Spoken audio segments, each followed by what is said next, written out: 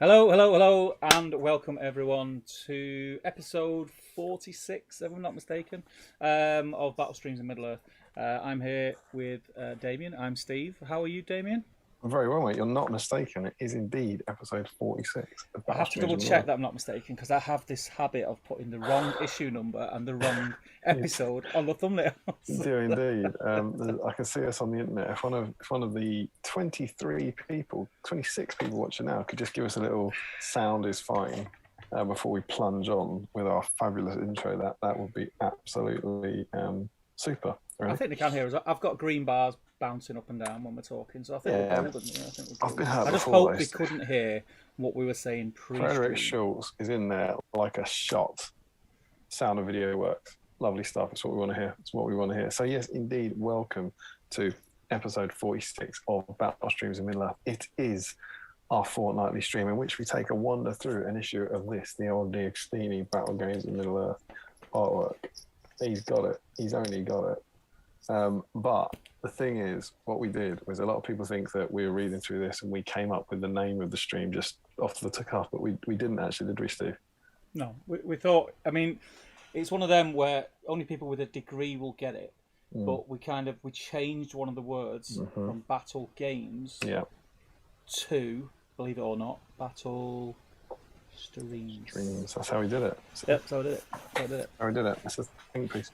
But yeah, indeed. And this is our stream where we hang out together and we have a look for an issue of this every fortnight, and we see what the game is like. We have a look at the profiles and the scenarios and the terrain guides and all that sort of stuff.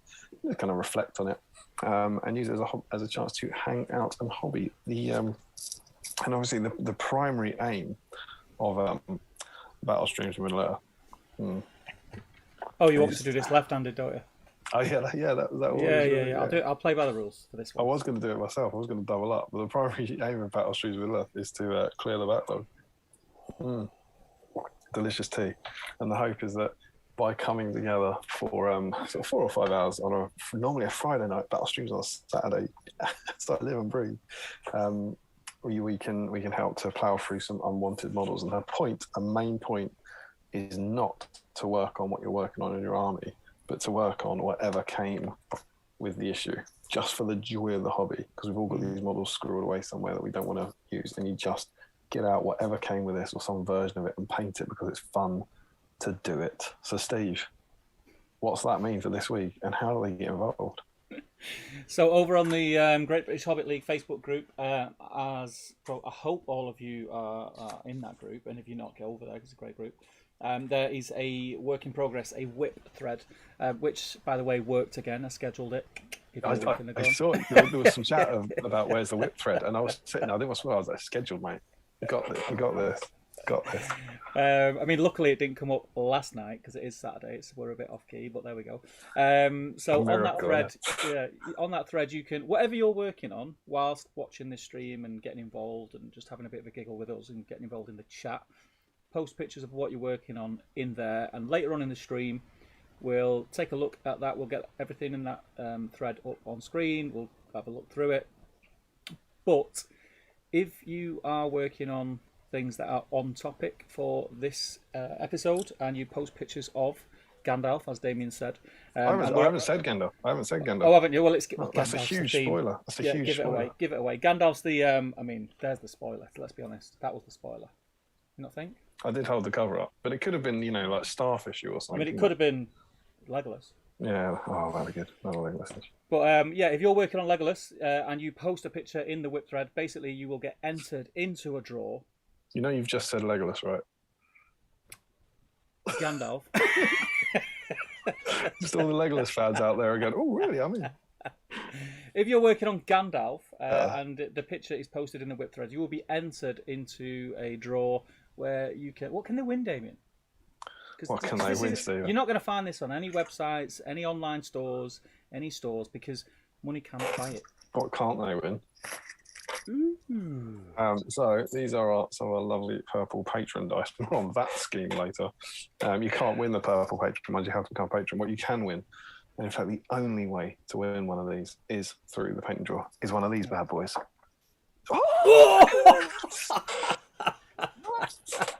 And it's the right way up and everything. Boom, in the middle. Look at that. I mean, it's bang on. Oh, like, there we go. Perfect. I mean, the only way it failed there is it didn't land in the middle of the logo. I quite like that, though. That's pretty good. Offset. Yeah, it's just a bit trendy, isn't it? Doesn't play by society's rules, like us. Yeah. So indeed, these are our black battle streams in Middle-earth dice. And the only way you can get hold of these is by winning the painting stream. So by getting involved tonight, we send one of these out every fortnight to someone in the world. And so, yeah, if you want, I'm not re-rolling that, no way, because it won't. It can only go downhill and it can only land in a worse position. It's just not worth the risk. Yeah, that's never happened. So yeah, if you are working on Gandalf tonight, get a picture of it in. Oh, hello, wrong button. Sorry. Just in case people didn't know your name. Yeah, get a picture of it in the whip thread on the Great British Public League, and we'll do a draw at the end. Now, Steve. Yes. Gandalf the White came with this issue. He did. So is it only Gandalf the White? No, as we said in the previous episode of this here stream, we're going to allow any Gandalf. So it could be Gandalf the Grey, Gandalf the White, whatever you've got. If you That's it, isn't it? That's pretty feels like we need a third there. Gandalf the Hobbit Gandalf, for example. Yep. You can have Gandalf from the Hobbit. Yep. Get it in there, and you'll be entered into the draw. So it's any Gandalf. So you are not limited to it being just a Gandalf, the White miniature. Now, Gandalf is a very, very popular miniature. Everyone's got a Gandalf. I think he's up there. Is he the most sculpted character? Yes. If you include white and grey, yes, as Gandalf he is. Yeah. So everyone should have a Gandalf. Absolutely. Even if you've got one, if you like me, you've got lots of half painted miniatures lying around. Dig that Gandalf out. Be working on him tonight. Put a picture in the whip thread, and you'll be entered into the draw. If you've got one in the draw, get him out, base him. Prime him, get a picture on the whip thread, you'll be entered into the draw. We're looking to try and break the record for entries tonight. Do you think it could be? It is a week where I believe that it could happen. What do you think? I never like to say, yeah, but if it doesn't happen this week, I think we'll struggle to break that record, I think. Yeah, well, exactly, indeed. I think it's 43, isn't it? Sam Gamgee holds the record for most entries. Which you wouldn't have thought, would you? Really? Yeah, probably not. I mean, he is popular, but no, I don't think I would have picked him. Plastic Mordor Orcs in second place, believe it or not. Yep. So get your Gandalf models out, get them on the painting table, start working on them, grab yourself a beer, grab yourself some chocolate or a brew, and get involved. Make sure you say hello in the chat. If it is your first time in the chat, there are 43 people on already this early. That's all right. If every one of you works on a Gandalf, we'll be there. That's it. Please do say hello in the chat if it's your first time. And if you've never said hello to us in the chat, please make tonight the night. Say hello. Let us know who you are, where you're from, etc. Kind of like Cilla Black and Blind Date. We get that. Very similar. We get that, but probably no one else will get that. Based on either age. Well, Haskell will get it. Me, you, and Haskell will get it. Age or geographic location. Murph is in, isn't it? He's on age. Loves a bit of BD, doesn't it? That could mean anything.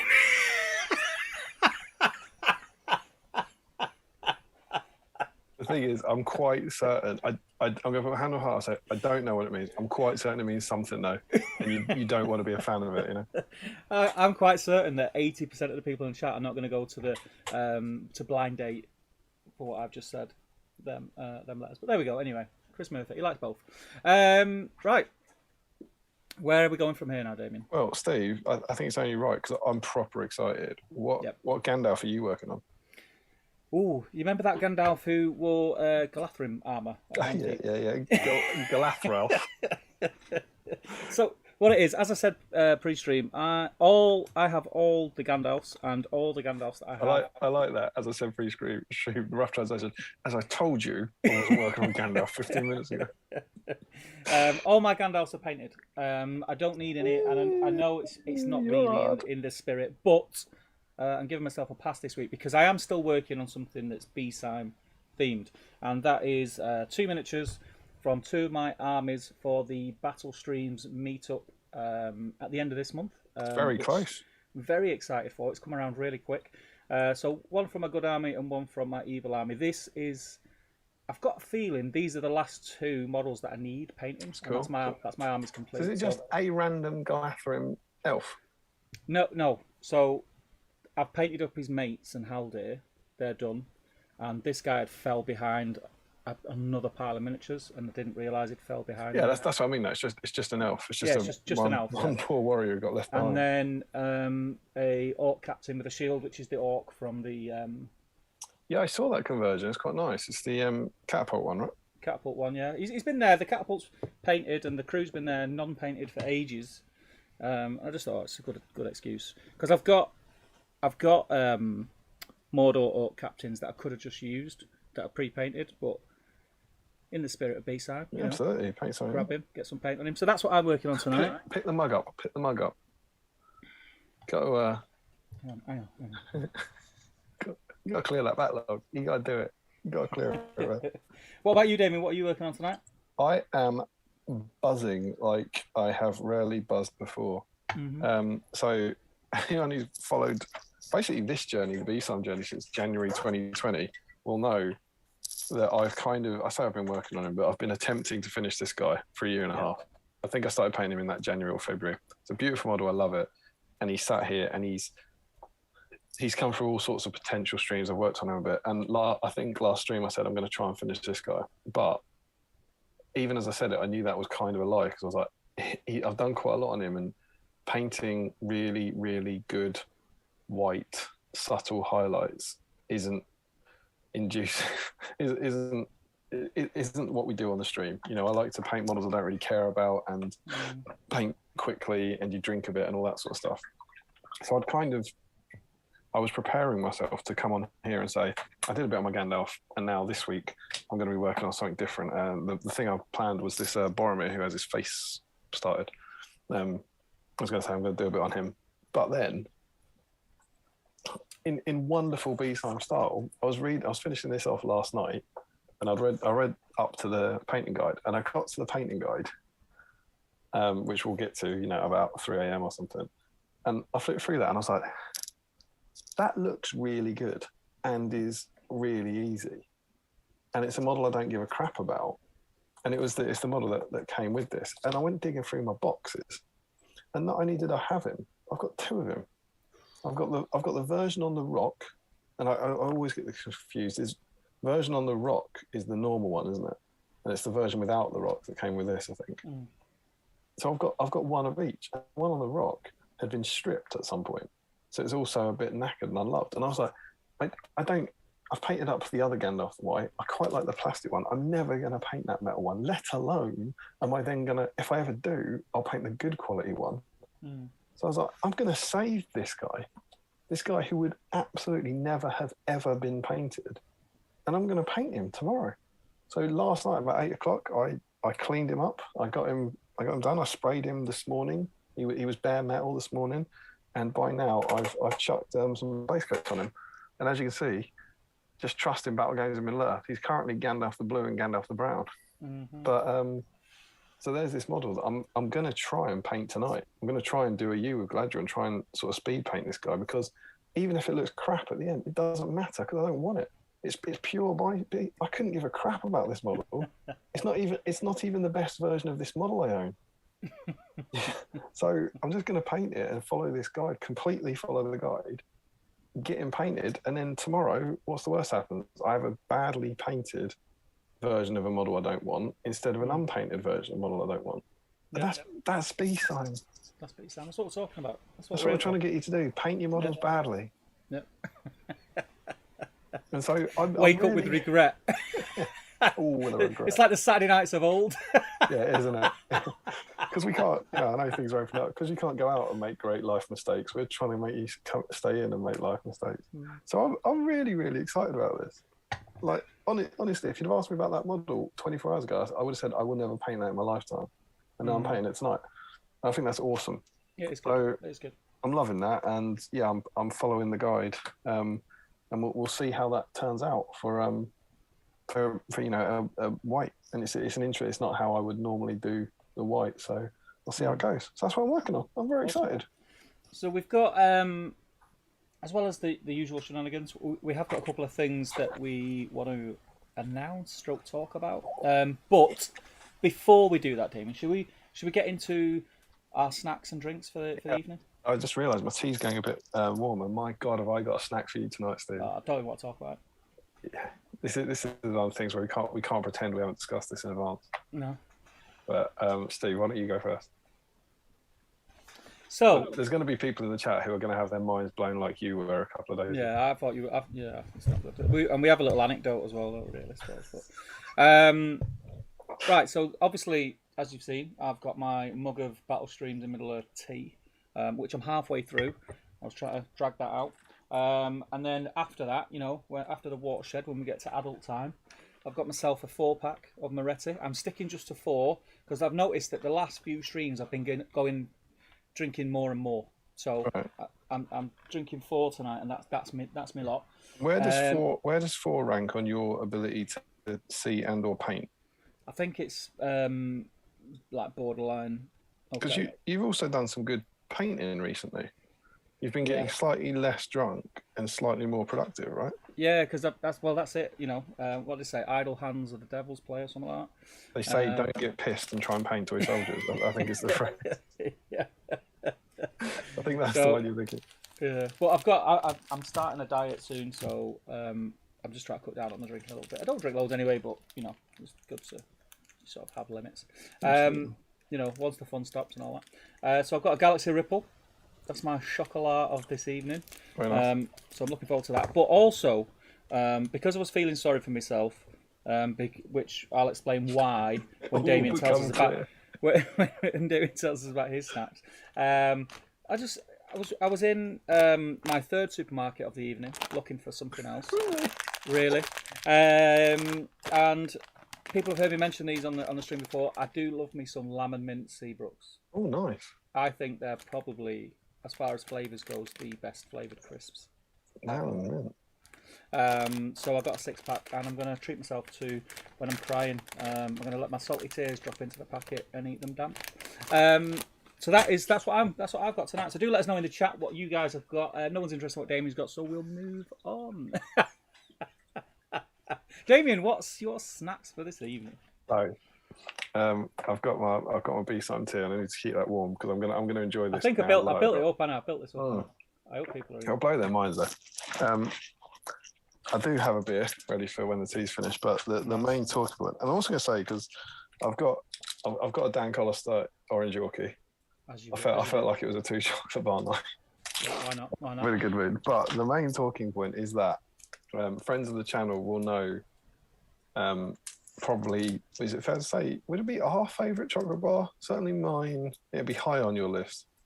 I feel like White Lion might be yours. Is that right? Oh no! Look, White Lion's definitely not my favourite chocolate bar. I'd say if it was a choice between White Lion and the chocolate bar that you're talking about, and I had to not have one of them for the rest of my life, the White Lion would go.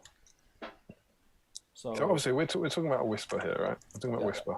Yeah. Whisper is my favourite chocolate bar of all time. Whisper I like Gold at Christmas, don't you get the long tube? Yeah. Do you get the long tube at Christmas full of Whispers? Yeah. Whenever I'm going into London.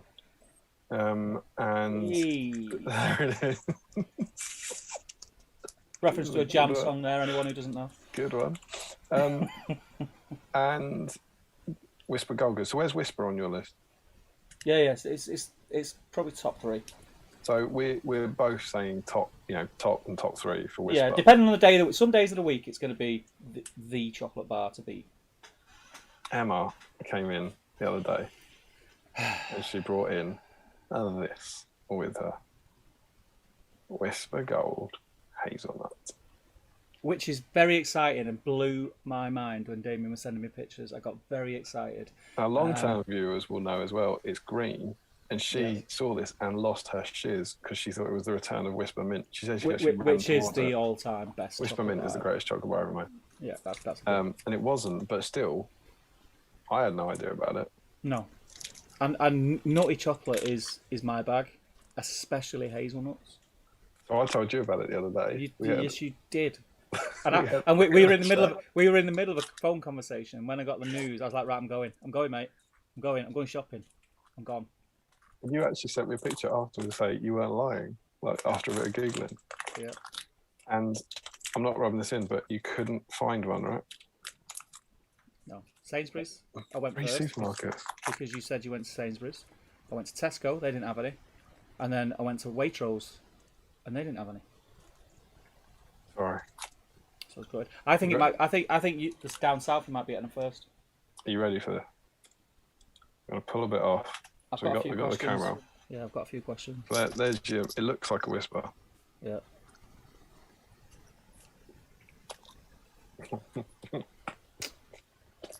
I knew it wasn't gonna. I know it's not gonna taste bad. It's got everything you like in it.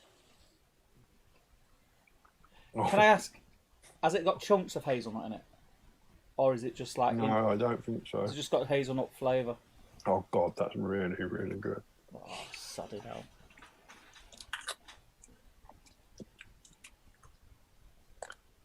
That's. Yeah. All right. Yeah. Can I just ask, because I can't get them in Manchester because they're not anywhere, Dan Collister, have you got a garage full of these? Can you please send me a box?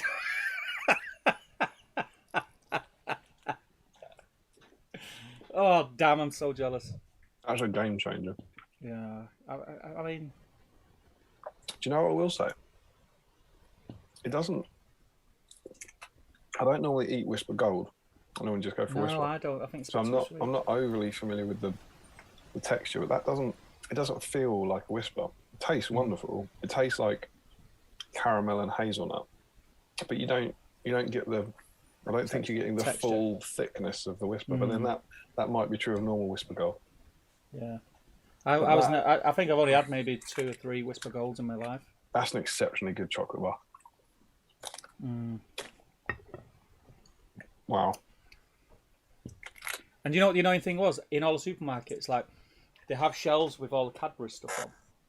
And at the minute, there's some sort of, like, I don't know, promotion that they've got. And on the bottom of the boxes, there's a little a little green, like, logo. And every box I looked at, I was like, that's it. Ah, just disappointment after disappointment after disappointment. I was gutted. Proper gutted. But anyway, I'll get it. Dan will send me some. We'll be all right. You know, my last point on this, I'll say, obviously, it doesn't say limited edition, I don't think, but it does. No, it does say limited edition. So that's the answer. Why do they do limited editions? What is the point in a limited edition? What I was going to say is, if that was returning to the main range, not a made to order, I might pick that over a normal Whisper. Really? It's that good. And it's obviously the new. It's like it's your new girlfriend, isn't it? It always seems a bit shiny. It's the new Codex. Power creep. Yep. I never noticed the new Codex as being firmer than the old ones. But that's really, really, really good. Happy Saturday, everyone. Yeah, well done. I hope you're all enjoying your chocolate. Do let us know what you are eating this evening. Right, Damian. I mean, I can see that you're enjoying yourself. I'm sat here not. I think you should jump in the chat. I think you should say hi. I'll jump in the chat, yeah. Come back to the it seems to be pretty busy already. I'll fly through it. Okay, so before we went live, you guys were already chatting, which is always nice to see whilst we're getting things ready. It's nice to see everyone chatting away. And friendships being made. Scott Newman was in early. Sean Clark was in. Dan Collister was in. Obviously, he was counting up how many he was going to send me of those Whisper hazelnuts. Jill Monroe's in. Aaron Garner's in. Joe Holzman is in. George Galloway is in. Evening, everyone. Hope you're all having a great B-Sime evening. Dan Maskell, hi all. Nathan's in. Matt Hussey's in. Gaz Baller's in. Good to have you back, Gaz. I think you missed the last couple. Swords and Brushes is in. Evening all. How you doing, pal? Michael Curtis is in. Max Malice. Michael Brayer's in. Welcome back. Richard Flagg is in. Pete Taylor's in. Mr. Joshua Bryant is in. Leon's in. Mark Greentree is in. Frederick's in. Oh, it's jumped already. Flipping it. So where we are. Andreas Muller is in. No sound issues. Everyone's letting us know, so that's good. There's Swords and Brushes. Haha, the door is open again. Back to normality. Yeah, I know. Couldn't Pete Taylor is in, so sound is all good. 30 people watching now. Sound works. Sound is not fine. I can hear both of you, and I think you'll know who that is. Who said that? Who do you think said it? Is that my mum? I will say Talbot. The one sock bandit. Miller. Oh no, you're the one sock bandit. The no sock bandit. Miller. Yeah.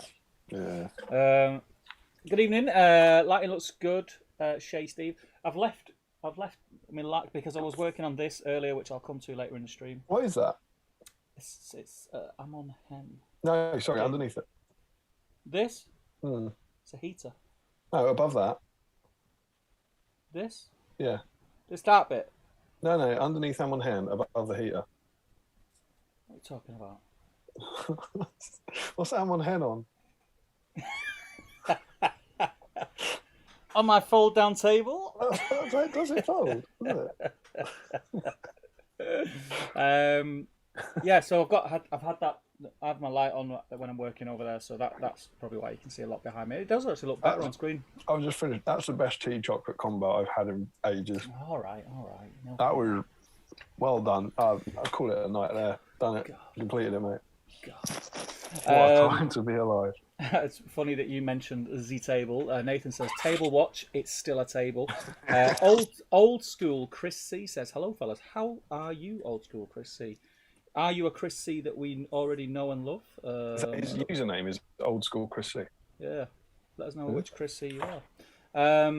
John Monroe says, modernised it, like all great adaptations. We'll talk about chocolate. Cupboard's open again, thank God, says Joe. Mr. Haskell is in. Hello, Michael. He says, good evening, all. Bit tired tonight, so going to potter around. Yorkie orange to be consumed in a... Yorkie orange, nice. Good lad. And then, we've got a new viewer, mate.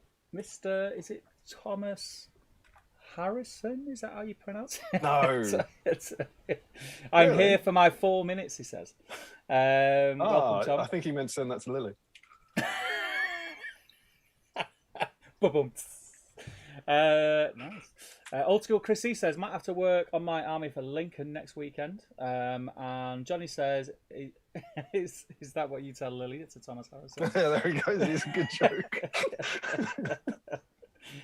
Old school Chris says, also slight brag as my pile of patience grew a little this week.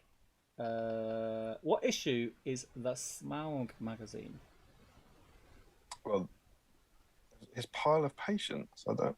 There won't be a Smaug magazine, but Smaug will be eligible in our Hobbit end of binder special after the next binder. So that will be. It'll be. We're basically there. So about 14. It's probably a couple of specials. I'd say about 8 months. 8 months we'll have a battle of 5 armies. 8 months. Hobbit and Smaug would be eligible for entry there. Oh, is he not eligible for the Desolation as well? No, he's a Battle of 5 Armies model. Is it? And profile, yeah. Oh, there you go. He also says, he said Legolas, I'm doing Legolas now. Warwick Griggs says, evening gentlemen, I hope you're both keeping well. Looking forward to an evening of entertainment as always from you two. I apologise for your disappointment already. Larry says, a speedboat. It's got to be something Bullseye related, isn't it? I don't know. The speedboat must be related is it to when Bullseye. I said, tell us what they could win, Damian? Yeah. I'm getting there. I'm catching on with Larry now.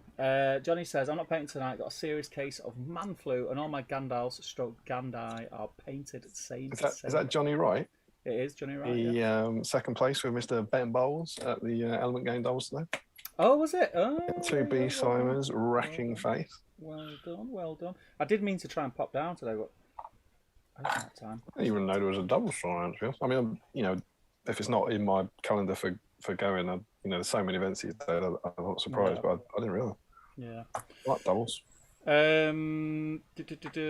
Old school Chris says rigged. I'm assuming that's for the dice roll. Swords and Brushes says a working dice. Exclamation mark. Ashley Fisher says good evening all. Currently staring at my badly primed Gandalf and deciding whether to persist or strip. Oh yeah, I just saw that in the. You might have some tips for that. I don't know if you've seen just before we went live in the patron chat. Have a look. He's primed Gandalf and it's gone all bobbly. Let's have a look. Worst nightmare situation. Oh, it's going to be miles back in at this chat. So yeah, it will. I wouldn't expect you to be able to find that quick. Uh, It's what you just don't. There it is. The teddy bear Gandalf. Yeah, you don't want that, do you? Thoughts and prayers, Ashley? I've never had this happen to me, so I don't know, but I have heard people say if you've got any isopropanol, just put some on a tissue or like a Q-tip earbud thing, and that apparently that takes that off. You could try that. Oh, that sucks. That sucks. Sorry about that, man. Grim. Yeah, and if that does work, do let us know. Actually, let us know if that does actually work, because I've always seen people recommend it, but I've never seen anyone do it and say, yeah, that worked. That was awesome. I have seen it many times on horses. George Galloway says, one and only time that dice roll will. Yeah, that. I don't know. You know, in real life, that will help get them in. In real life, they work well. I've used them. Apparently, did you see in another tournament, Dan Entwistle and Chris Murphy today, two B-Stars faced off against each other, and apparently Dan diced him off the table with B-Side dice. Did he? Yeah, apparently. There you go. Like a boss, Damian, says James Hogg. It must have been the 6, wasn't it? I guess. He's over that with a whisper, yeah. Joe Holzman says, that's going to get clipped and played every week, so they look better than they really are. That could be like a spy film. Yeah. We could just loop the footage. It's landed in the exact same place again. Nathan says, evening, Chris. How's the Imps army looking? And Aaron Noonan is in. He says, good evening, everyone. Happy Saturday. I'll be joining in tonight after I've had some dinner, and we'll be painting up some Gandalf the Grey. Good, man. I hope you enjoyed the Bond film. Aaron, I've seen it on Facebook that you, I think you watched that this morning. I can't wait to watch it. I'm going next week with a friend from work and desperately trying to avoid spoilers. Yeah, people who spoil movies when they just come out, just the worst kind. We're having a date night. That's I think we'll probably go next weekend as well. Me and you? Yeah, me and you, mate. Me and you. Very nice. Yeah. We'll go to the cinema with you. Only if you bring them whispers, though. Would you pay for dinner, or would we split it? We split it. No, you pay. I'll pay.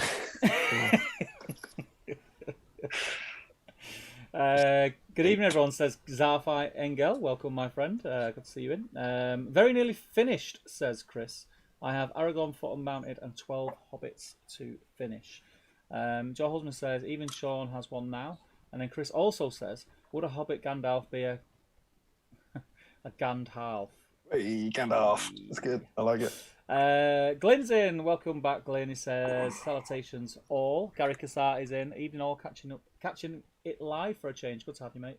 Mitch Gibson, hiya. He says, how you doing, Mitch? I don't think Mitch Gibson has been in before. Oh, I was thinking the same thing. Let us know, Mitch, where you're at, my friend, etc. And, you know, all your personal details and bank account details would be fantastic. Which one of us knows you and has forgotten? Yeah. Old School Chris says, my Gandalf and Cat is nearly done. Only needs a little bit of work to finish. Get it finished on the stream, man. Stephen Ryan is in. He says, evening all. And then Mitch Gibson says, good morning from Australia. Australia? Good to have you in. I did post. I never post in crazy the early Australian SBG group because I was assuming they're going to be in bed. Yeah. But I thought I'd do it tonight. So yeah, it's great to have you, man. Great to have you, pal. Are you crazy? Are you partying up late or are you getting up early? Yeah, you having cornflakes or a kebab? That's how we judge it here. Nathan says there's been a lot of ageism so far. Frederick says, hello there, first time here. Let's talk about birds and socks. I remember Blind Date. I'm old, says Swords and Brushes. Blind Date was great. Was it great? It's great. I loved it. Are we comfortable saying Blind Date was great? I loved it. I used to love Blind Date. I loved it. Especially when they caught that reporter, remember? They caught her red-handed. She was a reporter for one of the tabloids who came on as a guest and got to go on the Blind Date. Do you not remember that? No, I don't. So I remember Blind Date. I didn't follow the... one woman come on it one week and she got picked by the guy. It was the one guy and she was one of 3 women. And she got picked by the guy. Blind Date. Yeah, but not. It changed gender. It was that way around. Yeah, so he picked her. She gave all the right answers. You know, bit cheeky answers. And they went on the Blind Date. And then when they'd come back the week later, and Scylla would interview him and say, "How did it go? You know, did you get on? Are you going to see each other again? Blah blah blah." but Scylla had found out that whilst they were on the date, that this woman was a reporter, I think, for maybe Scylla the Star or that. the Mirror or something. And she would not have liked that. Oh no, they didn't tell her. And when they were interviewing her, she just dropped the bombshell. She went, "Actually, you've been lying to us, love, haven't you?" And it was terrible. And the guy was gutted. Because the guy didn't know. No, the guy didn't know. So he was like, he's been there trying to chat this. And the woman had a fella who she lived with at home. Oh no! All he's trying to do is get along in this crazy world. Yeah, you don't need that. He thought he'd met the woman of his dreams. Gone on blind date. You think she's married for life. Yeah. He's never been out of the house since. Mate, I can't believe you didn't know that. That was like massive news. Massive news. Back in the day. I always wanted to keep blind date perfect for me, so I never read any tabloid stories about it. Untarnished. Yeah, I didn't want to look behind the curtain. Oh dear, yeah, it was good. Hey guys, says Morgan Morris. Morgan Morris, new, my friend. If you're new, let us know where you're from. Kalamazin says, evening everyone. Mr. Macklin is in. Good evening, boys. He says, how you doing? I live and breathe. Hajinder sings in. He says, hey guys, hope everyone is well. We're very well. I hope you are well also, my friend. Evening chaps, Josh Crosby. I hope you can cheer me up after another woeful trip to Old Trafford. Yeah, it wasn't the best today. My mum was there today. Was she? Yeah. Oh, Josh, I hope you weren't rude to any ladies there. No swearing in the presence of females. Yeah, I thought that there was flashes of promising things happening, but then I don't know. Giveth with one hand and take away with the other. It feels like we're United at the minute. Yeah, like it's all a bit tricky, isn't it? You look good at the attack and then the defence. We need to get rid of Fred. Fred is not a Man United player. That was the. Did you see that at the start of the season? It was the squad. And it was like name. I think it was name one player who could stop this team winning the league, and the answer was Fred. There's a big part of me that feels sorry for him because I think he's an all right player, but he's not who you want sort of in your midfield if you want to be challenging for the title. Your squad's got to work as well. Yeah, he's not. Anyway, let's not football. There's people who don't like football, whereas everyone likes socks and cakes. Yeah. So old school Chris says, "Hey guys, I'm Chris. I'm from Gloucester, and if you pick me tonight, I'll show you the real meaning of haste." Cue woohoo from the audience. Oh, Chris, what a way to arrive on Battle Streams. It's a blind date Lord of the Rings crossover joke. Wow, and it's sexually risque as well. I love it. I love it, Chris. Oh yeah. Frederick says, debate Gandalf's is Gandalfe or any other possible plural version. I like Gandai. Gandai. Don't jump. Nathan says, my B-side meetup force may get finished tonight. Likewise, Nathan. Likewise. Joe Holzman says, still working on something B-side themed. Half a dozen Moretti's and a meat and cheese platter. Do you know what? You mock, but that's coming back this Christmas. I'm telling you, it's a Christmas platter. It's the thing. It's the thing. You say it's coming back like you're bringing it back, or just that you're going to buy another one? I don't think you can claim to be. You're not like changing the meta. Christmas. Everyone was like over the cheese platter, but I can't believe it. I can't believe it was such a big issue. You know, who doesn't have a platter at Christmas whilst they're streaming? Yeah, well, that's it. I mean, everyone has the platter, but I just don't think we've ever seen it on a Wargaming live stream before. It was great. I loved it. I was super jealous. You're going to see it again this year, let me tell you. I'm glad to hear it. Remco says, this Saturday feels like a Friday. How are you guys doing? We're very well. I hope you're well, Remco. Harry's in from Battle Games Middle Earth, says, evening, gentlemen.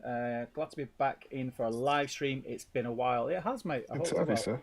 And congratulations. If I'm not mistaken, Harry, you and your good house lady owner, bought a house of late. So well done. I hope all goes well, my friend. And that means that you get the man cave that you've always dreamed of. Frederick says, he says hello to Harry. Nice to see you back, Harry. Says Nathan, those Friday date nights are clearly awful for your hobby. Johnny says, he laughs at old school Chris's comment. Peter Taylor, my first time catching the stream live. Well, welcome, Peter. It's very nice to have you in. Let us know where you're at, Peter.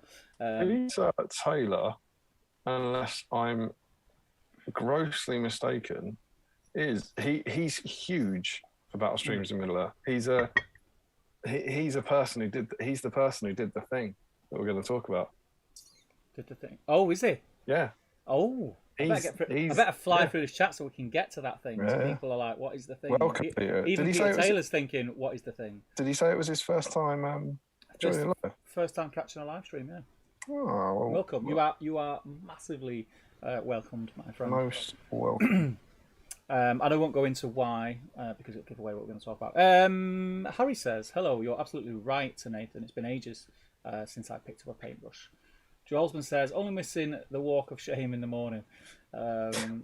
Nathan says, "That's a real worry given the ruffians you need to paint." I'm assuming that's to Harry. "Good evening, all. I was delayed," says Dwelling. "No problem, mate. We've just been talking the usual nonsense for the first 45 minutes. Some Gandalf quotes there as well. Green Tree says, "Looks like Steve's got a bit of work done on the Am and Hem board." Yes. I'll come to that later. I'll talk about it later. And he notices the door is open. Green Tree, I just seen that as well, says Scott Newman. Josh Crosby says to Frederick, "I think the plural would be Gandalf based on the Norse name Tolkien borrowed for him." Josh Bryant says, "In my third supermarket of the evening, looking for something else. Wasn't petrol, was it? Oh, don't get me started on that. Do not get me started on that. You're not wrong about Seabrook's lamb and mint, Steve," says Josh Crosby. I know I'm not wrong. They're flipping gorgeous. Calamar says, "I'm going to drop my salty tears into the packet and eat them damp." Another slogan for them. Put it on a mug. It is. I mean, I kind of glossed over that, but that was one of the more disturbing things you've ever said. That's probably like. Old School Chris says, "What colour horse shall I paint Aragorn on?" Brago's brown. Horse. Whisper Hazelnut says, Andrew Pennington. Lauren Miller, "Whisper is good until you've had Galaxy Bubbles." I feel bad for Steve now, says Nathan. Damien has improved Whisper, but he has only the rubbish version of a twirl. Ooh. Oh, this is just that's just stupid. You absolutely just rotter. Stupid. Who's that? Nathan. The very idea that a twirl is better than a whisper is. Oh no, he meant a twirl. He meant I'm stuck with this, a ripple, which is a. Oh, I see. Yeah. Which he's obviously wrong. I mean, he's right about that. No chance. Josh Bryant says, "Rohirrim, as far as I'm aware, isn't described with any colour. Go nuts." Oh, talk about the horse, right? Okay. Chris McKittrick says, "Evening, guys. Just joined. Get my words out. Blah blah blah. Evening, guys. Joined just in time for the great chocolate debate. I'm throwing the white Twix in there as its top level. Yes, it is. Yes, it is. And you know what else is up there? The white Snickers." It's just anything white for you, though, isn't it? Well, do you know what it is? It's because for many years we've just been eating the same chocolate bars, pretty much, haven't we? And then they sort of turn it on its head and put it in white chocolate. It just changes everything. Good. Like love. It's good, man. Got a little fly. It was here last time, wasn't it? This little fly. Yeah, definitely the same one. Mitch Gibson says, "Sorry." Mitch Gibson says, "Sorry, what have I tuned into?" Sorry, mate. British humour. You'll have to get used to it. Andrew Penn says, "Steve, most convenience stores have them. We have hundreds at ours, and I can confirm they are up north too." Stop bragging, Andrew. I'll leave now and go and get them. Swords and Brushes says, "Do they ever do a white chop Whisper?" No, they haven't. No, not that I know of. Not yet. Nathan says, "Mitch, this is the focus group for the Friendship Onion podcast." Gaz Baller says, "Man, saw them Whispers in a random shop while I was working in Sheffield, and now I'm regretting not getting one." You're regretting it. I'm regretting that you didn't get them. And send me some. Dan Maskell's in. He says, "I'm on the hunt for the new Whisper now." I think everyone will be. Good evening, everyone, says Tom Spate. Joe Holzman says, "Just like the Saturday nights of old, watching a middle-aged nerd eat a Whisper." Mitch Gibson says, "Nathan, I'm very confused." Frederick says to Mitch, "We talk about birds, star mix, slippers, chocolate, socks, cutlery, and other random stuff." Frederick says, "I don't know what any of those are. We don't have those here in Australia." But there will be surprisingly in-depth Lord of the Rings content in about an hour or so. Frederick says, "Return to the range, not made to order. Is Damien starting to talk about chocolate in GW terms?" I think we're talking about that's exactly what I was doing. I thought it was a humorous gag. Larry says, "You don't have cutlery to Mitch," and Mitch says, "As in a knife." I'm just picturing Dundee there now. Yeah, of course. You've played Knifey Spoony before.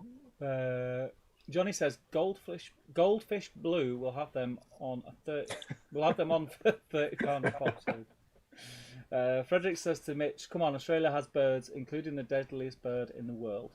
The worst bird in the country just got sacked yesterday, says Mitch. Andrew Pennington, seeing as Damian gets all the goodies I send, I'll post you some Whisper Hazelnut Steve. What a legend! What a legend! Do it. Patrick Samuelson is in. He says, "Good evening all. Welcome, Patrick." Tom Spates says, "Had to bail on Gandalf after I broke his staff. Who knew I had such magical powers?" It is quite a delicate staff. It's quite a delicate staff. That's what I said. Nathan says, me complain about your sound working, no chance. James is it McKernan? Hiding under a blanket, Baltic here and no heating, #big mistake. Is James McKernan, has he said hello in the chat before? Doesn't ring any bells. Yeah. He has? Yeah. All right, sorry about that, mate. Old School Chris says, probably not. I'm fairly new to the hobby, was at Into the West in August. Also, God Say Chocolate is a Terry's Chocolate Orange, says James McKiernan. Stuart Bland is in it, says, "Evening guys, hope you're well. I've come down with something non-COVID, LFT is clear, but feel awful. I petted my Gandalf the White a few weeks ago, so sadly I'm just going to hang out." The thing is, I think everyone's going to be panicking a little bit. It's that time of year, isn't it, where there's a lot of viruses, cold viruses and things going around. But we've got 2 people in the chat who are not feeling 100%. But anyone who is feeling a little bit off colour, do just get tested anyway, just in case. Larry says, "You asked what we couldn't win." Oh, is that when you said a speedboat? No, speedboat. Ultra Chrissy says, "You may know me from from my daughter's YouTube channel, Aru's Creation. Though that is less likely. I don't know that YouTube channel. I don't know, my friend. I don't know it, my friend. I don't. Aru's Creation." Jolesman says, "The real reason Steve didn't make it to Element today was he was scouring the local supermarkets for Whisper Gold Hazelnut." You're half right, mate. I'm not going to lie. A shopping trip that should have took half an hour took probably about an hour and a half. He was planning to get into Element all coffee with his Whisper Gold Hazelnut. Walk in with one behind the ear, one half eaten. Jolesman says, "What you're not telling us, Chris, was also using B-Sime dyes." Yeah, he was, yeah. Apparently, I think they said maybe the first priority roll they got a 1 and a 6 between. That's those dice in a moment, isn't it? Larry says to Joe, "Scouring of the supermarkets." Wee. Spoiler: Gandalf dies, but he actually doesn't, says Frederick. Aaron says Bond film was actually amazing. One of the best Bond films ever, to be honest, but no spoilers. Yeah. Ashley Reed says, "Good evening. Great to catch you live. It's been a while. Hope you're all well. My snack tonight is a sweet, sweet Bugman's Bakewell." Oh, there you go. I believe he was playing Mr. Ed Barfield today at Warhammer World. Oh, very nice. Ed's not a patron of ours, but he's a lovely, lovely man. I know Mr. Barfield very well. Harry says, "I remember the Cosmo. It was a Cosmopolitan reporter, journalist. They shamed her so badly. It's hilarious. She was married too. Yeah, it was grim." Mark Greentree says, "BD in Middle Earth." Max Mallis says, "Blind date deep dive." Mitch Gibson says, "Just got up, slight hangover, nothing a coffee and some hobby won't fix." True that, Mitch, true that. I'll try and help you through, man. Joe Holzman says, "Say what you will, I immensely enjoyed last weekend's game at Old Trafford." Ollie in forever, please, says George Galloway. Oh, come on, let's get off the football. We've not had a good weekend. Plural Gandalf, I would say, is Gandalfs, says Joe. I say Gandalfs. That's what I say. Where's my Gandalfs? I just like any word to end in I. I think it sounds better. Every plural should just end in I. The word would be better. Ryan Cuthbert says, "Evening chaps, hope you're all well. What have I missed?" You've missed tons, mate. There's a massive new flavour Whisper out, which you just need to Google. Who's news in the Wargaming community? Calamar says, Gandalfini coming to Sopranos near you soon. Stuart Bland says, "Is there a whip thread anywhere?" Of course there is, mate. I want to see what everyone is painting. He's on the Great British Hobbit League. It was scheduled, don't you know? Joe Holzman says, "Was the platter at Christmas? I thought the Christmas stream was rudely cancelled without warning." Morgan Morris says, "First time in the chat today. I'm from Gloucestershire. Welcome, Morgan, and it's great to have you, my friend." Can I just say as well, there's 54 people in, so we're around kind of the number where we could be breaking records for painting Gandalf. So, you know, if you sat there watching the stream and you're thinking, oh, I'm just going to hang out, drink, and get involved in a chat, and you've got particularly if you're only going to be in for an hour or something, and then you're not sticking out for the night. Do a bit of work on Gandalf, put it in the thread. You might win a dice. You never know. And you might help us best some records. You can't buy them dice. Harry says, thanks for the house move, congrats. I do now have a garage which will one day become a hobby room of my dreams. Awesome to hear, my friend. Peter Taylor says, the first exciting thing from this painting guide. Go on. I don't know if you've ever done this, but it says I'll quote. Come on, this. spit it out. I'll read it. Through the chat. You know that, don't you? You're doing good flying. Similar techniques to Grima last year, which was painted skin green. It can be used to give the illusion of age. On Gandalf, for example, use a more grey flesh tone to convey his wizened, weathered skin. So the highlight to the flesh, to give it an aged look, you mix Fortress Grey, which is now Dawnstone, with your flesh colour, and add a spot of Skull White. So they're saying add pale grey to your flesh colour to make people look old. So that's what I'm going to do. There you go. Very, very greyest, but, you know, we'll go with it. Pete Taylor says, The Thing. The Thing? Yeah, The Thing. Oh, Joe Monroe says, Pete Taylor's the person to do The Thing. The Thing, yeah. Joe Monroe says, Whip Thread is on the Great British Hobbit League Facebook page. Stuart. Nathan says, Fred's not a Man United footballer, say Steve. Not understanding how contracts work. He definitely is a Manchester United footballer. Yeah, you know what I mean. He isn't. He can have as many contracts in the world. He is not a Man United player. Stuart Bland says to Joe, thanks. Grey skin, if I'm honest. Stuart, you are not in the GBHL Facebook group. Get in the GBHL Facebook group. I can't paint his skin that colour. That's just grey. Yeah, don't paint your skin grey. I said I was going to follow the guide. The thing is, right, I looked at the page where you read that, and this is what I'm going to show you, right? Can you see Gandalf? Yeah. Is there any grey in his skin tones there? No, he's old. He's old, Steve. He's old. So you should paint him grey. No is the answer. I'm going to do it. I'm so like D-mob happy about this model. It gives a crap what it looks like. Yeah, do it. Fair enough, says Jill. They will show it on the stream in about 5 hours' time. Rich Anderson says, hi all. Welcome, Rich. I hope you're well, mate. Brian Cuthbert says, white Snickers. Where can I get them? Loads of shops done. And they are amazing. I think white chocolate in general and like nutty flavours go really well. White chocolate is horrid. Far too sweet for me, says Stuart. You're eating the wrong white chocolate, Stuart. This is Johnny says, this is love. Let's give it up for your. This one's for you, Damon. This is okay. Matt Hussey says, speaking of white chocolate, are dream bars a thing anymore? Yes, I seen one a few weeks ago. Actually, that is a very sweet white chocolate. To be fair, I like them, but I couldn't eat a full bar in one sitting. Old School Chris says to Morgan, always nice to see someone from the true Shire. I propose Mithrandai as a plural, says Joshua. Plural. Ashley Fisher says, plural of die. Die. I like it. Who's the worst bird in the country? I googled the redacted politician and she hasn't been sacked, says Nathan. Mithrandai. Mitch Gibson says, Premier of NSW, she was asked to resign pending an upcoming corruption inquiry. No. Morgan Morris says, totally agree with the white chocolate being horrid. Work of the devil, at Chris. To Chris, it is the proper Shire. We even all speak like Samwise. Dan Colster says, I sincerely hope Dream isn't a thing anymore. It barely qualifies as confectionery, closer to a soap. It is an odd. It is an odd. You'd expect it. It's like the Cadbury's version. You know, it's Cadbury's. It's like the dairy milk of white chocolate, and it should be nice, but it's not. Nathan says, I put a link to Chris's daughter's channel in the Patreon chat. Dale Grove says, good evening all. Sorry I'm late. No Gandalf tonight. Desperate trying to finish a 48 strong Marana Oak batch paint. Disgusting idea. Yeah, that's grim. I did that. Sometimes Dale, it's like you don't. Sometimes Dale, it's like you don't want to win a dice. Yeah, I know. Sean says, I'm really enjoying painting Gandalf tonight. I only bought limited paints with me, so it's making it more interesting to try and get different grey tones. Ah, yeah, you're away, aren't you, Sean? Is that Sean Clark? Yeah, he's on a castle hunt. I think he's gone. Where's he gone? Cornwall. think so, yeah. And he's been on like a long drive, and he had to get a Gandalf on the way.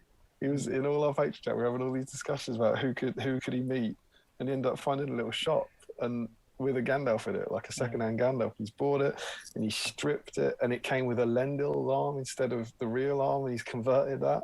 It's been wonderful. It's so B-side. Joe says, did you forget to mix it in with the flesh tone? That's the greys. Also, Chris says to Morgan, are you aware that the link to Farmer Maggot? Are you aware of the link to Farmer Maggot near Cheltenham? Josh says, white chocolate isn't even chocolate. Why bother? Dale Grove says, although if Damien is painting mounted Minas Gandalf again, I feel slightly better about my situation. No, I'm not. I've just put him straight back in the drawer. Stuart says, sent a request to join the GBHL Facebook group. Such is the peer pressure, mate. When Damien is chatting in a moment, I'll accept you. Nathan says, Steve's been flying through the chat well. It's Damien that slows him down clearly. 100%. Modern equivalent of adding grey paint in tip is Pallid Witch. Pallid Witch Flesh. I love Pallid Witch Flesh. It's a great colour. That's not Modern Fortress Grey though. No, it's not. Dawn, I think, like it might not be Dawnstone, but Dawnstone's close. Pallid Witch Flesh is an incredible colour, but it's not. It's an off-white. That's actually Pallid Witch Flesh is what I use for my white now. That's my default white. Yeah, I love it. It's like a bit warmer, isn't it? Max Malice says, Bash from the past. Does anybody remember Cadbury's Marble? Is that the one that was white and chocolate swirls? Yeah. And then also Chris says, cheers, Nathan. And the chat has been well and truly flying through it. That is such good flying. We are literally just coming up on the hour mark, and I think that is a good time to talk about what's happening, which is a little bit off key, off the usual schedule. Damien, would you like to take over? Well, I don't know where to start with this really, but we about a year ago, I think, we launched our Patreon scheme. For about 6 months after we launched the streams for anyone who wanted to support us, and it took off far more than we ever dared imagine. Mm-hmm. And this week, we reached 100 patrons. 100 patrons. I mean, that is insane. It's insane. That's mad. A lot of them in the chat. It's mental. It's particularly mental. I'm sure we've mentioned this before because it doesn't make any sense. But if you look at our subscribers are relatively low. I think we've got about 850 subscribers. And so to have 100 patrons with 850 subscribers is nuts. And it's a really good kind of percentage conversion that shows that people enjoy what they're doing on the channel and want to support us. So thank you all. Thank you all so much. Thank you very much. Absolutely amazing.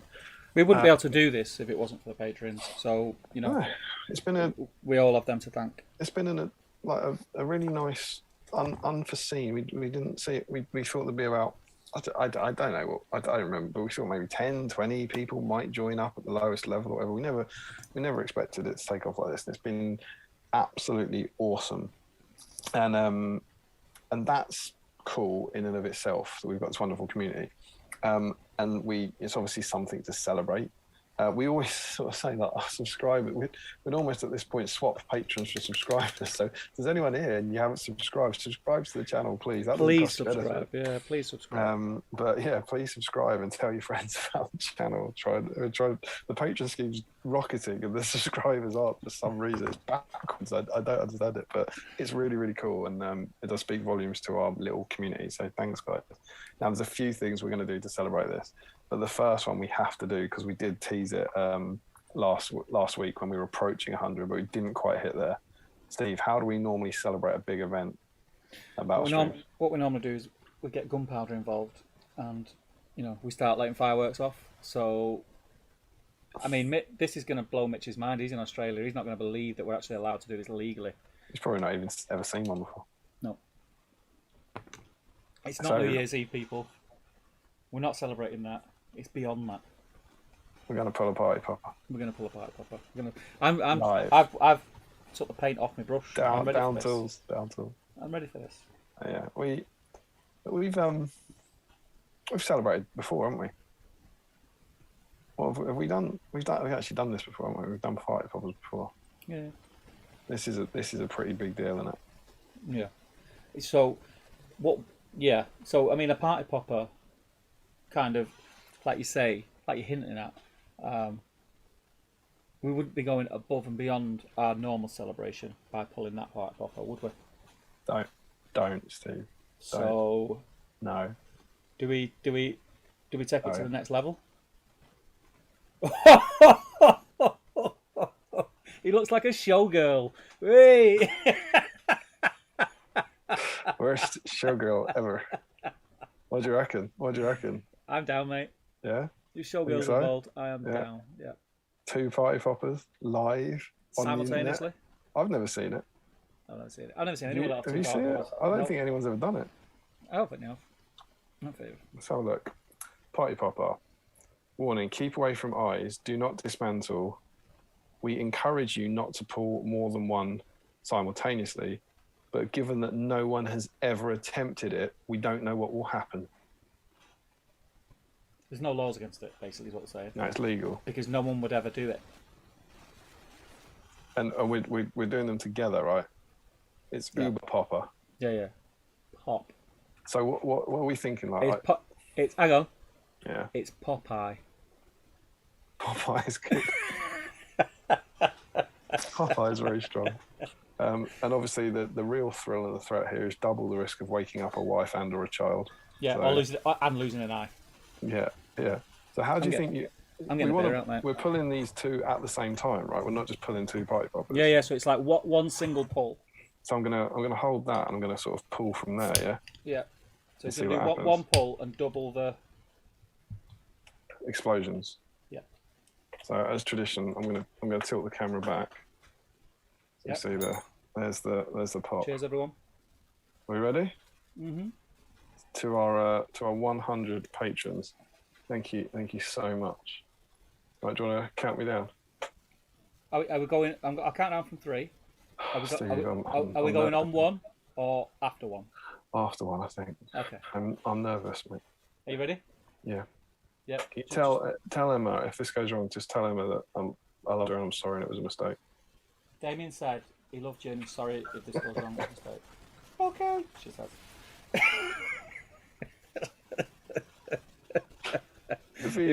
The amazing troll if it turned out for the last 18 months we've been living in the same house. 3, 2, and 1.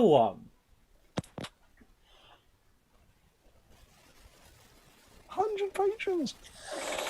50 each. 1 for each nostril. Oh, 50 each. God. It's crazy. In all seriousness, though, thank you very much to all our patrons. Number 1 is as important as number 100. You make all this possible, and you especially, as Damian touched on before, we set up the Patreon to cover the cost of postage for little prizes that we were going to send out now and again. But obviously with 100 patrons, we're able to do a lot more. And Damian, would you like to explain what we're able to do? I can't believe this. Go on. I've just been trying to work out where the rest of it is.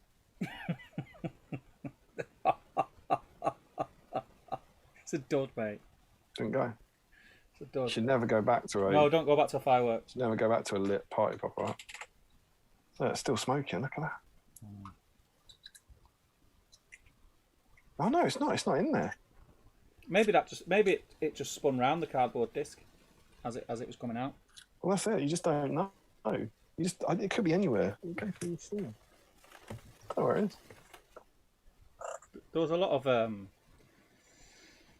Yeah, I wouldn't recommend. Don't try that at home, kids. Crazy times, huh? What we were alluding to earlier is that Peter Taylor was our 100th patron. Yeah. Peter, so thanks, Peter. He joined us. He was number 100. It's 100 concurrent as well. We've had a couple of people who sort of sadly left for like financial reasons and stuff. But it's 100 concurrent patrons that we've got. So thank you also to the sort of 5 or 6 I think who have supported us in the past but aren't anymore. And you're just as important to us. Yeah. And we wanted to celebrate. We wanted to kind of give a thank you that would really feel like a proper thank you. Yeah. And we'd be the first to admit we've done Patreon giveaways in the past on the stream, and we'd be the first to admit we've used the giveaways to get new patrons. We've said at the start of the stream, like, you know, at the end of the stream, we'll give this prize away, and if you're a patron at the end of the stream, you're in the draw. So you basically got 3 hours. You know, obviously some of it is to drum up interest and to get new patrons on the night. But we were really keen that with this, we didn't want to do that. And for our kind of big giveaway, we wanted to celebrate and thank the people who have supported us because they've chosen to support us, not because they wanted to win this prize, essentially. Yeah. So there's 101 patrons now, because we decided to put anyone in it who join the patron scheme before we announce this prize, essentially. And so we've got 101 patrons at the moment, and they're all in the draw. And Steve, yes, what's the prize? Well, Damian, you say the prize as if it's one, but we decided not to give one prize tonight, not to give two prizes tonight. We're going to go for three. We're going 3 prizes tonight. And we're going to do 3 draws at different times throughout the stream. What? That's never been done. Never been done. Rather than do it all in one, you know, and then there's nothing else to look forward to, we're going to do a prize draw.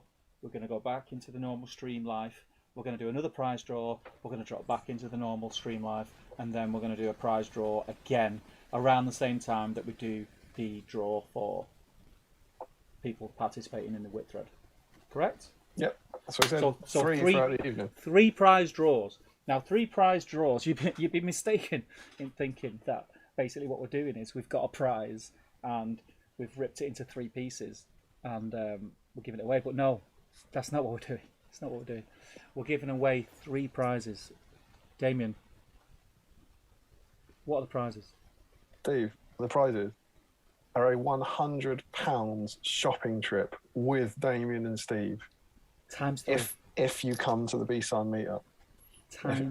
Times 3. It's 3 £100 shopping trips with Damian and Steve. £300. If you don't come to the B-Sign meetup, it will be a Zoom-based shopping trip with Damian and Steve. Yeah. It could be £100 GW or Forge World voucher. And we're not just going to send you something personal. We want to buy you some things. We want to sit on a Zoom call with you and say, what do you want? And we'll buy you £100 worth of stuff. I'm going to do that for 3 people. Yeah. And our real hope is that someone who's coming to the meetup, so there's about a 1 in 4 chance every time someone coming to the meetup wins, and we can actually go shopping together. It'll be fun. Yeah. We're gonna spend so 3 people, we are going to spend £100 each on whatever toys they want. And we thought that was a really hopefully not a nice from way to say Amazon. Thank you to the patrons. No. It must be GW or Forge World. No lingerie. I don't know if you know, but it is. No lingerie. It's Ireland's largest lingerie department. So I think we should do one now. Yeah, I'm down. Julian Hammond's going to win one, of course. If you're not familiar with the stream, Julian Hammond wins all of our draws. So he'll win one, but we don't know who the other 2 will be. We have all 101 patrons in the Box of Joy. We're going to use the patented claw mechanism we've developed over the last few years. But yeah, so that's what we're doing. So yeah, are we ready? I'm ready. Are you ready? Yeah, I'm excited. Are the viewers ready? Are they ready for this? I don't think anyone's ever ready for this. You know, we've got like I mean, is it a 50-50 chance? We've got 56 viewers. We've got 101 patrons. That the people who win are not even in the flipping stream. Why do you think it's a 50-50 chance? I don't know, because 50 is half of 100. Yeah. I'll go with that. Oh, I see. You think there's a 50-50 chance of someone being in the stream winning? Yeah. Yeah. I mean, it doesn't work like that because they're not all patrons, are they? And you know, it's not just. Should be. There's 3 chances as well, but yeah, I think we've got a good chance of this going at least one of these going to someone who's in the stream tonight. Yeah. So yeah, shall we? Yeah, I'm just whacking some paint on this orc's face, and now I'm ready. All right, we're good. Yeah, let me turn this light off. It's not blind people. I cannot see into the Box of Joy. Okay. Is the claw ready? Do you want to give it a wee? Nice. Okay. So drop. Get them fingers in there. Basically, just mimic my fingers. I can't make them that stubby. How'd you do that? Hard work, mate.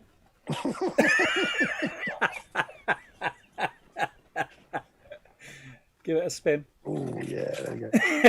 Give it a spin. Go clockwise and then counterclockwise. Anti-clockwise, Stephen. Yep. Now what I want you to do is go into one of the corners and pull it all into the middle. Then go to another corner, then pull them all into the middle. And I want you to do that on all 4 corners. Okay. And then I want you to give them another mad mix like that. Yeah. And now I want you to grip 1. I've got a bunch. I'm down to 1. I've got 1. Right, do that until you get 1. Yeah, I've got 1. Feels like quite a small one relatively. You ready? What about the winner though? Wait, are you ready? Let's do it. It is. Go to your left. There you go. Stephen Sparks. Congratulations. Stephen Sparks. Congratulations, sir. Stephen Sparks is our first winner. Haven't seen him in the chat tonight, I believe. No, I've not seen him. This might bring him out. If anyone knows Stephen Sparks, please message him, ring him, text his parents, tell him to get on the stream. He has won £100 shopping spree. £100 of shopping goodness. On us. You're welcome. Well done, Stephen. You are welcome. So 2 other people will also win £100 shopping spree tonight throughout the stream. It is now it's 9:45 now. Let's do one 11. About 11 o'clock. Around 11 o'clock. We'll see if it drops a little bit earlier or a little bit less, and it's around that, it fits in. We'll do it then. But yeah, if we say around 11 o'clock, we'll do another one, and then we'll do another one right at the end of the stream. Stephen is a very, very early adopter. He joined us in August 2020. Yeah, congratulations. There we go. Well done. Awesome sauce. So that is that done. Congrats to Steve, and good luck to everyone else who is going to be in the next 2 draws. Damian, I have a plan. Oh, okay, go on. I was just about to say, where do you want to go next? Because I was thinking, hard to top. Because it's very hard to top, particularly the double party popper. We've got 2 things to get through. I'm thinking, why don't you catch up on the chat, and then because both the things tend to be at my end, don't they? I think what you mean by that is, why don't I do all the graft? Well, what I mean is I'll be doing all the graph later, so you do a bit of graph now. It's more that way around than that. All right.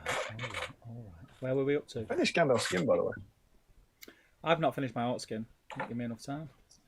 I'm thinking just bin off the magazine and the deep dive and just keep painting this awful Gandalf that I don't want. I'm quite excited. Yes. You know what I'm painting with as well? Because the closest I could come to the old Shadow Grey, I found a Fenris Grey foundation paint that still works. Apparently wolves will go that way as well, so it's not.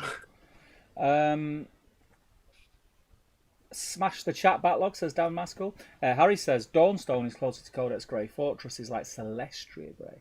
Administratum Grey is the new Fortress Grey, says Dan Collister. Party Popper Time, says Swords and Brushes. Harry's emoji for party. Stuart Bland, 100%. Peter Taylor, so that's the thing I did. Max Maller says orange is the new black. Stephen Ryan says Party Popper. Aaron Gamer says woohoo. I was there when you launched it, so feel part of SBG history. Well done, thank you. Who's that? Sorry, Aaron Garner. Okay, excellent. George Galloway says part in capitals. Part. I think maybe he meant to say party, but well, you know what comes before part B, don't you, Steve? Part A. Remco says congratulations. Stuart Bland says yes. George Galloway says party popper time. Chris McKittrick says better than Gandalf's fireworks. Better than Gandalf's fireworks than party poppers. Joe Monroe says got the stream a wee shout out on XLBS show on OTT Beasts of War last weekend. Sure, the new subs come rolling in from that. Thank you very much, Joe. Thank you, Joe. You should have let us know. What was that? Sorry, we got a shout out on what? On the tabletop stroke Beasts of War last week. Yeah. XLBS. I don't watch it. I used to watch it quite a lot, but I don't watch it that much. I'm not gonna lie. I've not watched it for probably 18 months. Because is that their Weekender show? Is that? They used to have that show called The Weekender. Because Ben on their Beast of War Ben, I don't know if they're still Beast of War Ben or how they use their names now, but he's always looked after SBG Mag for those of us. He always does us look really lovely. Right up for that. Well, that's cool. Thanks, Joe. Yeah, thank you, Joe. Mitch Gibson says, explosives, come on. Stuart Bland says, poppers. Come on, George Galloway says, 2 party poppers, exclamation mark. Double popper, says Pete Taylor, pop air eye. Swords and Brushes said, would you ever go completely overboard and do a sparkler? Oh, that's naked flame, mate. That's naked flame. Let's just calm things down a little bit. Just getting a bit ahead of themselves. Next minute, be like, yeah, get a revolver, put 5 bullets in it, let's play again. 5 bullets? It's not 5 bullets, mate. It's 1. No, not when I play, mate. I live life on the edge. Wrong. I live life on the edge, me, old bird. You won't live life on the edge very long playing Russian roulette with 5 bullets. Oh, that's magnificent. Steve's going, yeah, all right, I've loaded it. I've put the 5 bullets in. All right, Steve, you go first. Must sniff after, says Dan Maskell. Larry Miller says, can you dismantle one? Mitch Gibson says, Uber pop. Johnny says, I'm your private dancer, dancing for patrons. Bland, party. Nathan says, 1 for each nostril. Morgan says, this is a health and safety nightmare. But Stuart says, worth it. Joe Holzman says, you're not in the same house, then how does the mug clinking work? Larry Miller says, wait, do we have numbers now?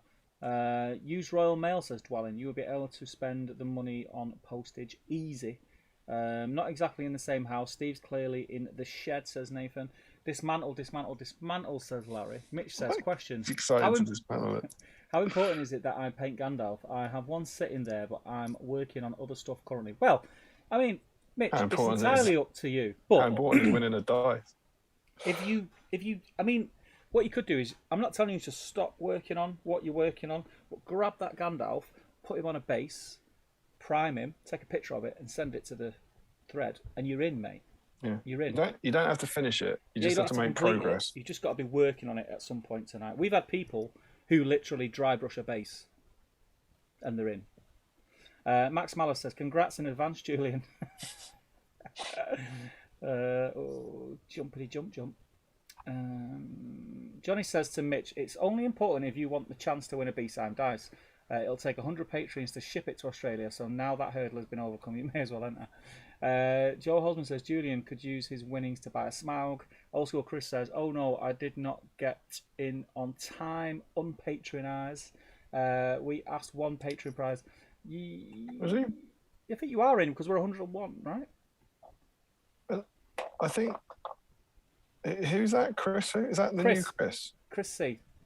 I think he's not a patron, and I think I dare to dream. I wonder if he's just joined. I think he might be talking about that, but no. I don't know. I might be assuming too much here, Chris. But if you have, thank you very much. But we were really, really keen on this to. It was only going to people who had already joined up. Yeah. Obviously, if you now choose to cancel, I'll totally understand. But yeah, that was. Bear in mind, being a patron is awesome. You get the patron chat. Well, there'll be other giveaways in the future. You get other giveaways. You get to gaming days arranged and get to meet up and play games in a fun environment. Larry Miller says we asked for 1 Patreon prize. Winky face. Hey. Mitch Gibson asks, is it 3 bits of Whisper? Swords and Brushy says the prize would be just to meet Steve and Damian. That's not a prize. That's spoken like someone who's never met us. That's punishment. Stuart says, can a full tank of petrol be the prize? Hell no. That's 1,000 patrons in, mate. That's less valuable than 300 quid right now. Ashley more Fisher valuable. More valuable. Sorry. Ashley says, if I win, I think item 1 will be the new Gandalf. Harry says that emoji. Johnny says, can I have a candlelit dinner with Damien in Bugman's? I mean, you get that anyway. Andrew Pennington says, if you turn up to Bugman's and bring a candle. Andrew Pennington says, sounds like a mad version of Supermarket Sweep. Steve and Damien rushing around Warhammer World. That's exactly what it's going to be. Exactly what it's going to be like. Larry says, that's a lot of bits of paper with Julian Hammond written on it. I mean, I'm not going to lie. I do feel like we've dodged the Julian Hammond bullet. At least the first. Don't say it. Andrew Pennington says, I swear if Julian Hammond comes out first, lol. Congrats, Stephen, says Frederick. Everyone congratulating Stephen. But is he going to gamble, says Larry. Eric Schultz says, oh my days, it's been so long. Hello all. 3 prizes for the Elf Lord under the sky. Congrats, says Andreas. Harry says congrats. The homing pigeon is on its way to let him know. Well done, Stephen. Marcus says, late to the stream. Good evening, everyone, and congrats, Stephen. Good to have you, Marcus. Joe Holzman says, Steve's got to do some work before his eyes go and he can no longer read the chat exactly. How grey is the skin, says Larry. I'm not familiar with Fenris Grey. Is that a new paint? No, Fenris is an old one, right? Fenris Grey used to be called Shadow Grey. I think it might actually be, Fenris Grey might have stepped in the middle. It feels very similar to what I know as Shadow Grey. I'm not going to lie, I've already done several more layers on this particular bit than the guy suggested, and I'm largely just painting him different shades of blue. Oh, the skin's fine. The skin works. I've done that. But I'm onto the cool white. All right. Okay. Moment, and it's you know, who knows? There's a very strong chance I'm just not putting enough white in, or the old colours were less blue and more white. But at the moment, it's working. But all I'm doing is making him slightly lighter blue every time. I think I got to go heavier with the white. Heavier with the white, mate. Mitch Gibson says, Larry is from the old foundation paint range. Andrew Pennant says, yup, it was very popular, Larry. I camped out to secure my pot. Mitch says, oh, sorry, I didn't read that properly. Larry says, note to self, do not play Russian roulette with Steve. Stuart says, I think you'll be all right as long as you go second. Unless I go first and I don't shoot myself in the face. Yeah, can you imagine? Pull the trigger, Larry. Pull the trigger. Yeah. For those reasons, I'm out.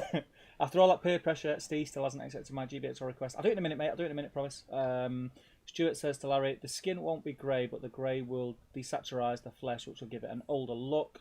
Josh Bryant says, so we're going to play Russian roulette with Julian Hammond's name tag, are we? Also, Chris C says, I joined literally as you said you were doing the giveaway. I'm not going to duck out, though. Ah, good man. Legend. Oh, I'm sorry, man. And thank you very much. Really, yeah, really thanks, Chris. We'll add you to the patron chat in the morning. Yeah, you'll love it. You'll love it. Stephen Sparks says, sorry, guys. Been a while. Welcome back, Stephen. You all right, Damien? Yeah. You telling me Stephen Sparks has just joined the chat? Stephen Sparks just joined. I was going to leave it for a minute. But he's just joined the chat now. He's just joined the chat. What a ridiculous time for Stephen in the chat. Stephen Sparks, he just popped in. Going, oh, how you doing? It's been a while. Well, Stephen, we have some very, very good news for you, my friend. We just to give an overview. We decided we hit a milestone of 100 patrons in the last few days. So we decided that this week we were going to do a giveaway. Well, in fact, three. We say a giveaway. 3 giveaways of £100 times 3 to patrons to sort of give something back and say thank you for the support over the last 18 months. And lo and behold, we did the first of 3 draws already. You missed it, and your name come out the pot, my friend. So you get £100 to spend at Games Workshop on us. So thank you very much and congratulations, buddy. Yeah. Now, Stephen, you may have noticed that both myself and Steve have been blocked from your Facebook account. That is nothing to worry about. Just, you know, it'll happen in the future. Just don't look into it. But yeah, we'll be in touch, and we want to settle out like a Zoom call or something. Yeah. And figure out what your next army is. Yeah. That's the punishment for winning. You have to talk to us for like half an hour on Zoom or something. So congratulations, man, and thank you again. Nathan says, if it's like supermarket sweep, which of you is Dale Winton? I'll be Dale Winton all day. And which is Rylan? Yeah, you're definitely Rylan. You look a bit like Rylan, Damien. I've got to say. I'll tell you that. He's a handsome man. You look a bit like Rylan. I don't want to influence your decision, but the Rylan version doesn't compare. I cry like Rylan cries. Andrew Penn says, winner in the building. Ashley Fisher says, the Deer Hunter would have been a much shorter film if Steve was it. Stephen Sparks says, 2 hours just able to tune in. 2 hours. I think you might have misspelt something there, Steve, but congratulations again. Larry says, don't worry, Mitch, Steve didn't read it properly either. Probably not. Try to fly through it, mate. Mitch says, yeah, it was too subtle a joke. Johnny says his eyes have already gone. I've got glasses somewhere. And obviously, someone's told a funny joke that you've missed. Yeah, I missed it, mate, missed it.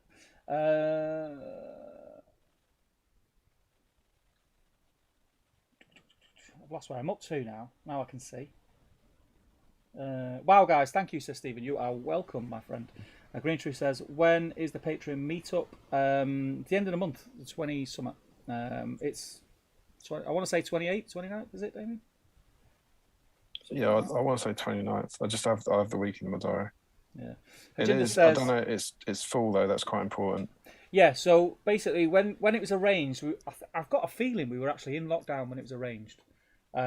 So Sophie, who's also one of our patrons, who as many others are on our Patreon group, works at Warhammer World. So she was able to arrange it, but with a limited number, and it was kind of a first come first serve basis, unfortunately. But it filled up pretty quick, so it is full.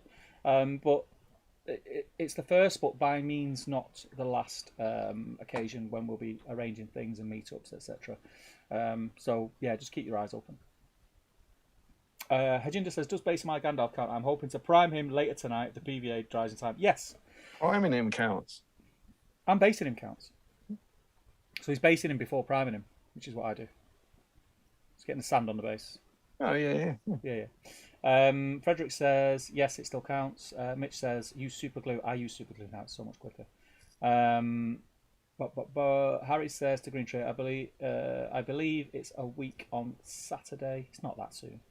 Can't be that soon, can it? No, it's the end of the month. It's Halloween. It's Halloween weekend, isn't it? Yeah. Yeah, because I've got to get back on Sunday in time to go trick-or-treating with the kids. Frederick says, assembly, green stuff in basing, painting, priming, everything. Anything like that counts. Yeah, anything that you just proves that you're getting involved and you're on topic counts. Congrats. Now you're here, Stephen Sparks says. Jill. Ashley Reed says, you'll probably struggle to get Steve to shop for you as Bugmans have recently had... Oh, yeah, they've got Moretti on tap. Oh, that'd be good. Yeah, boy. Hajinda says, Super Glue would have been quicker. Yeah. And if you want to be even quicker, and you're using Super Glue, get an activator for it. Boom. It's instantly dry, my friend. Did Steve just reach off camera for a pair of glasses when he's got that sexy magnifier on his forehead? Yeah, but I can't see the screen with this. Wouldn't be the first time, would it? Let's be honest. I can't see the screen with that. That's only for miniatures that are this close to my face. Scott Newman, that's my Gandalf finished up. Going to finish my Gimli for my door under the mountain diorama. Eric, make sure you get that in there. Even though it's not Gandalf, get that in the whip thread as well, mate. Eric Schultz says, does basing a Gandalf the Grey work? It certainly does. Johnny says to Joe, his specs always remind me of Mad Eye Moody. Old School Chris says, oh man, I'm too late for everything cool today. Would have totally come to that. There'll be more, mate. There'll be more. Don't you worry about that. And I'm caught up on the chat. I've finished my cool whites on my Gandalf. I'm going to get back to my orc flesh. So I now have a Gandalf the brown and a Gandalf the white. Nice. It's going all right. Nice.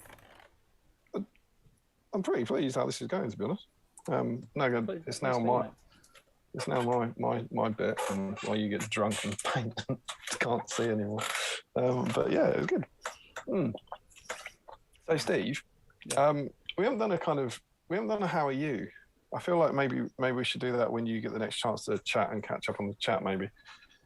While I'm free, I just wanted to say a couple of bits. I got some more scenery in the last couple of weeks. Yeah. That I double dipped and got another set of Dryad terrain. Yeah. Because I showed this off on the stream a while ago. It's by Zahir Z Carez. I think it's Carez. I just messaged him. It's so good. I just messaged him going, "Can I get another set of that?" And he went, "Yeah." And it was with me like a week later. And so I've now got double the sets. We're going to be using them in SBG. We will be using them when the Fantasy Fellowship resumes. But I'm going to be playing over that pretty soon. I was like, I want a few more options for a few more layouts. So, I picked up another set of that, which I'm really happy with. So you can find him on the trade group. He posts a lot on the trade group if you search for Zahir. It's really annoying because he sent me business cards. I meant to bring one up, but I've left them all downstairs. But yeah, if you are interested, he puts all sorts of posts up about Moria terrain and that kind of stuff. And really, really good and really, really cheap. And really good service. So highly recommend that. I also found a new YouTube channel, which I didn't know anything about, which is Paints on a 4-Up. Have you dabbled in that? It rings a bell. so it's Cameron and is it? I get so confused about because he's got so many like aliases. I think it's.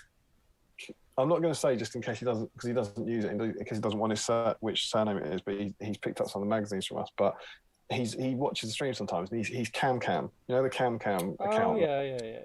He has got a channel called Paints on a 4-Up, which one of our other patrons, Nathan, posted a really cool video he did about recasting, about the ethics of recasting essentially. And I watched that and it was really cool. And then just kind of got stuck. And he hasn't been going long. I want to say about 4 months or 5 months. I might be doing him a disservice there, but it's not been going long. But he's got regular content up there. He's super cool, really good painter, lots of army showcases. And he had some videos about clearing the backlog, about like rationalizing your collection and about how to help reduce your backlog, which seemed very B-Simey. Yeah, I thought. And so yeah, I would highly recommend that. Go and check it out. Paints on a 4-Up, and give him a subscribe if you haven't heard of it. There's really good stuff over there. And then I went onto it, and I promise this is the order because this is going to sound so fixed. But I then went onto it a couple of days ago to watch one of his old videos. He put up a review for SBG magazine. Hey. And I was like, well, this is definitely my new favourite channel. So yeah, cheers for that. If you are watching this, I haven't heard his name in the chat tonight, but if you watch this on Catch or whatever, cheers, Cameron. That was awesome of you to do that, and you liked it, hooray! And he picked up on a couple of things that I haven't seen anyone else comment on. I've seen a few people have done video reviews actually, and they've been pretty good, but they've missed quite a lot of important stuff, and maybe it's I don't know. Hang on, this is going to sound like I'm slagging off Dan when I'm meant to be slagging off you. No, he picked up on some like little things that made me go, oh yeah, well spotted. But no, so it's cool. So yeah, if you haven't heard that, Paints on a 4-Up, I thought it was super cool. So should we do magazine first, or we've got deep dive of magazine? What do you think? Yeah, do mag first. Mag first, and then everyone will be like, all the regulars will be like, what the hell are you doing? It's 10 o'clock and you're doing the magazine. It makes no sense. But I am very aware that I need a wee. So I'm going to run for a wee and then I'll come back and do the magazine. Okay, I'll jump back in the chat then. He's skiving tonight, isn't he, everyone? Hey? He gets a whisper hazelnut. He gets a bit full of himself. Right, let's have a look. Where are we up to? Salt and Brushes, have they still got that mango cider on tap? That was awesome. Oh, I'm assuming that's in Bugman's. I miss Warhammer World so much. I'm so excited about going. I'm really excited. We'll probably talk about it more later in the stream. But I've got obviously the B-side meetup to look forward to, which is going to be fantastic. And also the event, the 1,000-point event at Warhammer World, the first weekend of December was announced, which I'm really excited for. And I think the tickets go on sale, if I'm not mistaken, on Monday morning. Is it 7:30? Is it 7:30 Monday morning? Am I remembering that correctly? They go on sale. 1,000 points at Warhammer World. So there could be, if I can make it work, I need to sweet talk my missus tomorrow to allow me out for another weekend, because I've got a very, very busy few months, weekends away. So I've got the B-side meetup. I've got my event, Scouring of Cheshire, which is November 6th and 7th, which I'm uber excited for, which is what this is partly for, and for something else, which I'll touch on. And then the Warhammer World event, which will be another weekend away. But that would probably be my weekend away tokens done for the year, and it'll be next year. But really exciting. And I hope to see a lot of you guys at that event as well. Niall Woods, hello, welcome, Niall. I hope you're well, pal. Josman says, Cam, he's not the person who posts about sexy boys and girls, is he? Glad you're liking Paints on a 4-Up. He seems like a lovely guy. It does ring a bell, but I can't picture what the channel is. I'll have a look in a minute whilst Damien's talking. Earning your Moretti's tonight, Steve. I tell you, they're going. This tastes so good. Moretti's a great beer. It's funny. I think as you get older, you kind of refine your taste. I used to drink. I know Damien drinks Budweiser. I do like Budweiser, but it just doesn't agree with me. The next day, like, my guts are terrible when I drink a lot of Budweiser. It's really gassy. It has a weird effect on me. But I used to drink a lot of German beers were my thing. when I was younger. And then I started to drink Peroni a lot, but I'd only drink Peroni if I was eating out. I like Italian food, so I eat in a lot of it, or I still do, but I used to eat in a lot of Italian restaurants, and I'd always have Peroni, so I'd drink a lot of Peroni, and then that got me onto Moretti, and I've probably been drinking Moretti solid. It's the only beer I'll drink if it's in where I'm at, for maybe, I don't know, 10, 15 years. Love it. It's just so smooth and nice. So the fact that Warhammer World, I've got it. They must have been watching the streams, obs, and got it in for me, which is great. Paints on a 4-up is in. Oh my god, thank you. Welcome, mate. I do apologise. I know your channel. It rings a bell. I just can't picture the channel at the moment. I watch that many different YouTube channels, but I will check it out in a minute. Paints on a 4-up is in, Damian. Is he? Yeah, he's in. He said, "Oh my god, thank you!" Big smiley face. Smiley face, quite all right, mate. Deserves it, bud. Says Dwellin. We like to spread the love here. You know, there's none of that sort of gatekeeping weirdness. It's I've been a YouTuber for a while now. I started off. I mean, Damien's been a YouTuber for longer than I have. Yeah, rein your neck in. By about 6 months. But I started to notice a lot when I started Top Table and tried to make Top Table more popular and more of a thing. There's a lot of gatekeeping on YouTube, and a lot of people are like, "Oh, we don't want to mention other YouTubers. Oh, we don't want to do this." Sharing is great. It's a great way to grow. It's a great way to build and kind of interlace communities and things like that. So there's none of that here. I hear it's caring. It is. Sharing is caring, mate. Lots of love emojis from Patreon 4-up. Harry says, very amusing fella, and managed to take home the spoon from my Tony. I've subbed, says Johnny. Harry, I'm on everything, says Pates on a 4-up. Harry says to Pates on a 4-up, you certainly... Yeah, he did get a spoon. Was it Harry's tournament? Is that right? Was it him? Must be. It was his first ever tournament. But even that... I've watched... Did you do a video on that? Have I watched that video? He did a video talking about... It wasn't like a tournament... He did a video. Do you know who I'm getting mixed up to it, and then a video afterwards. It wasn't at the tournament. It was I've watched. I think I watched the video because the fact the wooden spoon thing rings a bell. Rings a bell. But you know who I'm getting mixed up with, and I'm trying to get it out of my head, which is another great channel, the Battle Camper channel. Yeah, sure. Alex Temple. Yeah, it's another great channel. There's some really nice, like some smaller channels like coming through, which is great. It's just lots of really good content. We're one of them, for God's sake. 800 subscribers. Hey, big dogs. But the thing that really got me, I didn't mention this, it's just that he's so super positive. It just chimed with kind of what we're trying to do. Like the first thing was, I'm terrified about going to a tournament, but what's the worst that could happen? I'll just enjoy it and it'll be great, and don't be terrified. And you know, the same with the backlog. He calls it it's not a pile of shame, it's a pile of potential, I think is his term. It's like that kind of idea of being happy with exactly. It's that being happy with what you're doing, and it's just a super, super positive message that he's putting out that I really, really like. Awesome. So keep up the good work, and more Toolkeepers to listen to, please, bud. Andy Gamer says, do you like Belgian beer? I do like Belgian beer. We have in Altrincham, it's called the Belgian Bar. They do a lot of craft beers and everything like that. So it's really nice. A lot of nice like blonde beers are really good. Budweiser was my first beer, says Sean. Nicked one of my dad's when I was about 12, and I'm partial to a Leffe. Is it Leffe? It's Leffe, isn't it? It's pronounced Leffe. Leffe. Is it Leffe? Yeah. I always say Leffe. Though, it's not bad beer. Johnny says, is that a euphemism, Harry? I bet Steve is just saying this as he wants to become part of the channel his channel, says Larry. Paints on the 4-up. Yeah, my first tournament, I got the spoon at Harry's Imp. Yes, I did that video. Johnny says number 5 ? I can't think what that's to. Battle Camper was at the same tournament. He was also ran ends at the same tournament. He did. Pile of potential. I like you're just confirming everything you said. Correct. Yep. That is also not a lie. Pile of potential because it has the potential to look good. Nothing to be ashamed about. I do have 1,243 unpainted minis though. They're rookie numbers, my friend. And Johnny says, have you been to is it Mort Sabai State? No, not been to it. Let me know what it is. Is that the one in Macclesfield? There's a really nice one in Mac. I can't remember what it's called. Into it. Let me know what it is.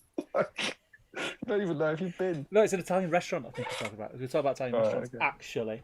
I've enjoyed Cameron's vids on YouTube. Not seen them all, but good stuff. Nice chat. For those who don't live in Altrincham, motorbike about. No. I know of it. We were supposed to go. The cemetery one. We got a. This Gandalf's got an ear. No, he's not. This Battlestream's Gandalf's not getting new. He's got grey hair. Paint his ear, mate. Paint his ear. No. Yeah, I've not been to that one, Johnny. I've seen it. It does look really nice. We did have tickets to go to it was either the opening or some sort of event. I can't remember why we didn't go. I think we can get a sitter or something.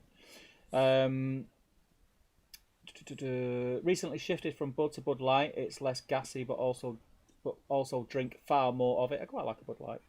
Pile of patience for me, says Chris C. Got to be patient to paint it all. And that is me caught up with the chat, Damian. So I'm over to you because the paint that I got out to paint the browns on this orc I've now dried up. I'm so sorry. I do feel like that's my fault. Yeah, definitely. That is a ludicrous place to put your light. It looks like a UFO's landed in your garage. That's where it's staying. Yeah, that's cool. Also, I realised I didn't say this. I don't want to upset Dan and Stu, who are my go-to sexily voiced podcasters, but Cameron's voice is just the best. Is it up there? It's up there. It's up there with the Out of the Frying Pan guys. It's so soothing, so super soothing. And maybe it's the message as well, because like Dan and Stu are super positive as well. So I wonder if people's voices become more attractive when they're saying nice things. Maybe. Positivity is good, right? Steve, say something nice. Something nice. Yeah, say, I don't know, just give a bit of a positive message. Positivity. I don't know. Give me something to say. You put me on the spot there. I don't know. Say like, it's nice having 100 patrons or something. I don't know. Having 100 patrons is freaking awesome. Thank you very, very much. No, it doesn't work for everyone. But some people, when they say nice things, their voice improves. But maybe that's, I don't know. Maybe that's it. It's not how you used to talk to me. I'll see you on the Friday night at the B-side meetup. And the regret. You used to say such nice things. I'm trying to work out what kind of footwear this orc has. Is it leather? Is it armor? Well, I don't even know. I do know. I painted him. I don't know. I'm tethered. I can't see him in the cabinet, and I'm tethered to the. I'm going with a bit of both. Yeah, sort it out. No one will ever care.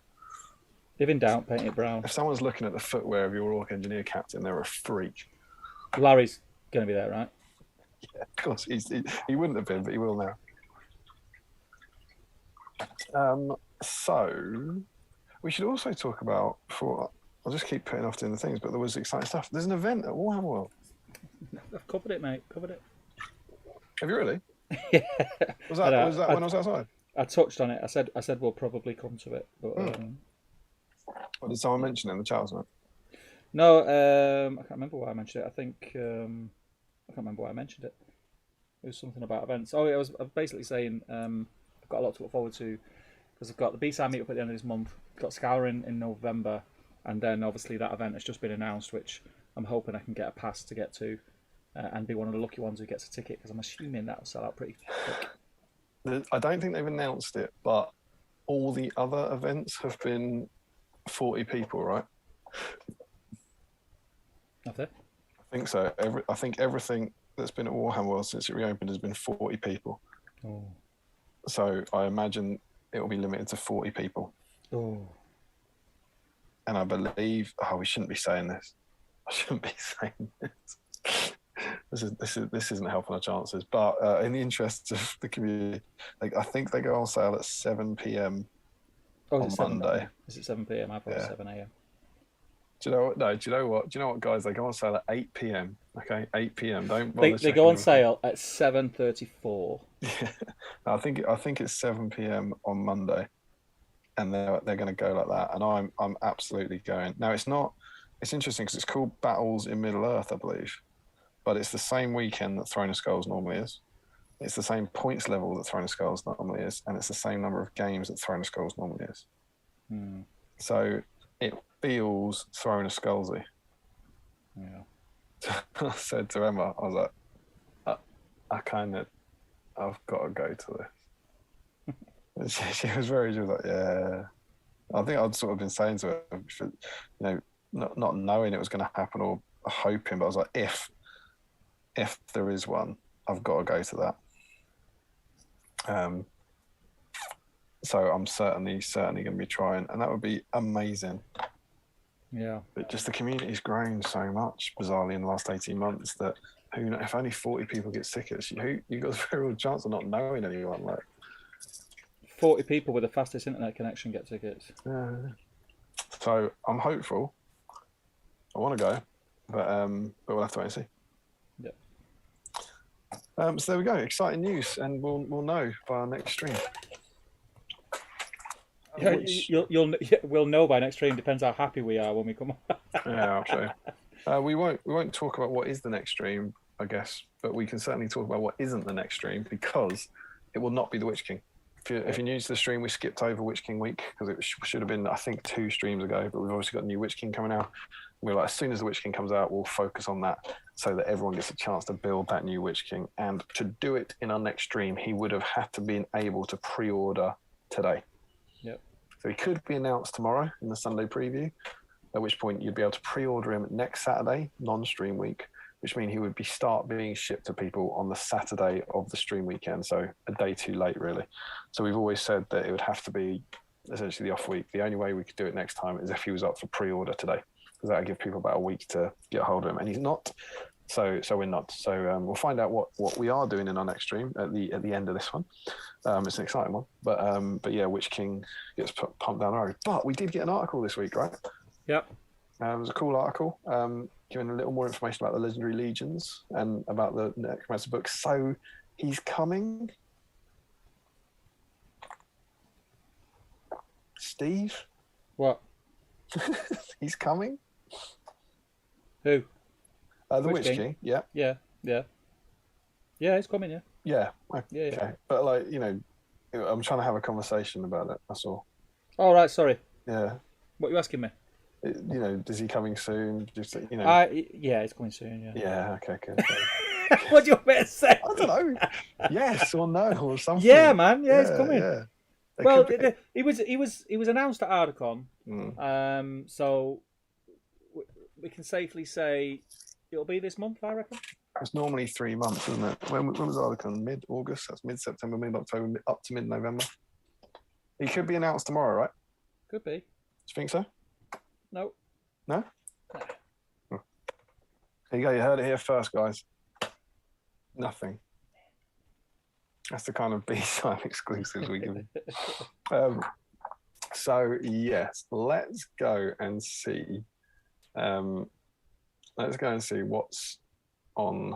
I want to find out, where did you get to? What was your last comment? Then I'll take over a bit. Larry Miller talking about Crocs. Pile of Patience. Old school Chris C. Old school Chris C. Pile of Patience for me. Got to be patience, mate. Oh, Nathan, glad to see some love for Cameron. Well deserved. Johnny's suggesting that Larry said you only had a channel instead of channels. Joe Garman, good evening, everyone. I painted my Gandalf only a few weeks ago. I really enjoyed it. Did something experimental with a cape, which was good fun. Joe, are you sure he's finished? Are you sure you don't need that one more highlight on his staff? Just saying. Just put a brush to him, take a picture of it, and send it in. I presume I missed some context here, but knowing Larry, this could just make sense. Whatever happened to Mambo number 1 to 4? No context, mate. Was there not? Did you there was no Mambo number 5. Classic Lou Baker. Good old Jennifer and Sheila and all the others. Barbara. Was it Barbara? I don't know. And as I continue, you know they're getting sweeter. It must have been Rita. Yeah, Rita definitely in there. I'm not convinced anyone called Rita would be sweeter than Barbara. No? No. Perhaps not. Lef, I think, had a brother-in-law, I think that's the pronunciation, that lived over there, had a couple of great sessions over there. Ooh, hey, Randy Garner. Boys. Johnny says they were terrible. I think he's talking about Mambo 1 to 4. Nathan warns us that if we talk pronunciation, Frederick will appear. And he says that all footwear is frustratingly inconsistent. Dan Collis says swearing always sounds better in a nice voice too. All round and chocolatey on the end. Larry Miller thinks Orc Engineer Captain is wearing Crocs. See it done. Joe Garman, I'm going to work with my Ministerial Army. I'm taking to a tournament next weekend. I'm going to work on your Ministerial Army led by Gandalf, presumably. Josh Bryant says orcs are really unlikely to wear sabatons. Those would have the little lame shown. It would look lobstered. It's most likely a leather shoe.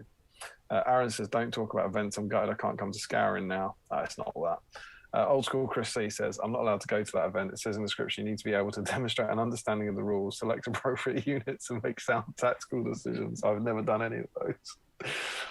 I'm sure you're joking, but they're super, super beginner friendly. I don't know if you are a beginner. I don't know if we've covered that. Sorry. Might have just been horrendously rude. Dan Coulson just cashed in my Warhammer Plus voucher to get some Easterlings for my battle company. Should have hung on to that. It might be 100 quid up in an hour or so. Get those last bingo squares finished off. Good lad. Starting a bit battle company. That's got to be done. Mitch Gibson says, just heading out for a walk with the family. Oh, it's jumped. I thought I was at the bottom. I wasn't with the family. I'll be back in later. Keen to make some good progress, including Big G. Lovely to see. Josh is excited that Dan's starting some Eastlings. Harry, looking forward to you taking your Hobbit army. Yeah, well, maybe, right. Josh Bryant says, pro tip, grab some historical maces, especially for battle companies. Dan Costa, not 100% of the world event for me this year. But I've been announced a month ago. It might have been doable, but I'm not sure now. Probably not played enough to attend anyway. That bit doesn't matter. Larryman says, Josh, I thought you meant to help get a ticket. That's where Josh Bryant said, pro tip, grab some historical maces, especially for battle companies to get a ticket. Dwalin, Damian, you're going to have to refrain from interrupting Steve's painting. I'm going to have to refrain from interrupting Steve's painting. What's that in reference to? I'll try my best. Joe Holzman, I don't think you can use the 3 months rule as confirmation at the moment. Yeah, there's so many delays around. He does have a tactical in the next White Dwarf, though, so this month's probably a good bet. Yeah. Ashley Reed says it's only 40 people. It is, here we go. It's 40 people, and it is basically throwing skulls. They're just not calling it throwing skulls anymore. They still do Mango Signer. Ashley, with your info on the on-site, is it the same, what do they call it, like scoring system, where you're in the old throwing skulls, I think it was 60 points, and you'd get 3 for every favourite game or favourite army vote, and 6 for every win. So you get 30 points for winning and 30 points for being nice, essentially. Is it still the same as that? I really hope it's that same format that they've kept. But that's not on the website. They say the pack will be available soon. If you do know that, that'd be super. Carl says, listening in the car home, looking forward to work on Gandalf the Great and White. Johnny says, for context, here we go, here's the context. Larry said channel, not Chanel, or he said Chanel, not channel. I said number 5. Okay, so Larry said Chanel. Johnny said I said number 5. Larry said Mumbo, number 5, and so on. There we go. And Joe Holzman has them all. Angela, Pamela, Sandra, and Rita, Monica, Erica, Tina, Sandra, Mary, and Jessica. There we go.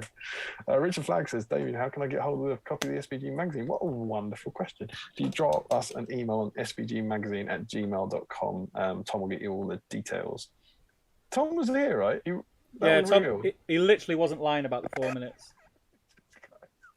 I think he set his stopwatch as well. Like he just set it for bang on 4 minutes. He might be there. Rude. Maybe Lily demands they put the stream on. It's the only thing that helps. Larry says there was and then Larry gives the same context. Nathan says the new White Dwarf has a tactical in the Witch King. He is coming. Old School Chris C. Well, I'm taking Hobbits to Lincoln next weekend, so there's the choose appropriate units out the window. Johnny, not Harry, at Larry Miller. God knows. I think Harry, Johnny, and Larry are having a conversation about Chanel number 5 and number 5. And then I think Chris is saying he's a veteran beginner. Played years and years ago at school, but I've gone back into it. So I think he plays with Nathan potentially. Dan Costa says, I thought you were making reference to Chanel number 5, Larry. Oh, English language, you minx. Larry got it right. There was a name that goes consonant, vowel, double consonant, Y. I don't even know what that is.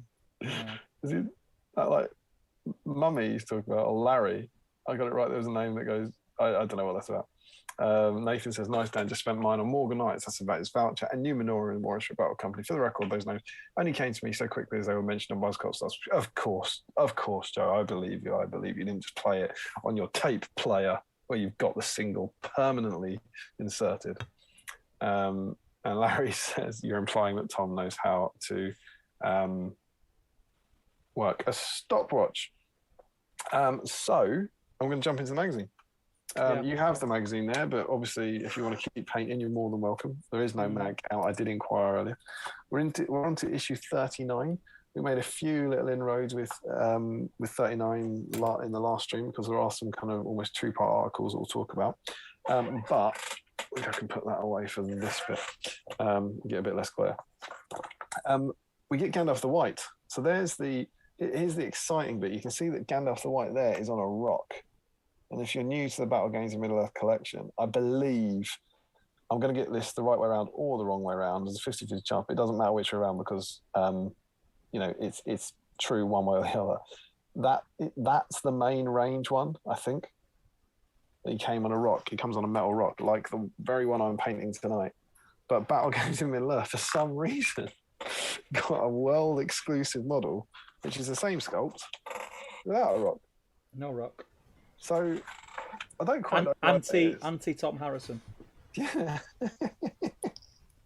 What is that? What? It's weird, right? What is that? What is that? What's going on with that? Do you not think that's strange? Yeah, it's odd. Well, I guess it was just a way of making a bit of an exclusive. So, or maybe, but they were giving them away, so they thought, let's save on the metal.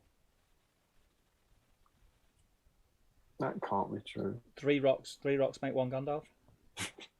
But this is obviously, it's meant to be him. I've always pictured this as that moment, right?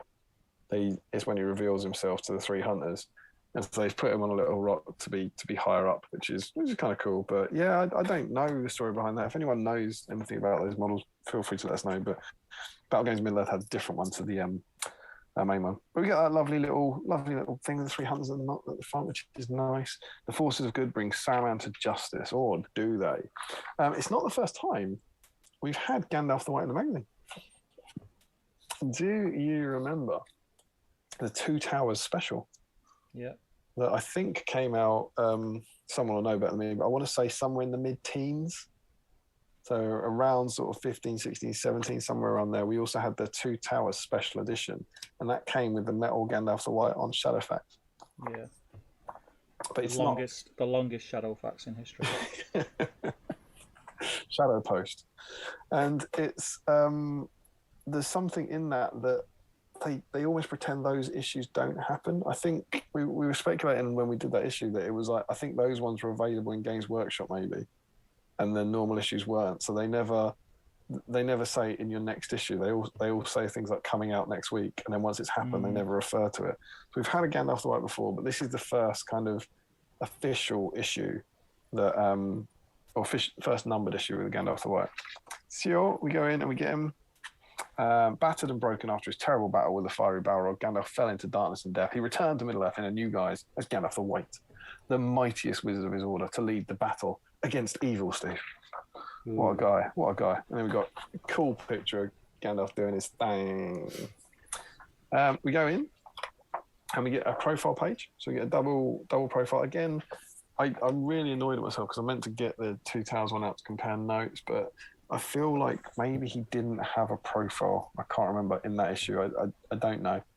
But it's we've obviously had the Gandalf profile in the past. And what you get in here, kind of interestingly, it's a kind of white wizard special. The article's called Wizards of Middle-earth. As Middle-earth teeters on the brink of destruction, the mighty wizards Gandalf and Saruman work to shape the destiny of its people. In this pack, we detail the full rules for Gandalf as White, as well as new rules for using Saruman. Ooh. So you get a bit of a blurb, and then this is how they explain Saruman, using Saruman in the Two Towers and the Return of the King.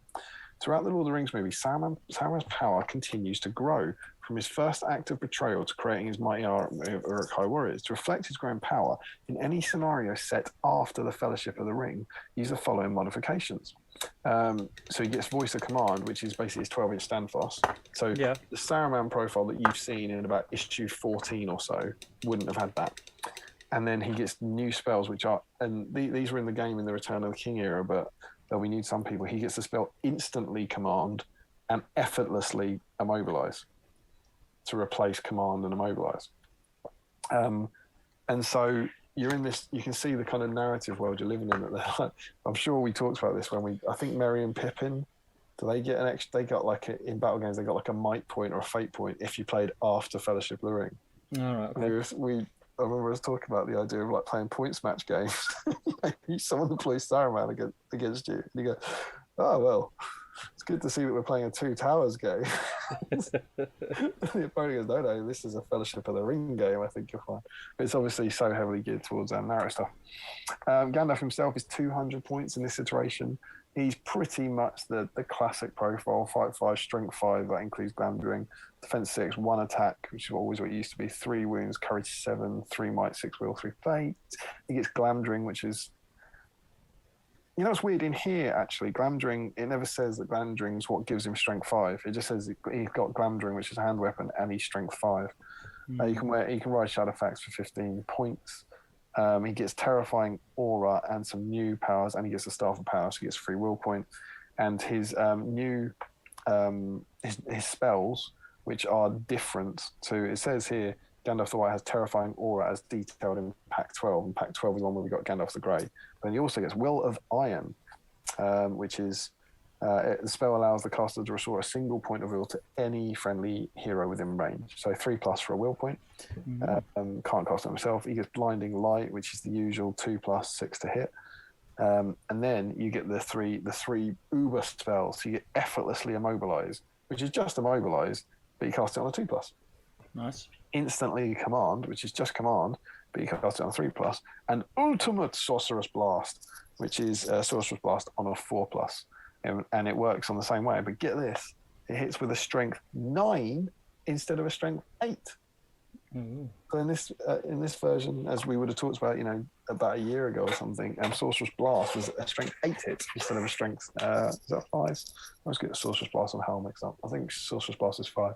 Yeah, I think so either. So yeah, it's one of those things. It's like, doesn't make a huge amount of difference to most things, does it? No. Like strength 9 to strength 8, but could be good against wounded some big beasties. And of course, Saruman gets those spells as well. So it was quite a fun era where, if you were playing in the later narrative scenarios, Saruman and Gandalf kind of got better. They got better spells, which is kind of cool.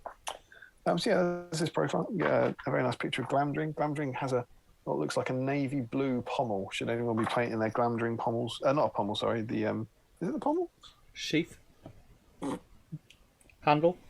I'm thinking handle, because the pommel's the end. The pommel's not the bit you grasp, is it? The graspy bit is blue, or kind of very dark blue. So if anyone's out there, grip, I don't know. And then we move on to Assault on Orthanc, which is the battle report we talked about last week. Yep. So I said last week there was sort of 8 pages of it, and then it carried on, and I said I'd read on. And it's good. So in total, it's a 16-page battle report across 2 issues. Bloody, innit? Bloody one. Did you read it? Bits. Skimmed it. Read the bloody bits, but it is good. You'd get value out of this now. Like, if you picked up those 2 issues, you've got a 16-page battle report you've never read before. There's good content in that. So I always think if there are battle reports, it would definitely make some issues that are worth picking up now.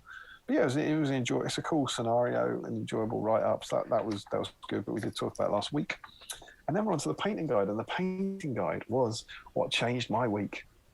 That this is obviously the painting guide for Gandalf the White. And again, what's really weird, I think, about this is I'm pretty sure, and someone tell me, by all means, because I know most of you will have it, go and get the Two Towers special that comes out around issue 15, 16. I think it's got a painting guide for Gandalf the White in it, because that's the model you got. I think they did one, and they make no reference to it in here. But they always look back. So, for example, we've got, in addition, we expand on the layering technique presented in Pack 25 to make Gandalf's robes look more realistic. Take a look at Pack 19's painting workshop to remind yourself how colour palettes work. And so there's at least 2 there, and I feel like there's another one somewhere. Yeah, there's in Pack 38's painting workshop, we looked at how to paint Grima. So they always look back. And sometimes when you get your second sprue of like Rohan warriors, they look back and say, do you remember your last sprue of Rohan warriors? we can now make them better.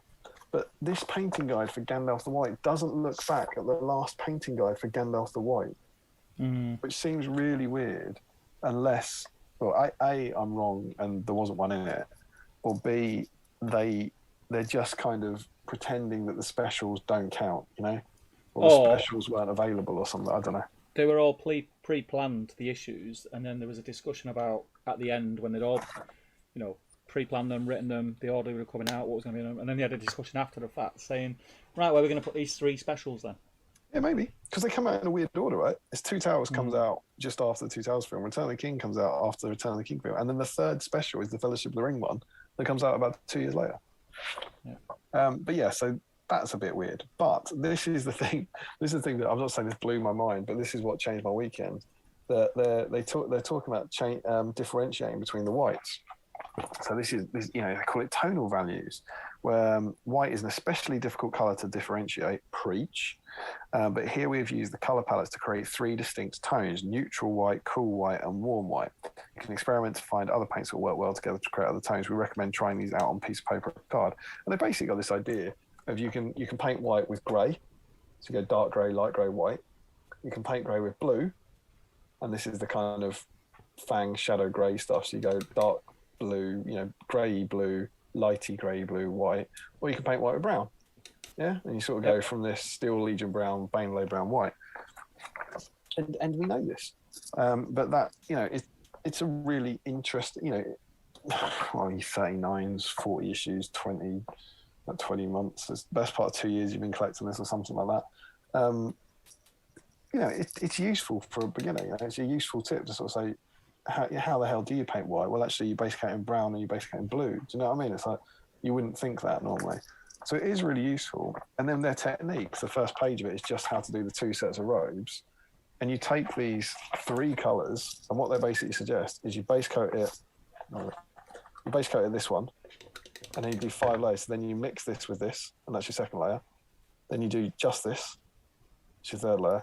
Then you mix this with this, which is your 4th layer. And you just do just this, which is your 5th layer.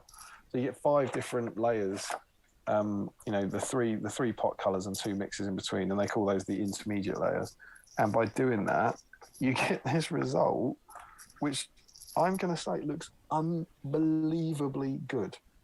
Does look good. And that's just the robes. Look at that. Is that not very good? Yeah, it's good. I think that's really, really good white. And that blue there, so I've done the blue robes tonight. That blue looks better than my blue. Now, A, maybe the guy's a better painter, or B, maybe my colours weren't right in the new adaptation, or maybe my colours weren't right and the guy's a better painter. But that technique suddenly inspired me to go, hang on, if I'm only doing 5 layers, I can do that in a couple of evenings.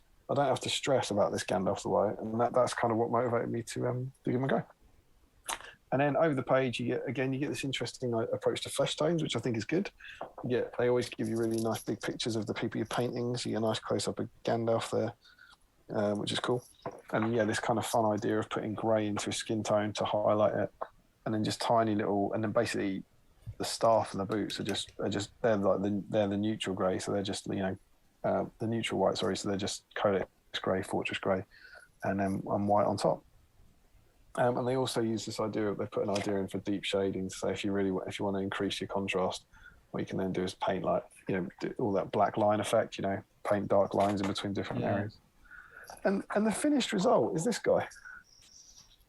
Yeah. I think he's really good. He is really good. I'd be happy to paint that. They're still not doing eyes, but on Gandalf, possibly more than any other model, you can get away with it because his eyelids and eye bags are so big that there's so little eye. But that's a great result, and so that's what I'm having a go at emulating tonight. So we then get on to the scenery workshop, which is normally your domain, Steve. I don't know how you're fixed for painting. I had a quick look at it. It's obviously an add-on to the massive tower. Yeah, it's great to see the massive tower back. I think we talked about it last week when we looked at the battle report. That's the best. I think that's the best shot of it. But this is the massive tower from our Helm's Deep board. And what you get to do is add this piece to it and add a balcony piece. So that's the new, these are all like different layers. And it was a truly, truly massive tower. And you get this thing. We're obviously making Orthanc. What do we think, Steve? You make terrain. Does it look like Orthanc? Are we comfortable with it? What they've done is they've added, I'll call them fins at the top of Orthanc. They're very iconic, so they've created that. If you looked at that on a board, you'd know what it's supposed to be. But it's just a massive. It's just a massive square tower, isn't it? But they do go into some nice detail, like the detailing on the balcony. Yeah, the detailing on the balcony. There's some insides where they add steps and put the little Orthanc, the Palantir plinth and things like that. So it's basically teaching you little techniques that teaching you without you realising it's teaching you. This is great. You get this beautiful photo. This is the sort of thing that is fairly rare. You've got Gwai here photoshopped into the background. You've got the moon, and it's like, oh yeah, look at that top of Orthanc. It's because underneath that tower, they've probably just got a box file or something, right? Mm. But then it just, and so that's what you make. You make the top bit, but it's like it just feels a bit un-Battle Games in Middle Earth to me. It's clever. It's like you've already got the tower. It's almost like they're doing, if you had to buy it, you'd be furious if it was a new tower, because then you'd be like, well, I now have to buy the whole tower. Why can't I use the old one? But when you're making it yourself, you don't have the same financial implications. And it just seems like, given that tower looks absolutely nothing like Orthanc, I was kind of surprised there wasn't a tutorial in there to make Orthanc, I guess. Yeah. Because the way they could have done that is they could have done it in like 3 or 4 sections, and they could have just shown you how to build the bottom section and the top balcony section, and said recreate the bottom section but reduce the sizes by X% so that it tapers up to the top. It's the same as this, isn't it? This is bits stacked on top of each other. You basically just need to make almost like basically a star pattern, don't you? You need the corners to come out a bit and just make it look a bit of a different shape. But who knows? And it's cool. And I know Steve and Ryan, has Stephen been in tonight? I don't know. You've been reading most of the chat. I don't know if I picked up on a minute. But Stephen's making almost every piece of scenery as we go. It's just awesome. He's building everything. And he's built the massive tower. He built the Helm's Deep from it. So I messaged him and go, well, obviously you have to build the Orthanc top, You got to turn your massive tower into Orthanc now. So yeah, it's cool. It's a nice idea, and then it's basically kind of more of the same of that Helm's Deep tower from quite a few issues back now. And this with add-ons. So this is the balconies. I always think this is much smaller than it looks. This looks like it's a floor of the tower, but this is just a tiny little balcony with 2 25mm bases will stand on that. I think also as well, I think it's quite easy for us to look at some of the build tutorials, especially from this magazine, and kind of snigger at it a little bit, which we do sometimes. We're not overly impressed by what we see there, but I think we've got to remember as well, these are old magazines, and techniques for terrain building and things have come on leaps and bounds. Absolutely. I don't think we've been doing that recently, though. I think like the first 10, 20 of them, maybe. But, the last stuff, the rest of the stuff that's on the board, so just in the last stream, we're looking at the wheels of industry and all these things. They're amazing. They're absolutely stunning. And this, I think the thing that gets me about this is this feels more like an issue 15, 14 or something. I think by this point, given some of the scenery they've made recently, I was expecting the Orthanc to be better. Maybe unfairly, who knows? But yeah, then they go on to that actually kind of thing. And as I think Steve mentioned this, it is detailed inside. You got to just like all the other pieces that you've got. And then they go on to making the top bit here, and you cut the fins out. I think they call them spikes. A nice way of making a Palantir. The Palantir is just a bit of wooden dowel, like sawed off, stuck on a base, and then it's just a green stuffed Palantir on top, which is quite cool. There's this wonderful shot of painting the Palantir, and it says, paint it black and cover it in varnish. And then this just feels to me like that's a different paintbrush touching an expertly painted planter. It's like, if you just cover your black ball in gloss varnish, it will not look like this beautiful planter. Who knows? Stephen will have to give it a go and let's go. And then everyone's thrilled, everyone's excited. We do have alternative approaches. We have an alternative approaches section. Sadly, it's not to put it on a hill, but if you wish, you can paint the Eye of Sauron on your planter. So there you go. Oh, do that.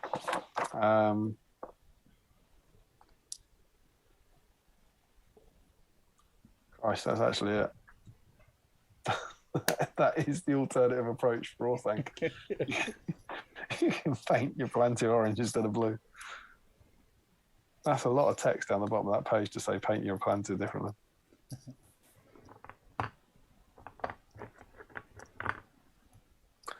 Then it concludes by saying, once you combine your new tower sections with the others, you can use them to represent Orthanc in your battle games. And there is the complete thing. And you certainly can. That's a very good... You'd know what it was meant to be, definitely. Yeah, it's better than any Orthanc I have to put on the table.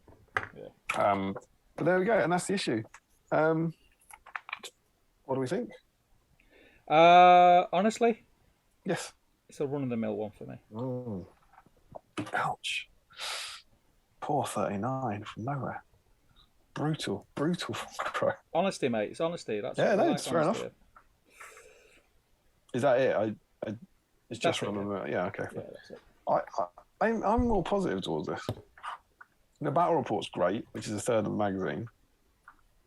I think the painting guide's really good now. I think it's the first painting guide where I've used entirely in the entire thing, 15 years later. And I don't think my results are going to be as good as the results in the magazine, so we are getting to that point with the painting guys now, where the models that they're painting are looking, aspirational, certainly. But I think most people would be really happy to have a Gandalf the White that look like that. Yeah. The transitions on the robes are really, really nice. And then the Orthanc painting guide. I'm not challenging this to be put into our nominees for best issue ever, but it's a good one. And you have to have the previous one. You have to have 38 to enjoy it. So there we go. I'm going to kind of do a cheeky thing here and go. As I think we mentioned the last one, the advert has been sorted. So we're cooking with gas now. We're in Return of the King era, but we're not going to show you what's in the next issue because we don't want to show you that. It's not going to be in the next stream. So that's the end of the issue. Shall I? What do you think? Should we talk about next stream now before chat catch up? It seems like I've kind of stumbled into that. Can do, yeah. Well, we've got more people. We've got 60 people watching, Steve. Whoop, whoop, whoop, whoop. That's the first time we've had that many watching in a while, isn't it? We're normally around the 50 mark. So congrats, people. Good. Thanks so much, guys. Say whilst we're on that then as well, because we did touch on this morning. It feels that long at the start of the stream about the fact that we're very, very blessed in the amount of Patreons that we have that support the channel, and the subscribers not so much. So again, can I just say, if you're not subscribed to the channel, please click the button. As cheesy as it all sounds, you hear it all the time. Every channel does it, but yeah, do click and subscribe. It does help us, because what it does is YouTube sees that people are interested, and it puts us in front of other possible people who would be interested. So please click the subscribe and invite your friends to see it. There's a lot of people in the Middle-earth groups who we never see on it, so it'd be nice just to get them involved in the fun. Absolutely. Couldn't agree more. So, Steve. Yeah. Looking ahead, sir. Yeah. It's issue 39. Yeah.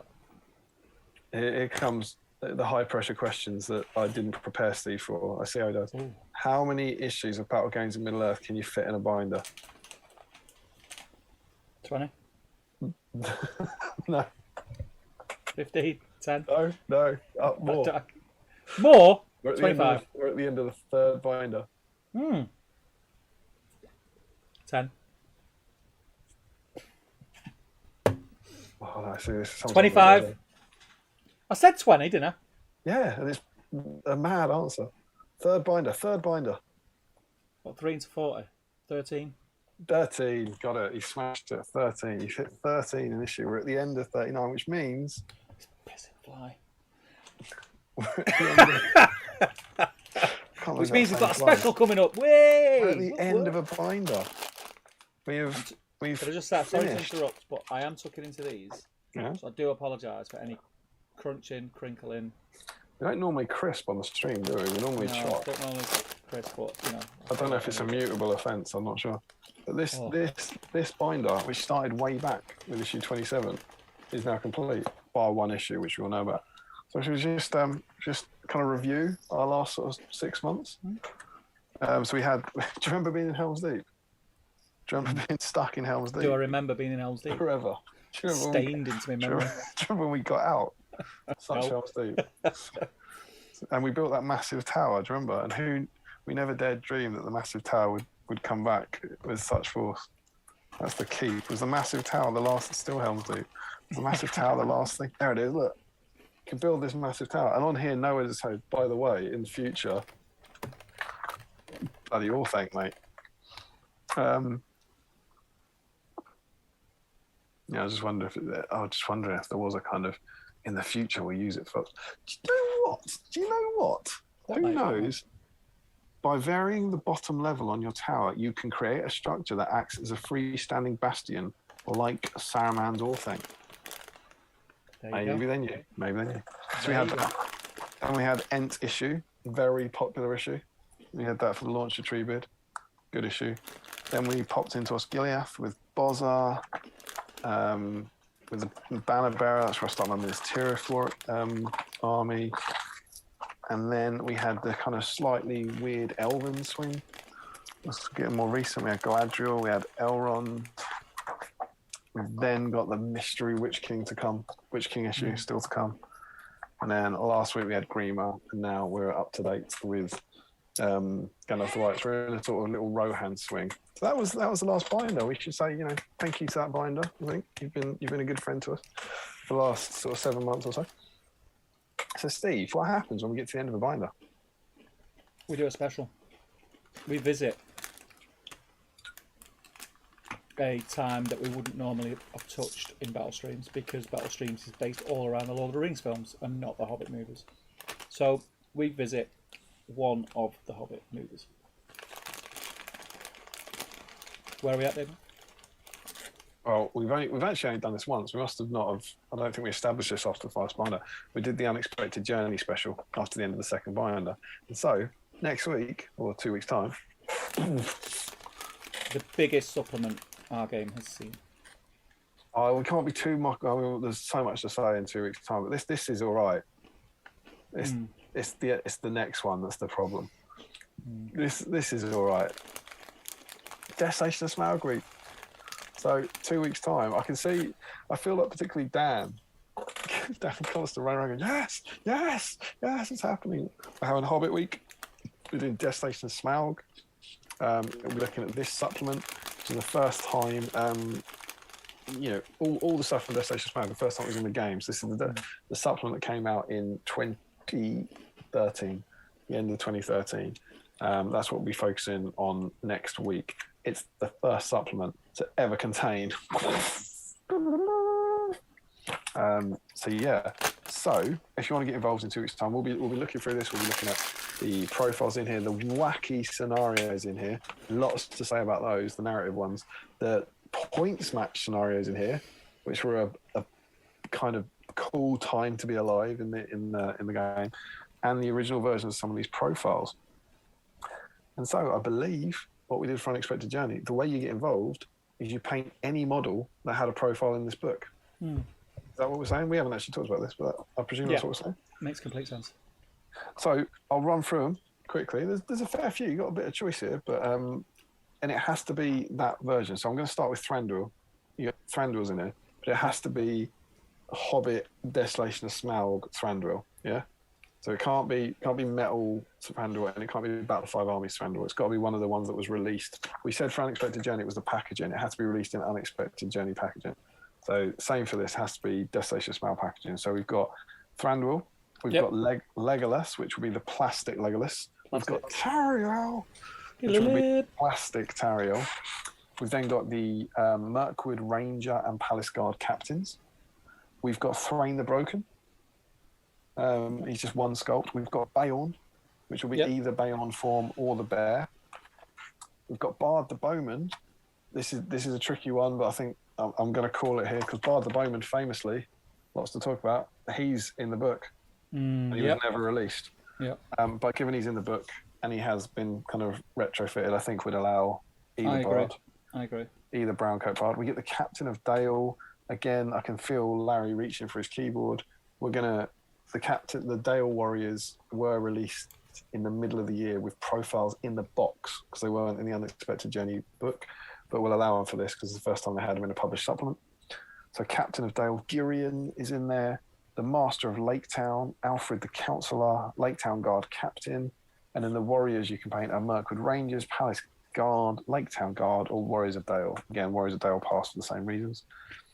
So tons and tons and tons and tons of stuff was introduced to the game for good, and loads for evil as well. So if you want to get involved in the evil side, you better get a pen ready. You can have Yazneg, Gundabad Orcs, or a Mirkwood Spider. Yeah, boy. Yazneg was again like the Dale Warriors. He'd come out earlier, but he didn't have a profile. He was just a Hunter Orc captain. This was the first time he had his profile. So Yazneg foot mounted, Gundabad Orc captain, Gundabad Orc Warriors, or Mirkwood Spiders. Those are your choices for the next stream. And we'll be delving into all sorts of Destination Smaug fun. Steve? Yep. Got anything lined up? I'll be honest. Mm-hmm. I don't know. I'll make a call closer to time. I've had my models for this in my drawer for, I want to say at least maybe a year, or since we decided we were going to do this. I've known what I was going to do for Destination Smaug Week for absolutely ages. Yeah. And I'm, again, kind of like this Gandalf, I'm proper excited. I've got, come here, boys. I've got 4 Gundabad Orcs that never got painted as part of my old army. Well, you know that army I painted in like 2016, 2017? I was trying to work out why I had 4, and I think, you know, they used to be on sale in 3s. I think I bought 6 to make a captain and a banner bearer in addition to my 24. So I ended up with these 4 that just never got done. And it's stupid because they don't take very long at all, but they've just never been painted, and it's perfect. It's so battle streams. So 4 Gundabad Orcs are going to... great guy, he's got a spear and a shield. It's a great conversion. Why didn't I even paint that? He would have been useful. But yeah, that's what I'm going to be working on. And so I get to paint some more Generation Shift bases. Nice. Yeah, there we go. Which Thrandle is it? Is it Pajama Thrandle? Pajama Thrandle or Yoga Thrandle. I might paint one of those. I've painted Yoga Thrandle on this stream already. I've done it. Oh, yeah. Completed it. Yeah. I've got them. Have you ever done Yoga Thrandle? Have you painted them? I've painted not Yoga. I've got model, him. Man. It's yeah, a good model. I've got him, but I've not painted him. I painted the other one. You know, the first one, which is really nice. Beautiful model. Rings model. on him and everything. I painted Yoga one for the underrated models. It's really nice. Much better than it looks. It depends. What date is the next stream? It's the Friday. We're back to normal Friday. So is that like the 15th or something? 15th. Yes, 15th of October. So it depends where we're at. If I'm at a stage where there's nothing that I need painting, yeah. Cool. But there we go. That's what we got to come. But at the minute the pin is in Yoga Thrandle. Yoga Thrandle. I'd love to see it. Love to see him. That's the end of a section. You've finished painting for a while, so definitely some chat catch up needed. But Steve. Yes. We're bang on an hour, I reckon. Should we give another 100? Is it 11? Is it 11? It's 11. Yeah. Before we do that, let me find out where were we up to in the chat, just so I can earmark it. Earmark? That's a dangerous business, Stephen. I highlight the comment that we read last. You see. Grip, hilt, hold a bit. Do we do that? Ruffler. It's Larry Miller saying, implying Tom knows how to work a stopwatch. That's the last comment. Okay, so I'll highlight that. Boom. And we have Dan Collister. Have you done it? Have you sorted yourself? It's just so I know what I'm up to. So, because we'll do this draw, I'll jump into the chat, and then you do the deep dive. Love it. Okay. Shall we give away another £100? Let me put me gigs on. Let's give away 100 quid, mate. So this is. I've got 100 quid here, mate. Don't need it. Do you want it? Don't need it. Don't need it. We're giving them away. We're firing it away. You've got to be in now. You've got to be in now to win it. It will be getting no more expensive or less expensive at any point during the stream. You've got to do it now. You've got to do it now. If you're new to the stream, the second of our giveaways. We've already given away 100 quid. Already given away 100 We've already given away 100 quid. And we're going to do it again later. Shopping spree at Games Workshop. 100 quid. Let's do it. Right, get the claw out, mate. Ooh. Drop it in. Ooh. We're going to stay true to form. We're going to do a wiggle first. There you go. We're going to go clockwise. And then anti-clockwise, because I know you like anti. Well, it's just the correct time over here. And then you're going to go into a corner, you're going to drag it in. You're going to go into another corner. Can I just check? What do you mean drag it in? Like put my fingers in, then just drag. So go into the corner and then drag everything. So things don't get stuck in the corner. You see? Yeah, got you. Yeah, that's what I did last time. Drag it into the middle. Go into the corner, drag it into the middle. Yeah. Corner, drag it into the middle. Give them another swirl. I'm not gonna lie. I like what you're trying to do for the people in the corners, but it's a very small box. Yeah, it's all right. It's drama, mate. It's called drama. Yeah, it's good. It's good. Grab a name. What now? Grab a name, mate. Let's do it. We're not here to mess about. Do you know what, Steve? There's nothing under my fingers. I've just dragged it out of the corner. What do you suggest? A little twirl. And then when you get to on your twirl, when you're halfway, so you should be in the centre of the box. Grab. Yeah, centre of the box. I've got one. Here we go, people. Here we go. Would it be Julian Hammond? Stephen Sparks. You put the name back in. It's Tom Spate. Well done. Congratulations to Tom Spate. 100 Games Workshop vouchers. And or Forge World. Yep. Tom Spate, a relatively recent patron, I believe. I think he joined in July. Absolutely buzzing. There you go. So we've had one from August last year, one from July this year. Tom Spate. Have we seen him in the chat today? Not tonight. Can we start tagging Tom Spate? Can we get all Tom Spate's parents? Can we please get him in the chat? Can we send a letter home? Let's do it. Absolutely. Tom Spate. Brilliant. But there is one more giveaway. So Tom will be doing the same to you. I must check. I don't think he's coming to the meetup. It'd be nice to get someone from the meetup. Because I think he joined after it was full. It would be nice to get someone there. So we should have fixed it, shouldn't we? We should have done it off camera and just fixed it. No, he's not coming to meet up. So that's two Zoom shop sprees we need to sort out. But yeah, later on, probably around midnight, I guess, we'll draw our final winner. Yep. But congratulations, Tom. Joining Steve. What we'll do now, I'll jump back in the chat. We'll fly through it. Then Damian will do the deep dive. Shall I paint something? What shall I paint? In fact, Damian, I've got a better idea. Oh. I'll jump in the chat. You start painting. Yeah, that's the same idea. We'll then do the... Yeah, I think what we're going to do is we're going to do the Facebook and pretty much do the draw straight away. I think we should save the final £100 draw. Well, yeah, I agree, but you know what the problem with that is? That's less chance of getting more people in it, isn't it? Is it? Why? Well, there's less time in the stream to put their entries into the thread. No. What do you mean? We've got the same amount of time regardless. If they're in the thread, they're in the thread. Yeah, but aren't you saying you draw the Facebook winner sooner in the thread? No. I'm saying that we save going through the Facebook group till we'll go through it at 12 midnight. Right. Yeah. And as soon as we've gone through it, we'll draw. Then we'll draw the big one. Yeah. Yeah? Isn't that what we normally do? I don't know. We don't normally do a big one at the end, do we? Oh, we don't normally have a big one. You're right. Okay. Whatever your idea is, I love it. I'm totally on board. Let's do it. Okay, so Dan says, so it's thrown but not thrown. That's cool, talking about the event at Warhammer World. I find it concerning they're calling everything match play these days, as it suggests a more tournament-orientated approach, but more thrown is great. Johnny says, Damien, can you wear Chanel number 5 for our candlelit Bugman's dinner, or have I just made this weird? That is not weird. Oh, will wear Chanel number 5, and I will sing Mambo number 5. And happy birthday. Yeah, for the maximum number of number 5 connections. Old School Chris says, I played against Nathan twice in Cardiff and found him to be a top chap. Good man. He's a patron, so obviously he's up there. He's up there with the best of them. Larry says, I said Harry instead of Johnny. Chrissy says, but don't tell him I said that. You just did. Chris, you big flirt, says Nathan. And Larry says, the main release was an alternate approach. Stephen Ryan says, put him on a rock, alternative approach. Where hey, says to Larry, because they said the same thing at the same time.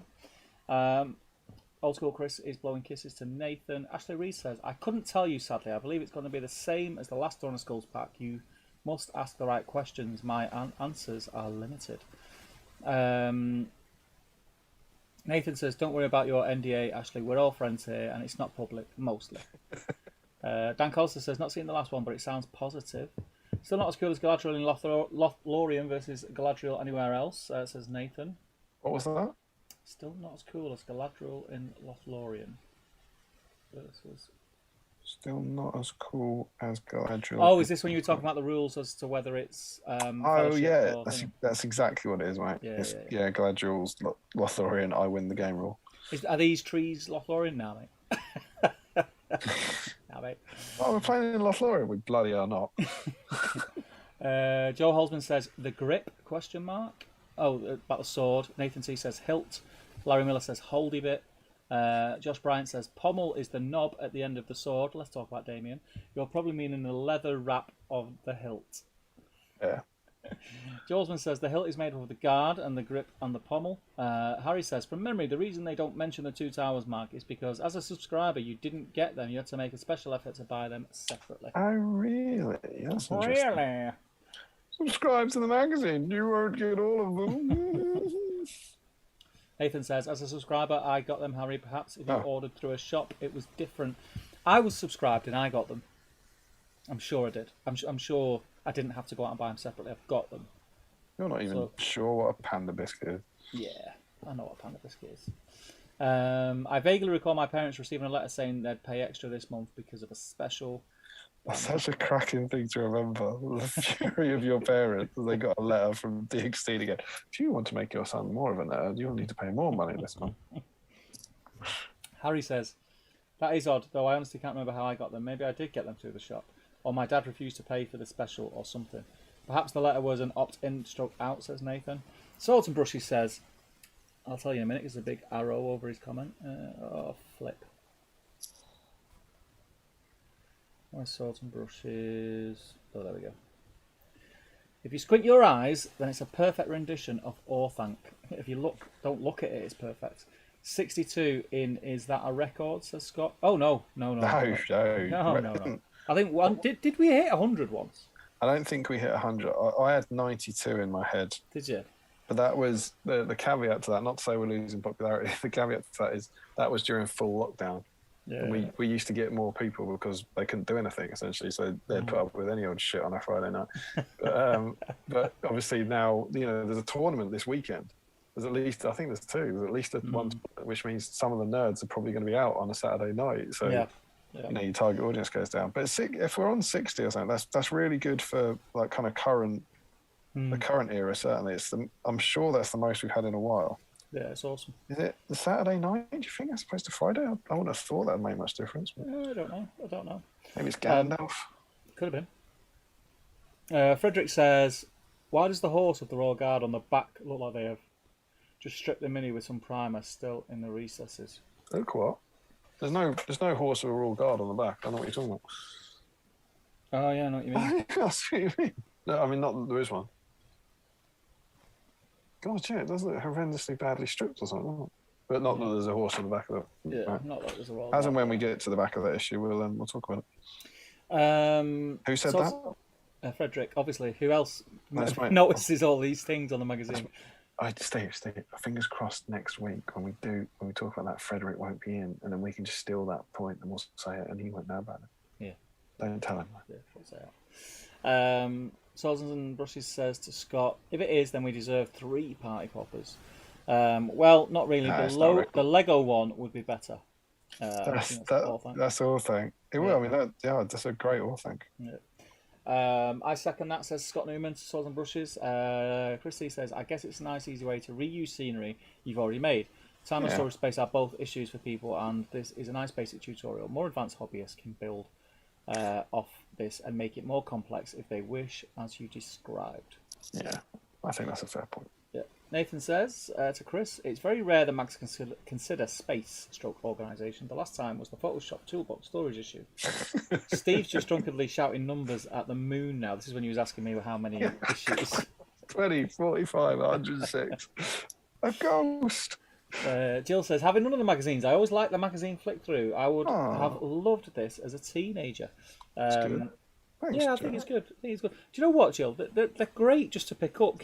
I'm not saying go out and buy like the full 90. Is it 92? 91 plus the specials. 91. But if you see one on eBay for like 50p, just get it. That is genuine what we're trying to do. That some of them are well worth getting. Not all of them, but some of them are worth getting today.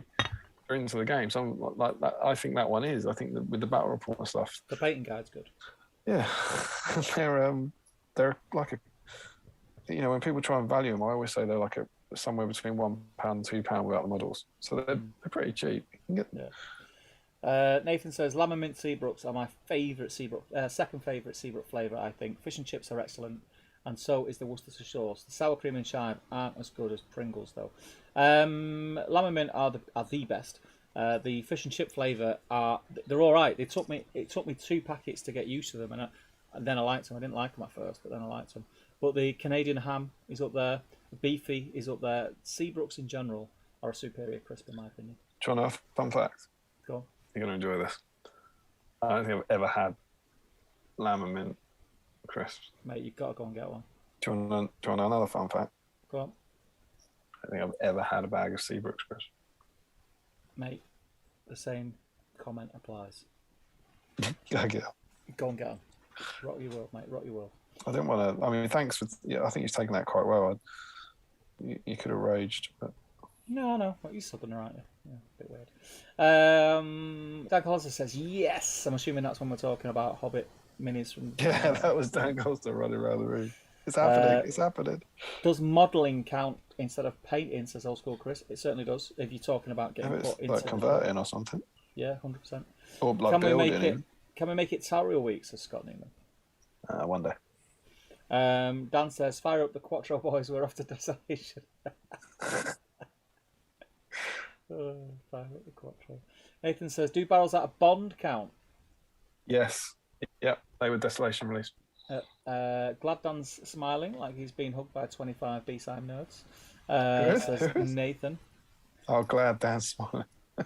Jolsman says, I've got the original Bayonne, man, primed for it. Lovely. Larry says, is that the army you dropped on the floor? Yeah, my Gandalf, absolutely. Might be Thranduil's for me too. Not yoga though. Congratulations, says Mark. Congrats, Tom. Congrats, Tom. Congrats, Tom. Congrats, Tom. Congrats, Tom. Everyone's been bitterly congratulating Tom. Yeah, they don't mean it. 2 not Julian Hammonds. What are the odds? Matt Hussey says, congrats. Chris McKittrick says, congratulations, Tom. Aaron says, just became a patron again after I had to suspend my membership at the start of the year. Great to have you back, my friend. Thanks, Aaron. I really, really appreciate it. Thank you very much. Can you also watch Rambo #5, says Larry. I'm back. I'm back. How long do these run for? How has he found a rhyming #5? There isn't a Rambo 5 though, is it? It's called. I don't think it's called. What's Rambo 5? Is that John Rambo? Rita's First Blood. Oh Christ! Jesus Christ! Who said that? It just popped in there. Well, that was you. I thought that was a reprehensible subscriber. Don't. Oh no, that's just, you hate to see it. This terrible. Apologies. I think Rambo 5 is called. It might be John Rambo. I don't know, but it's not called Rambo 5. Tragically. I think it's just called Rambo in it. Is it? I think it's just called Rambo. Yeah. Is that the 5th one? Is it?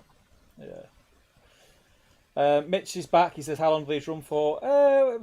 We normally go till about midnight our time. The average is about 4.5 hours. Yeah. So yeah, we drone on for a bit. It sounds like Mitch wants it to end.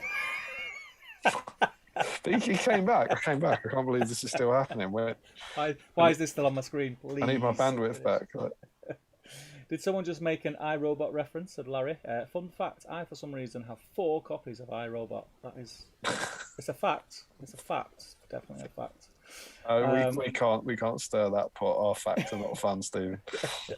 We can't start judging facts on their fun there. Mark says around 4 hours, Mitch, or 5 or 6. Are we about 3 hours in? We're 2 hours. Coming up to 3 hours. 2 hours 45 in.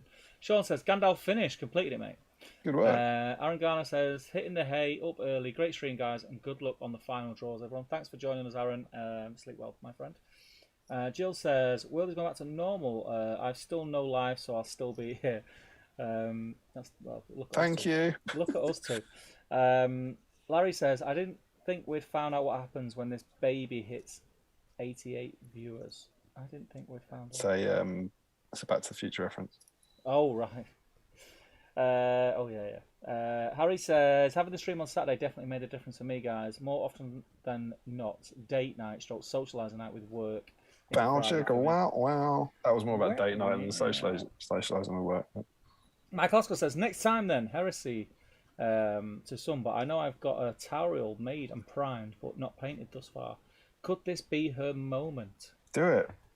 Go on, Damian. I know you want to do it. Da-da-da. No. Is that? Could this be her moment? What, would you like me to sing Marty McCutcheon's seminal hit, This Is My Moment, in the style of Tario? I would like to sing it. Yeah, that's exactly the only thing. Is it? This is my moment. This is my dirtle moment with you. Was that what were you asking for? That's exactly what I was asking for. Was never what you were asking for. That's what I was asking for. Are you serious? I'm being serious. That's exactly what I was asking for. You just said to me, "Go on, Damien," and I correctly predicted that you wanted. But you've sang that before on numerous occasions, right? When people have said this is the moment. You have, mate. You have. I'm traditionally That's My Goal by Shane Ward. No, you've done This Is... I only sing the good songs. Shane Ward. It's not for me. Poor Shane. Not for me. Poor Shane.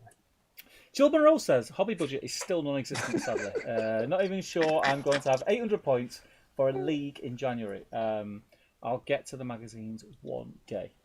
Michael Haskell says, I'm not sure I'm going to make it to midnight today, guys. We'll play catch-up in the morning. Great stream as always. Thank you, man. Thanks, Michael. Have a coffee. Sean Clark says, lamb and mint Seabrooks are all right, don't you dare. Otherwise, all the others don't seem to have a lot of flavour going on. Are you absolutely mental? Seabrooks are the most flavoursome crisps out there. That's what they've got going for them. Sean, you had a dud packet, my friend. Andy Gamer says... Stop yelling at the subscribers. Andy Garner says, fun fact, every sell-by date on crisps is a Saturday. We've been here. I think this was B-Sam 3 or 4. A year ago, it blew our minds. Yeah, it was mental. It was mental. We've been here before. We were running around the house getting crisp packets, checking them. Yeah, we know this. Mark says, true that. How is the B-Side meetup going to affect the stream that's due that Friday, says Nathan. You wait and see. Legit, we have plans. Girlfriend. We have plans. You think we just like wing it all the time, Nathan? We have plans. I mean, we normally wing it, but this no winging it. Harry, you have a date night with work. Old School Chris says, finished my Aragon foot mounted. He's ready for Lincoln next weekend now. Good stuff. Aaron says, I have no Hobbit era models, so if anyone has any spares lying around they want to sell, hit me up. Aaron says, is that which Aaron's that? Aaron Noonan. Oh no, he's not in it. I was going to say, you might win 100 quid's worth now. Buy him in time for the next stream. Joe Osmond says, you've absolutely sung This Is My Moment on stream before. Thank you, Joe. There you go. Thank you. I sing a lot of stuff. I can't. I'm going to give a big shout out to Dan Collister. I'm tucking into a Dan Collister Yorkie. I'm going to give a big shout out to Dan Collister. I'm gonna breathe air that's free.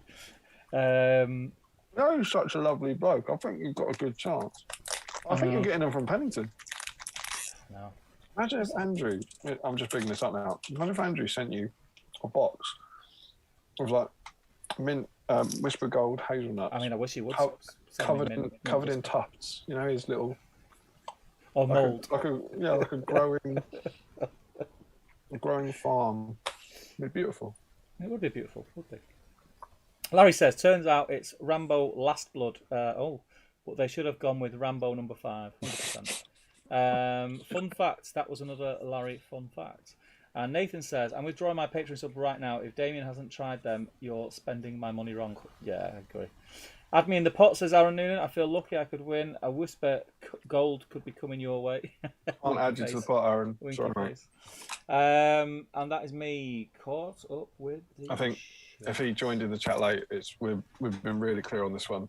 It's only the people who are patrons before the stream. Yeah. You're caught up. But you will be in all future draws. Mm-hmm. It's got deep dive written all over it. I think I need a wee and a beer, and Emma's gone to bed.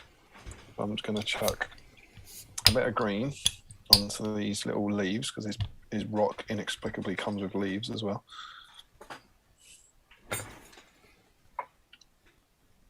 You know what? I'm pretty pleased with how this guy's going. Mm. He's you know, the cool white, he's very much Gandalf the white. Yep. And the warm white, he's very much Gandalf the cream at the moment.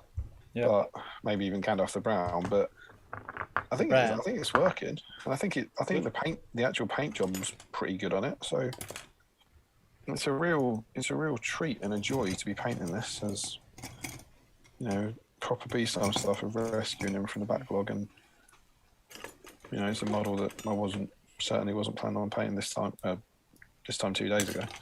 Yeah, it's cool. It's a fun challenge. Fair. How are your models going? What was your second? Right. The Orc, isn't it? I couldn't remember what the second one was from him. Orc and Glathrim. Yeah, the washes are dry now, so I'm gonna crack on. I'm gonna crack on, mate. Do you know how I painted his stone? Have you paid it? So the rock. I've got the one where he's on the rock. Yeah. So the way I do my bases is I paint the sand Rhinoxide, and then I dry brush it Mornfang brown, and then I dry brush it. Oops. Indeed, a Shab de Bone. And what I did was, after I'd dry brushed the sand Mornfang brown, I painted the rock Storm Vermin Fur. And then when I dry brushed the sand a Shabty Bone, I was just a bit messy with it. So I've dry brushed a grey rock, a Shabty Bone, and I'm looking at it and going, I'm pretty sure that's done. It looks all right. Yeah, it looks all right. I did it all the time. And that's the kind of, that's literally the mood I'm in with this guy. I'm like, yeah, that'll do. This guy was sobbing himself to sleep every single night, covered in half stripped paint, with his staff in a different layer of the figure case, just going, I'm never going to get painted. I'm never going to get painted. He is bloody lucky to be in anything here. It's one of these things where I think his face might be really good. You never know until you take a photo of it. But you know, like the models you couldn't give two craps about. You just accidentally paint the best face you've ever done. That's always the way, though. That is always the way. Right. Okay. So where's my? Right, I'm gonna go for a wee and a beer. All right. I'll jump in the chat while you. And then we'll chat about White Wizards. Right. Okay. So before Damien gets on the deep dive, it's too bright to see the screen. Nathan says, thank you, Larry, for the reminder of Damien's dropping an army. I love that video so much, as much as I hated it. It was so funny. But yeah, like I've never dropped a full army, I don't think, but we've all done that, where we've been painting a model. I hope we've all done it. Painting a model, we're getting towards the end, and you just that little fine detail, and you just go to turn him or something, and it just drops out your hand. And if it's a metal model, my floor's like a hard floor, it's laminate, so you just chip the paint, or it lands on the floor and it's got wet paint on it, or a wet wash, and you pick it up and it's full of fluff or something like that.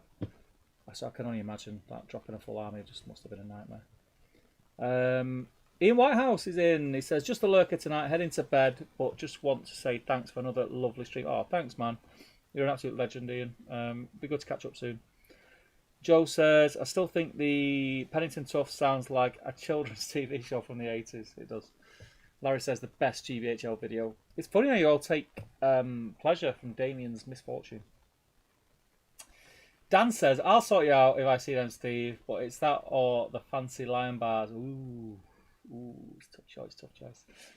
Nate says, Seabrooks are the best, Chris. We've beaten Walkers despite the years Walkers have had to grow their base. Seabrooks are awesome. Awesome. Aaron says, how's the plans for Skyrim coming along, Steve? Yeah, good. I've got, it's a little bit scary now because it is, it's literally a month away. So 6th and 7th of November. I've got 100 players coming. So it's a lot going on, but everything seems to be in place. I think there's a few things that I've got to do, a few emails I've got to respond to. But yeah, I'm really excited. It's going to be awesome having so many people, and I need to get this board finished. And there's this board and a second board that I want to be ready for scouring. So I need to get this off here. It's just kind of been slow going.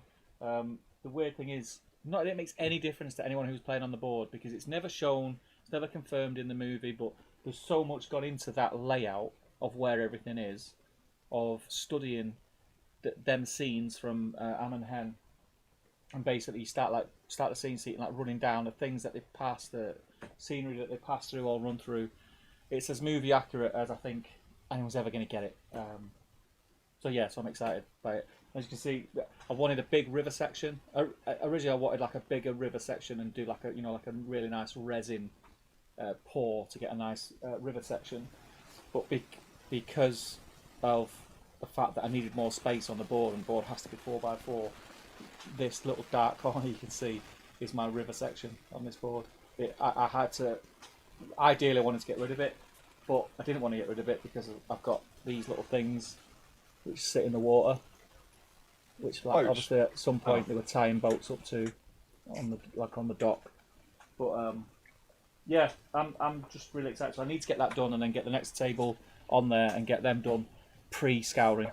So maybe tomorrow, if not tomorrow, I'll be doing evenings again next week. I'm going to start putting colour on it. The only other thing that I'm worried about on this board at the moment is the trees, because I'm not just going with the usual plonking little trees on. I have an idea in my head of how I want the trees to work and how I want this board to work with the trees, and I'm not sure if it's going to work or not. Ideal scenario is, how do you want the trees to work? I don't want to tell you. All right. I don't want to keep tell your you. secrets. Yeah, it's a big secret. It's not been done before on a wargaming table. Let's put it that way. There might be a reason for that. But yeah, it's all going well. Of glass. You're doing something that's never been done on a wargaming table. Yeah, but wait. That's a big claim. You're planting real trees. That's how I roll, mate. That's how I roll. Nathan says, thank you, Larry, for the reminder of Damian. Oh, I've done that one. I've done that. I'm further down than I thought. Oh, here we go. Seabrooks are good, but there are no tangy toms, said Swords and Brushes. That's heresy, mate. Joe Holden says, the wargaming equivalent of seeing someone else get a kick in the nuts. That was when you dropped your army on the floor. Oh, God.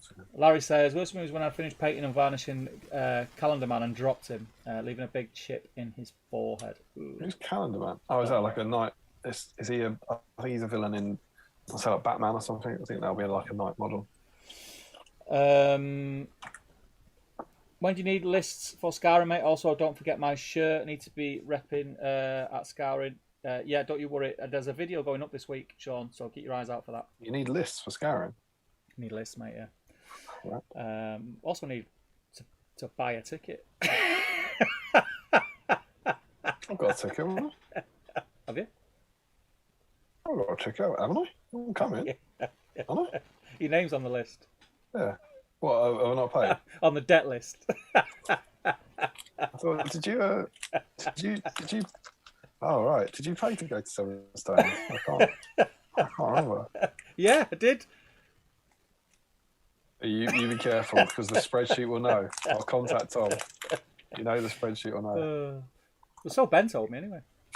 There you go. Just finished tying up Gandalf the White, tucking into a Terry's bar, says Carl. Welcome to the stream, Carl, where you've been watching whilst you've been driving. Aaron says, you're going to be filming much of the event. I'd love to see the fun and antics. One of the tables will be streamed the whole weekend in the studio. So that'll be every game. There'll be 6 games over the weekend streamed, which should be cool. It's so funny because of how unexpected it is. I can't speak now. How unexpected it is. While he just calmly talking about his army, when it just suddenly goes, says Larry. It's the look on his face. It's that we've just that. I did. It's like your brain registers that you've not been quick enough to stop it happening, and it's like, oh. I was aware that I obviously knew I was filming. I was holding a camera instead of holding my army, but it was down. It wasn't like there was paint spilling. There's nothing you can do there, and I really was just staring, just filming it on the ground. When I turned it around, didn't I say so? Like, I think I'm just going to have to cut. Yeah. It was on my lap, and suddenly I'm not filming a trail on my lap anymore. I'm just filming an exploded army on the floor. All right. Mental stuff. The scenes. Carl says, I might spend some time now to decide my list for scouring. I'm super excited. The stars aligned and I got myself a ticket. It's going to be great to have you, man. Larry says, alas, there's no filming in Warhammer World, Aaron, but who... Oh, no, he means scouring, Larry. Have you seen the YouTube series a guy is making on his attempt to make an accurate printed Ammon Hem board? It's really amazing. Yes, I have. I've been speaking to him quite a bit. Larry Miller says, fun fact, I never published GBHL video was filmed in a Nottingham hotel bar. I was working as a waitress in a hotel bar. I think you might be referring to where I put somehow I ended up with Tom Harrison's pants and I was wearing them on my head. Is it that? That suddenly does stir memories or something. That was a very, very long time ago. But I think we decided the early days of GBHL, and we decided it's like too sexy. I don't mean attractive, as in it had too much sexual content in. There's a DVD coming out, too raunchy for GBHL, and that's on it. Jill Monroe asks, wargaming bonsai trees? No. Swords and brushes, are the trees going to be live bonsai trees? Noob. Are you going to grow bonsai trees? Noob. Carl says, what's happening with the stream tonight? What's happening with the stream the night before the B-side meetup? Is it a stream from a bar in Nottingham? Let's see. Mitch says, you can't not tell us your tree plan now. I bloody can. Keep your eyes on You Can Cook community. You'll be the first to know. Yeah. Horace Level 3 says, I was applying the latest coat of varnish to my Theoden, dropped him and heard a snap, ankle, and a bit of brass rod and some green stuff worked a treat. Yeah, it's grim. Larry says, they'll probably tell us on some other stream. Then he'd forget he did it in the stream. I shouldn't drink. Nathan says, Steve talk about dropping a model reminds me of my first B-Sime stream. Properly at the start of this year, I asked about dropping a Rohan horse and choosing between crushing them between my thighs or letting it hit the ground. On the subject of scouring, I'm saving up rules questions because I hear the guy in charge is an expert. I'm not doing a spreadsheet. I've got a guy. Scouring's Steve's tournament. Yeah. It was an unboxing of sorts, says Larry. And that is me caught up on the chat. I think it has to do with Tom Harrison's pants. Unboxing Tom Harrison's pants. Maybe we unboxed Tom Harrison's pants. I feel like there was a lot. Is it about the pouch? I feel there was a defined pouch as if over time something. I think me and James might have done an unboxing of Tom's pants. I can't honestly remember the details of it. It's something like that. It's probably on the GBHL, you know. It's probably uploaded and then just not published. There you go. There's a Christmas tree for you. You don't get Plan 200, but you get Tom's pants unboxing. Right, should we dive? Do a deep dive, mate. One more bit of Collister Yorkie.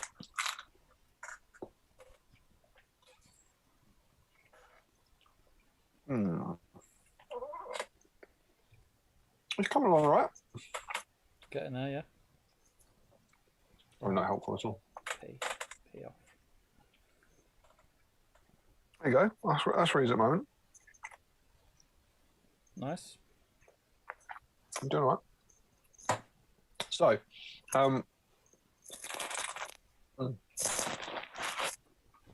this is a Gandalf issue.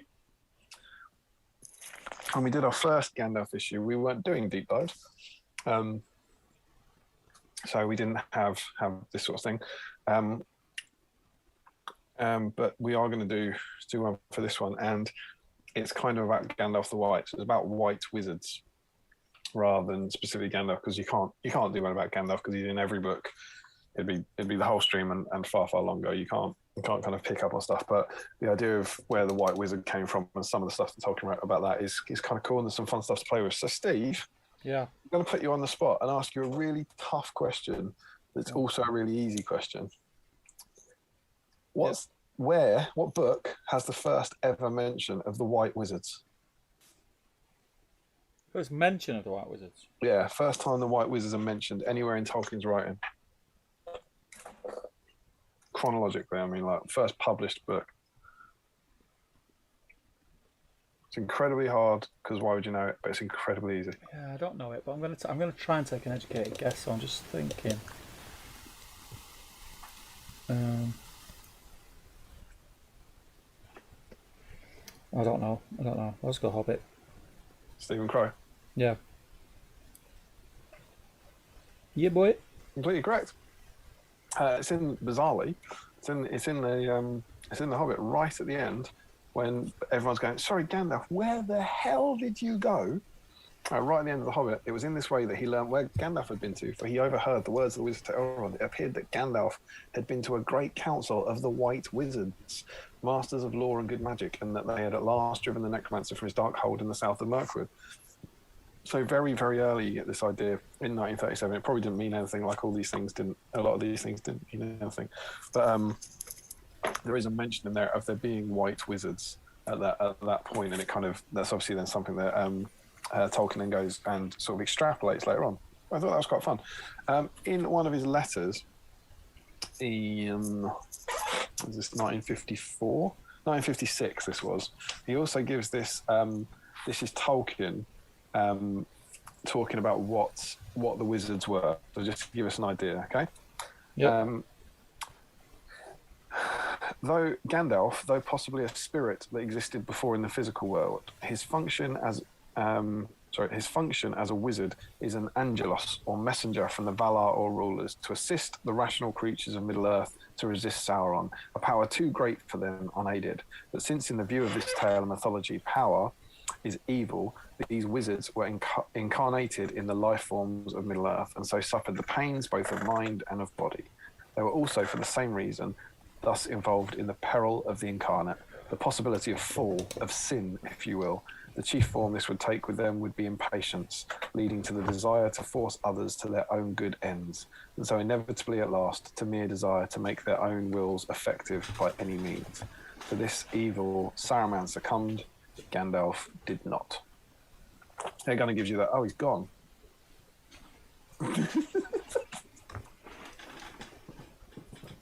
I know I'm talking to people on the internet. Yeah, mate. Yeah. That's really hurt. What did you think of that? I just think that was good. Literally looked up, gone, mate. He's off.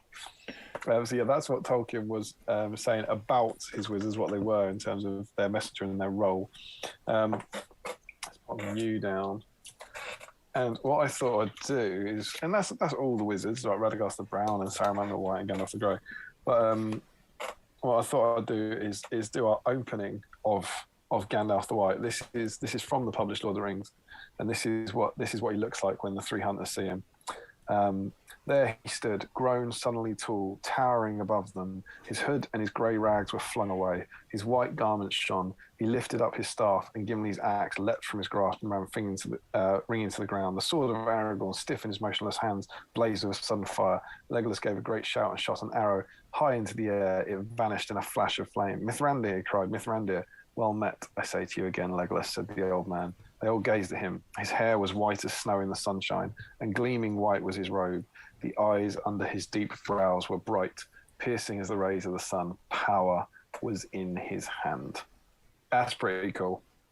Yeah. So that's our published Gandalf, and kind of what and I think the scene in the film is very good, right? The scene in the film is a very, very faithful adaptation, representation of that, of kind of where he reappears and they do that cool thing with the voice with him and Christopher Lee's voice. But you get this idea that he's going to be kick-ass. Yeah. he is a bit different now, and he's a bit more powerful and all that sort of thing. But what we're now going to do is jump back into the Trees of Isengard and look at where the idea of Gandalf's return came from. So this is basically the development of him becoming a white wizard and coming back. So we are starting here. This is in 1939. So we're very near the start of the Lord of the Rings, of the writing of it. And we're at the point where he's just got to Moria. So he's written himself to Moria. Gandalf's died. And then that's the era we're in, and he's looking forward to what might happen. I'm just going to read a bunch of notes from different pages. So he says, suddenly they meet Gandalf. Gandalf's story: he overcame the Balrog. The gulf was not deep. He followed the channel and got down into the deeps. He clad himself in mithril mail and fought his way out, slaying many trolls. Gandalf now shines in the sun. He has a new power. After overcoming the Balrog, he is now clad in white. That's the first mention ever of him sort of taking that on. I like this idea that he's wearing armor and he like chopping up trolls for fun. It's cool. And then when he goes, I think this is the first mention of when he goes to Saruman. This is the earliest version of the conversation with Saruman at Orthanc. Gandalf looks at him. "I am the White Wizard now," he said. "Look at your many colours. Saruman is clad in a filthy mud colour. They seem to have run." Gandalf takes his staff and breaks it over his knee. "Go, Saruman," he said, "and beg from the charitable for a day's digging." So this is sassy Gandalf again, who gets edited out. So this is after Saruman declares himself as Saruman of many colours. Gandalf says to him, "Look at your many colours. They seem to have run." Because he's wearing these muddy rags and stuff. Classic Gandalf. That's quite cool. Must have some Gandalf on here somewhere. Here's another bit. It's originally Legolas and Gimli who fall in with Gandalf without Aragorn, and he writes, "Now clad in white and possessed of new powers." So you see it very early on. He's going to be wearing white and he's going to be more powerful. Is the premise, although the details aren't there. There's a lovely bit when he gets to, we're now at the point where he's writing Lothlorians. We're only a couple of chapters further on in the development of the story. I might have mentioned this on the Saruman week, but he toys at one point where he says, "Could not the Balrog be Saruman? Make the battle on the bridge be between Gandalf and Saruman instead of Gandalf and the Balrog." Then Gandalf becomes clad in white. That would have been cool. Yeah. As if like taking his place, kind of thing. Yeah, absolutely. It's a bit like Anthony Joshua, right? He goes up against him on the bridge, and then because he beats Saruman, he gets his coat. He gets. Now I have all the belts. But yeah, I don't know. What do you think? Is that better? Gandalf v Saruman on the bridge? Well, it takes away what actually went on with Saruman, because then what would happen? Yeah, Two Towers. What would it? It'd be pretty quick for Two Towers, wouldn't it? Yeah, fun stuff. It then jumps on Fairway, so that was around the time of writing Lothlorien. I'm now at the Riders of Rohan chapter, so we're in the start of Two Towers. This is talking about three hunters when they meet Gandalf. They think he is Saruman. The revelation of Gandalf and his account of how he escaped. He's become a white wizard. And he says, "I forgot most of what I knew. I was badly burned or well burned." They go to Minas Tirith and enter in. The rest of the war, in which Gandalf on his eagle in white leads the assault. Bad man. What's what? He's a bad man, isn't he? Yeah, that'd be cool. Gangster Gandalf. Absolutely. So these are notes in drafts and stuff, but this version of Gandalf the White on the back of an eagle, wrecking face would have been cool. There's then another note that says a possible return of Gandalf. What chapter is this in? This is in the Treeridge chapter. A possible return of Gandalf would be as an old bent beggar with a battered hat coming to the gates of Minas Tirith. He's let in after at Siege's darkest hour, when outer walls have fallen. He throws off his cloak and stands up white, and then leads the sortie. This is then another version of the chat with him and Saruman. Gandalf looks at Saruman and laughs. "Yes, I understand you well enough, Saruman. Give me your staff, he said in a voice of terrible command. He took it and broke it. I am the White Wizard now. Behold, you are clad in many colours. They turn his coat. Look at me. I am the White Wizard now. Swear to me. They turn his coat inside out. So mean. That's Saruman. They turn his coat inside out. That'll teach him. Oh no, not my coat inside out. Oh, you got me. Oh, nightmare. Oh, that'll never turn back. Gandalf gives him a rough staff, but then Saruman is to go without a staff and have no wooden thing to lean on by the decree of Treebeard. Oh, that's good. That's good, isn't it? Treebeard go, no, mate. You don't get a tree. Yeah. And then we have that same line again where Gandalf goes, go, Saruman, he said, and beg from the charitable for a day's digging. So yeah, those are the early drafts of what he was going to become. And where did 10 end up? Is 10 back in the main text? Yeah. So that's kind of, how a rough kind of evolution of how he became Gandalf the White or whatever. But then there's three kind of points that I found some juicy stuff about. So the first of these is what the hell happened to him. Yeah, I think people rightly don't necessarily understand. Did he die? Is he the same person? Is he a bit like Glorfindel? Is he resurrected? I think it's really weird in the films, and they do it kind of in the books. It's just a bit different, but that idea where he says he doesn't know who he was, right? He's forgotten. Where he says, yeah, Gandalf the Grey, that was what they used to call me. And it's almost like it's been that long, whatever. I wandered for a life age of the earth or something, isn't it? So this is from the book. This is the published book. I threw down my enemy, and he fell from the high place and broke the mountainside where he smote it in his ruin. Then darkness took me, and I strayed out of night and out of thought and time, and I wandered far on roads that I will not tell. Naked, I was sent back for a brief time until my task is done. Faint to my ears came the gathered rumour of all lands, the springing and the dying, the song and the weeping, and the slow everlasting groan of overburdened stone. And so at last Gwaihir the Wind Lord found me again, and he took me up and bore me away. Thus it was that I came to Caras-Galadhon and found you, but lately gone, you being the fellowship there. I tarried here in the ageless time of that land, where days bring healing, not decay.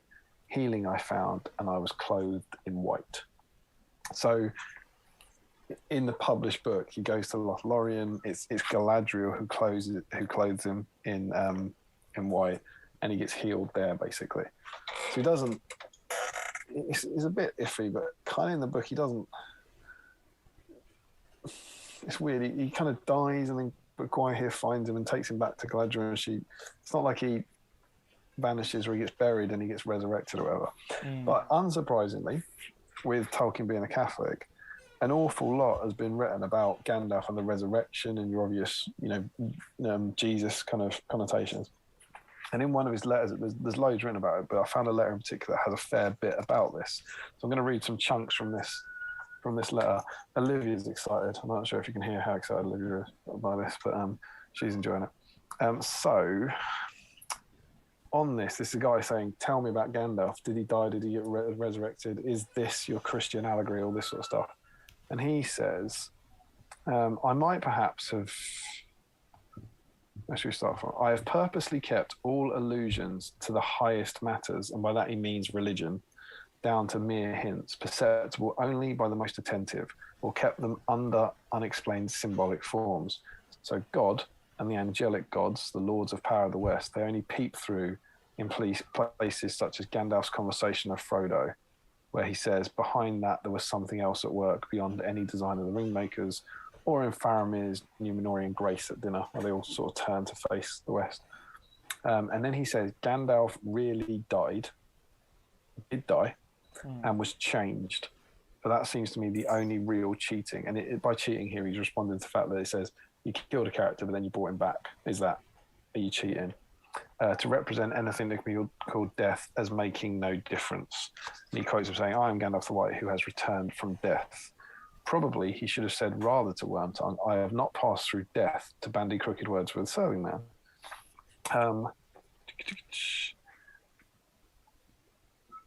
So then he goes on to say, those who know an emissary from the Lords of the West sent to Middle Earth as the great crisis of Sauron loomed on the horizon. And by incarnate, this is where he said they were incarnate bodies. I mean, they were embodied in physical bodies capable of pain and weariness and of afflicting the spirit with physical fear and of being killed. So they can be killed, the Maya, as the wizards. Though supported by the angelic spirit, they might endure long and only show slowly the wearing of care and labour, which is why they age little. Gandalf alone, he then talks a bit about the first passage I mentioned. Gandalf alone fully passes the tests on a moral plane. Anyway, he makes mistakes of judgment. For in his condition, it was for him a sacrifice to perish on the bridge in defence of his companions.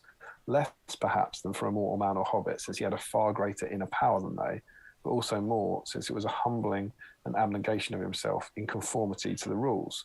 For all he could know at that moment, he was the only person who could direct the resistance to Sauron successfully, and all his mission was in vain. He was handing over to the authority that ordained the rules and giving up personal hope of success. So I think the point here is that he doesn't know he's going to get resurrected. But it is a real kind of sacrifice, essentially. That, I should say, is what the authority wished as a set-off to Saruman. The wizards, as such, had failed, or if you like, the crisis had become too grave and needed an enhancement of power. So Gandalf sacrificed himself, was accepted and enhanced and returned. There's this idea of them going, they're all, oh no, it hasn't worked. Let's send back an uber wizard. Oh, that one just died. He was a good one. Let's send him back. Let's pump him up, Yes, that was the name. I was Gandalf. Of course, he remains similar in personality and idiosyncrasy, but both his wisdom and power are much greater. When he speaks, he commands attention. The old Gandalf could not have dealt so with Theoden, nor with Saruman. He's still under the obligation of concealing his power and of teaching rather than forcing or dominating wills. But where the physical powers of the enemy are too great for the goodwill of the opposers to be effective, he can act in emergency as an angel, no more violently than the release of St. Peter from prison. Stage one is here, and then he quotes this line about where he said, "Naked, I was sent back. Naked, I was sent back for a brief time until my task is done. Sent back by whom and whence? Not by the gods, whose business is only with this embodied world and its time, for he passed out of thought and time. Naked is, alas, unclear." Remember, this is Tolkien. He's talking about his own work. Naked is, alas, unclear. It was meant just literally, unclothed like a child, so not discarnate. He's not talking about being a spirit floating around with no body. He's like a naked physical, it's a naked Himakalan, and so ready to receive the white robes of the highest. Galadriel's power is not divine, and his healing as Lorien is meant to be no more than physical healing and refreshment. But if it is cheating to treat death as making no difference, embodiment must not be ignored. Gandalf may be enhanced in power, that is, under the forms of this fable in sanctity, but if still embodied, he must still suffer care and anxiety and the needs of flesh. He has no more, if no less, certitudes or freedoms than, say, a living theologian. So he's back and he's more powerful, but he's still utterly mortal. I think they're saying the body is still mortal. And then this paragraph a bit later. So that was all from this one letter. That one was in 1954, and this one is 1956. And he says, thus Gandalf, this is in, again, reference to, is this religious allegory. Thus Gandalf faced and suffered death and came back, or was sent back, as he says, with enhanced power. But though one may in this be reminded of the Gospels, it is not really the same thing at all. The incarnation of God is an infinitely greater thing than anything I would dare to write. Again, his feelings about allegory, but I quite like that. There's a little passage here. So this is then there's a great reader's companion by Hammond and Skull. There's a little passage here in relation to that comment where he says, although Tolkien does not specifically say that the authority who sent Gandalf back was Eru, who of course is God essentially, it is implicit, for only Eru was above the Valar. Tolkien was also anxious that the return of Gandalf should not be seen as comparable to the resurrection of Christ. And then he goes on to quote that reference. So kind of interesting stuff about literally, but that's what happened to him. That's what Tolkien said happened to him when he dies, and hopefully, you don't get any of that in the book, but kind of hopefully that gives some sense of where he went and what naked means and what coming back means and so on and so forth. So, as I said, there were 3 kind of points to pick up on there. That was the first one. The second one is this bit where, remember, before they've met Gandalf, they see an old man. The 3 hunters see an old man and they think it might be Saruman. Yeah. They see he kind of comes out of the forest at them. And then, of course, when Gandalf pops up, they say, "Oh, it wasn't Saruman, it was you." And so Gimli says, "Wait a minute," cried Gimli. "There is another thing that I should like to know first. Was it you, Gandalf, or Saruman that we saw last night?" This is all Lord of the Rings, the published one. And then Gandalf says, "You certainly did not see me. Therefore, I must guess you saw Saruman. Evidently, we look so much alike that your desire to make an incurable dent in my hat must be excused." So I've always found that really, really interesting, that according to the book as written, it is Saruman that they see, that Saruman comes out and sort of sees them and watches them and kind of, Aragorn could just go and chop his head off, essentially. But it's one of those bits that always struck me. It's like, it's obviously not Saruman, but, Gandalf's like, "I want me." Yeah. But again, with a bit of digging, not to say it changes what did happen, but what might have happened. In the Treason of Isengard, there's a paragraph about that. Did not see me, saw Saruman. Against Gandalf's words, so this is where against the words where he said it wasn't me. My father, so Tolkien, wrote in the margin, "It's a vision of Gandalf's thought. There is clearly an important clue here to the curious ambiguity surrounding the apparition of the night before, if one knew how to interpret it, but these words are not perfectly clear.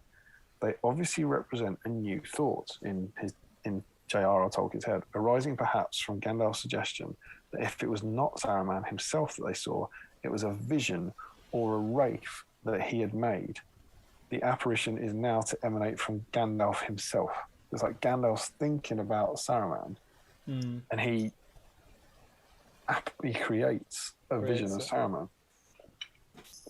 But of whom was it a vision? Was it an embodied emanation of Gandalf, proceeding from Gandalf himself, what they saw? This is a quote, "I look into his unhappy mind and see his doubt and fear," Gandalf has said.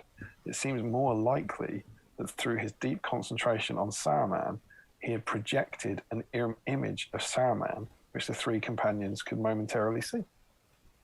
Now, bearing in mind, there's none of this. This is Chris Tolkien sort of surmising. There's none of this in the book, but this is talking about this version.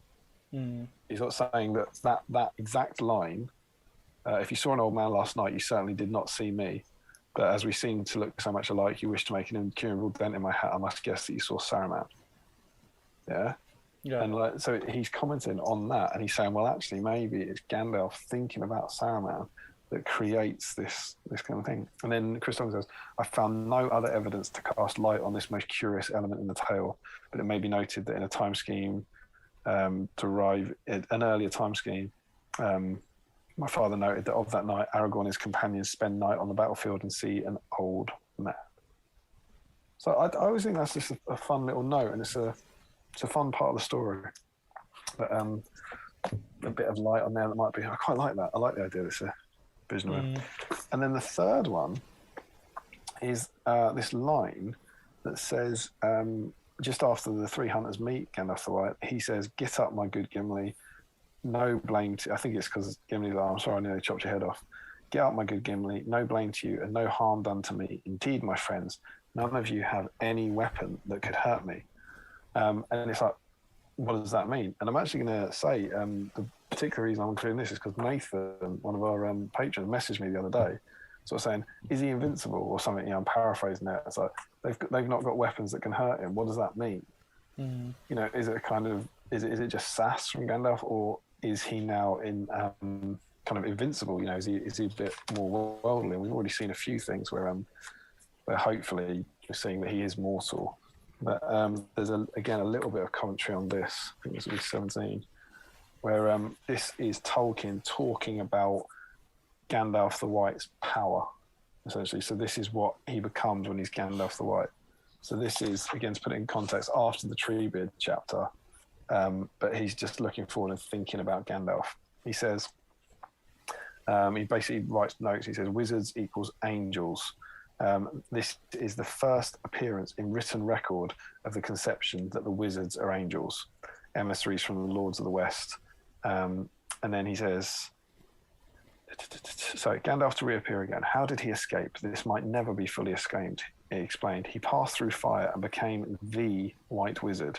I forgot how much I knew, and I learned much that I'd forgotten. He has thus acquired something of the awe and terrible power of the Ringwraiths. Only on the good side. Evil things fly from him if he's revealed when he shines, but he does not as a rule reveal himself. And then there's another reference. He should have a trial of strength with Saruman. Could the Balrog of the bridge be in fact Saruman?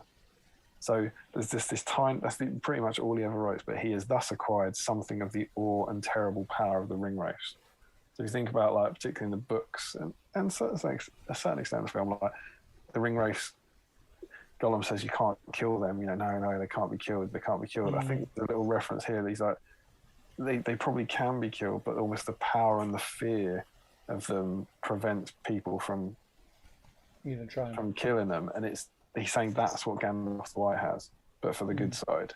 So it is this kind of, the evil things would just be too terrified of him to even challenge him, essentially, which is quite cool. And hopefully that helps Nathan out a bit, but that's the closest I could find to any of that stuff. So yeah, and I think I've got two bits to kind of finish on tonight. There's two quotes that were just to kind of sum up things. So one of them's from The Lord of the Rings. There's, again, just a kind of description of him, where this is the three hunters staring at him. Before him stoops the old figure, white, shining now as if with some light kindled within, bent, laden with years, but holding a power beyond the strength of kings, which is pretty strong. And then in a letter that Tolkien wrote, this is in 1965, so a fair bit later. This is talking about at the end of the story when he goes over the West.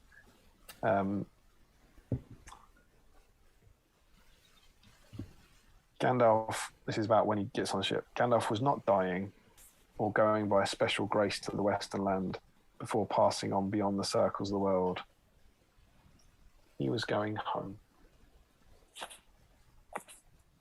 Beautiful stuff. Thank you very much, sir. There you go, Gandalf the White. Fun stuff. Very good.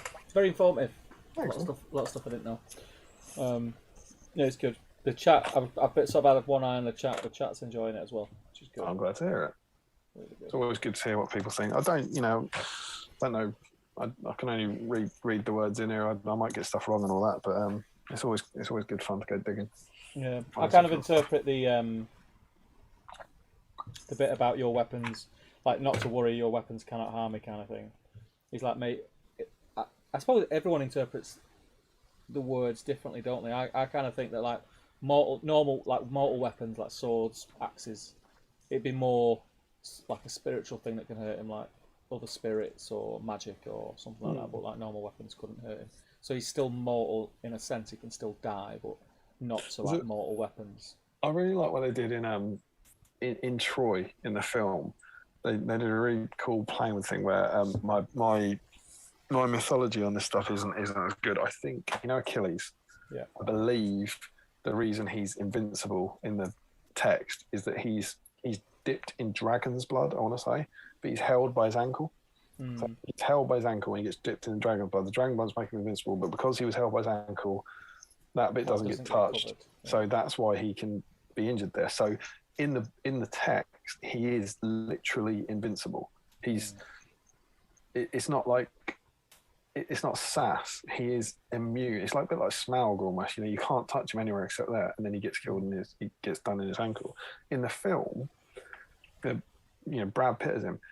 He's not invincible because they don't have that bit in it. He's just a badass. Yeah. It's just the whole men in the film. They changed the nature of it. The whole men can't kill me. They can kill him. They just they just can't kill him. You know, they can't get to him. And then in the end, he gets shot by Legolas in the ankle. But that's not like the only place that could kill him. Yeah. It's in the film, and what I really liked that idea. They took something from the text, but they change it. They go, well, I don't want him being magically immune. I just want him to be an absolute badass. And I think there's a similar thing there. Where it's like some people will take him to be somehow immune or be, you know, possess extra powers that will stop him ever from being harmed, and some people will take it as, you know, he's just so powerful and so scary that nothing ever gets close enough to kill him. But if they could, they wouldn't be able to. Yeah. Because the massive plot hole if he can't be killed, because you just give him the ring to go and burn it. Yeah, but well, maybe not though, right? Maybe. You know, you don't want to give someone who can't be killed the ring. It's dreadful business. See cool. What the ads are saying? Yeah, so I'll jump back in the chat now. We'll jump through the chat. You do a little bit of painting, and then we will dive in the Facebook post and do the Facebook draw almost directly after it, and then we will do we'll sign off with the draw and jumping back in the chat for the final 100 quid winner. You happy with that? That sounds fantastic, mate. Yeah. I'm gonna have my It sounds very quick, but I think it's I reckon we've got another at least 40 minutes. Right, Joe Kelly says, "Hi boys, I'm finally here. 3 hours late. Spent the day at a Renaissance fair with the whole family. Did you do the patron draw yet? Did I not win a game? I tell you, we have done it, but you've not missed it. It will make sense." Chrissy says, what is that? I think that means accident. Had an accident with Arwen as I was varnishing recently. Made the face look horrendous. I was able to take it off and repaint, but wasn't the same. Don't you just hate it sometimes? When you're painting something, like you might paint a face and it looks awesome, and then you think, right, I'll do the eyes. Now for the eyes. Eyes first, mate, for me. Always eyes first. And then you just mess it up. Yeah, it's grim. Yeah, I do an idea of the eyes early on, like on base colour stage, but then sometimes it just get hidden with the washes and stuff, and you got to redo them. Larry says that was pretty much it, but they somehow ended up on your head. It did have a picture. It did have a picture of that, but I think it's been lost now. I remember the picture. I think that's why it was coming back to me. I don't really remember the unboxing, but I remember a picture of me wearing Tom Harrison's pants on my head. Simpler times. Joe Holzman said, I thought I'd finished my minis and I've just noticed a bit that I've not done. Joe Holzman says, 3 hours into the stream and I've just finished Shadowfax's fur. It looks poo because it's shades of white, but it's done. Ryan Cuthbert, I'll never forget, in the early 2000s, one of my shelves caved in on my cabinet, dropping the wooden shelf and all my Minas Tirith warriors onto my Warg Riders. I had far too many models to fix that weekend. That sounds absolutely disgusting. Larry Miller, Armies of Lord of the Rings. That's the name of a book. Why is he saying that? Don't know. Max Maller says, calling it a do, guys. The missus wants to watch something about squids playing games. Mitch Gibson says, brilliant show, Max. Bit of reading involved, though. Remco says, guys, good stream as always. I'm off for tonight. We'll pick up again tomorrow. Take care, and until next time, take care, buddy. Larry says, how many times do I have to say we need locking mechanisms on the streamer chairs? Frederick says, an eagle as a mount for Gandalf the White, swapping his staff like Radagast would have been cool. Like after the Black Gate, when he's actually on an eagle, but he has lost his staff to the Witch King. One of the few bits I really don't like in the films, why the Witch King has to bitch slap Gandalf. It comes out of nowhere. It's very strange. Yeah. Joe Hosman says, I wonder if Sharky's brown robes were a continuation of the colours running idea, just not explicitly mentioned in the final text. And Larry says, I heard some awesome person converted that Frederick and took it to some doubles tournament. Classic some doubles. Yeah, Larry converted Gandalf the White on Eagle. We had a profile for it at 7 Stones. was a few years ago, so it was when Gandalf the White was more toilet than he is now. One attack version.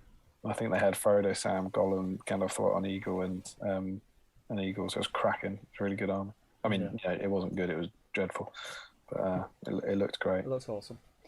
Frederick says to Joe, that sounds interesting. Would work really well with Saruman's desire for power, his downfall, and the symbolism surrounding it. I really like the idea. He says also to Larry, which profile did the mini use? And Mitch says, I'm absolutely loving this study session. Great listening while doing hobby. That's cool. Wasn't it Mitch? It's Mitch's first one, right? Yeah. Wasn't it Mitch? A mere 3 hours said, what the hell have I stumbled into? We said you'd get all the ring stuff. It's not what he said, but I know he was thinking, what is this shit? Larry said, just standard Gandalf the White and Gwaihir. It was broken as hell, but the rest of my half was shite, so it made up for it. Matt Hussey says, yeah, I agree, really interesting. Larry says, no, wait, he was just on a regular eagle. Ben had Gwaihir and 2 eagles, and I had Gandalf on a big bird with 9 fingers Frodo, Sam the Brave, and Gollum. Yeah, I forgot you had 9 fingers Frodo, of course. Frederick says to Larry, with staff or without staff will probably make a big difference. We went with because we were already like 30 points down. Yeah, they were down on points as well. It was toilet. It was crazily good, but as I said, we had to have a bunch of crap hobbits with them. One of whom couldn't wound anything unless they passed a courage test. That was targeted by Damian's comment, not mine. That was targeted at Damian's comment, not mine. What does that mean? I don't know. He's written it as, that was targeted at Damian's comment, not mine. Not who's mine? Larry's or Steve? They're the words that he's typed says not mine, so I'm assuming his. Damian's comment. Doesn't make any sense. Oh, is it maybe? Did I say it was good? And is that a recent comment? Maybe I said it was a good army, and he's saying it wasn't a good army. Or is it that? No, I think this was still while you were reading, because after that we've got Harry saying, "Lovely stuff, Damian. As ever, your deep dive is well thought out and a joy to listen to." Oh, thanks, man. And a lovely poetic end, sir. Bravo. Josh Crosby says, "Dipped in the sticks." Dipped in the sticks. Dipped in the sticks. Don't know. It's that time of night where we start not knowing what anyone's saying. Harry says, your stuff about Achilles is slightly wrong. He's dipped in the river Styx. Oh, okay, fair enough. Just Crosby says, just added Dragon's Blood for the lols. For the lols. Not actually fully referenced in the Liad, though. Joe Kelly says, if Gandalf the White can't be harmed, does that lessen the impact of Pippin stabbing that orc who was about to whack Gandalf? Contemplate. Well, that's it. I think the orc would have killed Gandalf, but then I also think Gandalf the White in the films is less powerful than he is in the books, particularly in that Witch King scene. Yeah. Joe says, I seem to recall Achilles was dipped in the river Styx, held by his ankle, which is why his ankle's a weak point. Peter Taylor says, I think it's Balder in the Norse mythology who can only be hurt by Holly. Peter Taylor, is that a new name, Damon? Is that ringing any bells? For me, for us. I don't think you've commented before, Peter. If you have, I apologise. But if you haven't, welcome, my friend. Are you serious? Yeah. He's patron 100. Oh, is it? Yes. He's the one we've talked about a whole bunch of times tonight. Here's the culprit. It's easily done, but this is why there's two of us. One of us can normally remember when the other one's being an idiot. Yeah. I knew it was you, really, Peter. Chris C says, that was amazing to listen to. Thanks a lot for that. Some real passion there. That's new Christopher as well, isn't it? That's right. Yeah, so we're getting him in there. Do the eyes first, Steve. Rookie mistake, says Joe. Yep, always amazes me how Steve will say F-U-C-K multiple times in a stream, but when reading out comments, he won't read S-H-I-T. I do not say it. Do I say? No, I don't think you say. I don't think I say it. I don't think you say F-U-C-K in the stream a lot. No, I don't, Joe. I don't think either. I'm a seasoned YouTuber, Joe. You know what I mean? It's not my first rodeo. We dropped to a couple of S-bombs, but we rarely get to an F-bomb. I mean, they're normally after 1 a.m. It's be after 1 a.m. It's after 1 a.m. There's no, the rules are out the window after 1 a.m. It's normally if something goes wrong, isn't it? If we a shock or something. Yeah. Nathan says, I'm annoyed my daughter appeared with a politics question. I wish I could have dismissed her, but it was far too important to help. But it was far too important to help her with understanding politics. Missed the entire deep dive. Well, that's why we're on YouTube, my friend. You can watch it back. Larry says, it was my guess for the first time White Wizard was mentioned. Oh, right, okay. Oh, Armies and Lord of the Rings. Mm. That's a risky guess from Miller. He also says, keeping it on theme and eating white chocolate whilst doing finishing touches on Gandalf. I like that. Dwalin says, why is Grima called Grima Wormtongue? Gandalf calls him Grima the Wormtongue in the books. I think we touched on this last time, didn't we? Yeah, it's a nickname. It's not his name. It's what everyone else calls him. Damien said that the evil guys couldn't attack him, and I said unless they pass a courage check. Right. Very good, very good. Yeah. Peter Taylor, do we know Peter? Jokes. It's a joke now, isn't it? All the jokes. Good to know how rememberable. From him, not from me. You said it at least once tonight, says Joe. No way ever. Not a chance. About 10 minutes into the stream too. Really? Yeah, but is he talking about FUCK or is he talking about Peter Taylor? Who's Peter Taylor? Joe Killer says, fun fact, it's Achilles' weak spot of his heel that led to the medical term Achilles tendon. And obviously also the phrase of someone's Achilles heel being their weak spot. Yeah. That fun fact brought to you by Joe Achilles. And we are caught up on the chat. So what I'll do, I'll just quickly refresh my Facebook screen. There we go. Are you thinking of doing Facebook thread now? Is that a plan? All right, okay. Well, I've just finished. I've finished the in a perfect world. I'll keep going and mix lighter, but that's cool. We can do that. Damien, Stephen, we have on the thread 83 comments. 103 comments. 103. It's gonna be. That's a lot of Gandalf. That's gonna be a lot of squeaky bum time. Do you think? What do you reckon? I'm gonna be positive. I'm gonna think positive. I think. Do you know what? I'm with you. I reckon because we've had a lot of people in tonight. I'm gonna say to do it. Yeah. I mean, it's 20 past midnight and there's still 45 lunatics watching us. It's great. So let me see. Let's not get it wrong because imagine it'd be a disaster if we. So we've got to get 41. It turns out we've got to get 40. I want to say it's 43. Let's go and have a look. Sam, it's 43 entries. There were 43 for Sam. So we need 44 for it to be a new record. Come on, people, let's do this. Can I just say, before we do jump into the Facebook post, if you haven't posted on the whip thread and you're working on a Gandalf, or you've got a Gandalf to hand that you can just slap a highlight on, or dry brush his base or something, please take a picture of it and post it in the whip thread on the Great British Hobbit League, and we will get to it. It's going to take us a good 20 minutes to get through this thread. It's going to take us a while to get there, so we might. Yeah. So what I'll do, I found the thread. I'll transition over to the Facebook screen. We thought Gandalf was going to be popular. Did we dream he'd be this popular?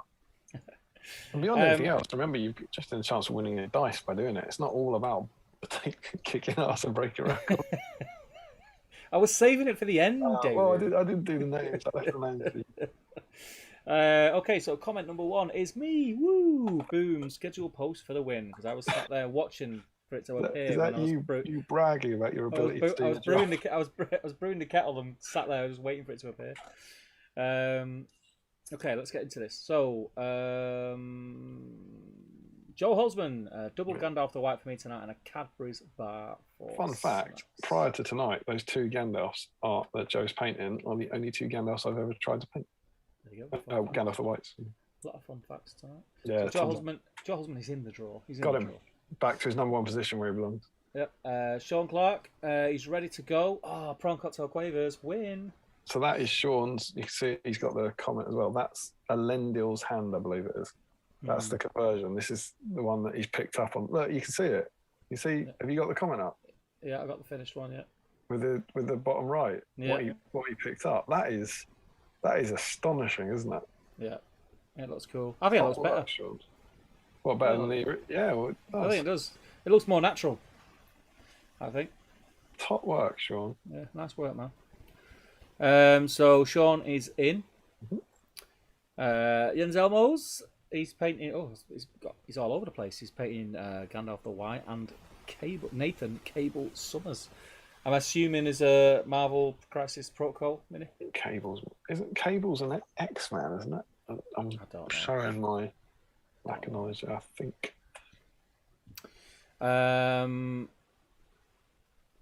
So Jens is in. Max Drill is in the new plastic one. That's a lovely model, isn't it? Didn't you carved a bit of the cloak off, right? Yeah, carved a bit off because you can't see his hilt. It's pointless at being there. It's hidden. I don't want to see it. So the face looks awesome on that, man. Oh, is that the comment? Yeah. Awesome. That's great. Yeah, great face. Great face. That's Richard Flagg, he's in. First Middle Earth mini to be painted in 15 years. Richard, my friend, you are in. And can I just say, that's a dip dab. And you're on the same page as me because I love a Barrett's dip dab. A dip? Oh my god, I haven't dipped or dabbed in many a year. Oh, the lolly in them is just. Yeah. I love them. Yeah, do you know, really nice. I'm just saying, Richard Flagg became one of our patrons. I'll say about 2 weeks ago. I'm not saying that's why he's painting a model, but it's awesome work. Is that what's that I can see that's a load of Moria Goblins and the Plastic Fellowship. Plastic Fellowship, I think. Are you by any chance painting the Minds of Moria box set? It does look that way, doesn't it? Yeah. But yeah, you're in the draw, my friend. Josh Crosby is in the draw. Dusted this guy off from the last Gandalf stream to finish him at last. Do you know what I really like? I'm going to go to you finished. I really like your highlights there, my friend. Oh, that's beautiful. Isn't it? That is a stunning paint job. Hats off. Really nice. He's got his hat off. Think piece, mate. Think piece.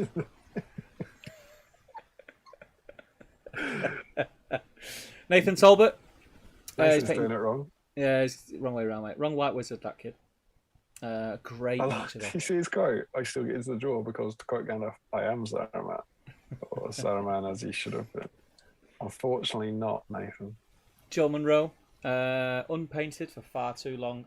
Great Gandalf the Grey sculpt. Classic. Absolutely love that sculpt. A real classic. Love it. Larry Miller, not so much. Christmas chocolate. There is a lot of Christmas chocolate in supermarkets. I know this because I went to 3 supermarkets today. What were you looking at? I was looking. You got any of them whispers with nuts in, mate? Why did you sound like that? Y'all got any of them whispers with nuts in? Why would you do that? I just need a whiskers. Great job, Jill. Absolutely great. I like the way that the inner robe is a different colour to the outer. She knocked out a cheeky Gladriel there as well, just casually putting out a Gladriel. You guys were too slow, so I just painted Gladriel as well. I did that model. We both did that model last couple Mark, of weeks. Really Green Tree, is that an apple turnover? I hope so. Plastic Gandalf and a peppermint Russ Sport, Ritter Sport, it is, isn't it? So Mark's in. Frederick's in. Some Lay's teriyaki. I love a Frederick Schultz picture. Yeah. Look at educational. That. It's educational. Schultz. You're going to enjoy the dice rolling. We're going to, whether we make the record or not, we're going to have a lot of people, a lot of heats. Oh, I've gone off. There we go. Get back to the thingy. Scott Newman is in Gandalf the White, and then he's just posted a cheeky picture of the Aragorn running to the. Oh, it's amazing! It's a great diorama. That I like he's got Fellowship of the Ring in the background just in case we get boring. No. Oh, have you seen his finished Gandalf? You got that up? Cool. Yeah, the little ferns.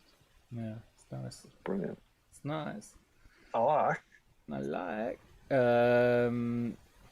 Green Tree's been touching up his hobbit hole. Hope you washed your hands. That was wasn't that the one we chucked the pumpkin on it or something on a Halloween one? Do you remember that? I'm sure it was Mark. It was like, put a pumpkin on it or something. That's the wetter Hobbit hole, though, right? Yeah, wasn't it Mark? I think Halloween special.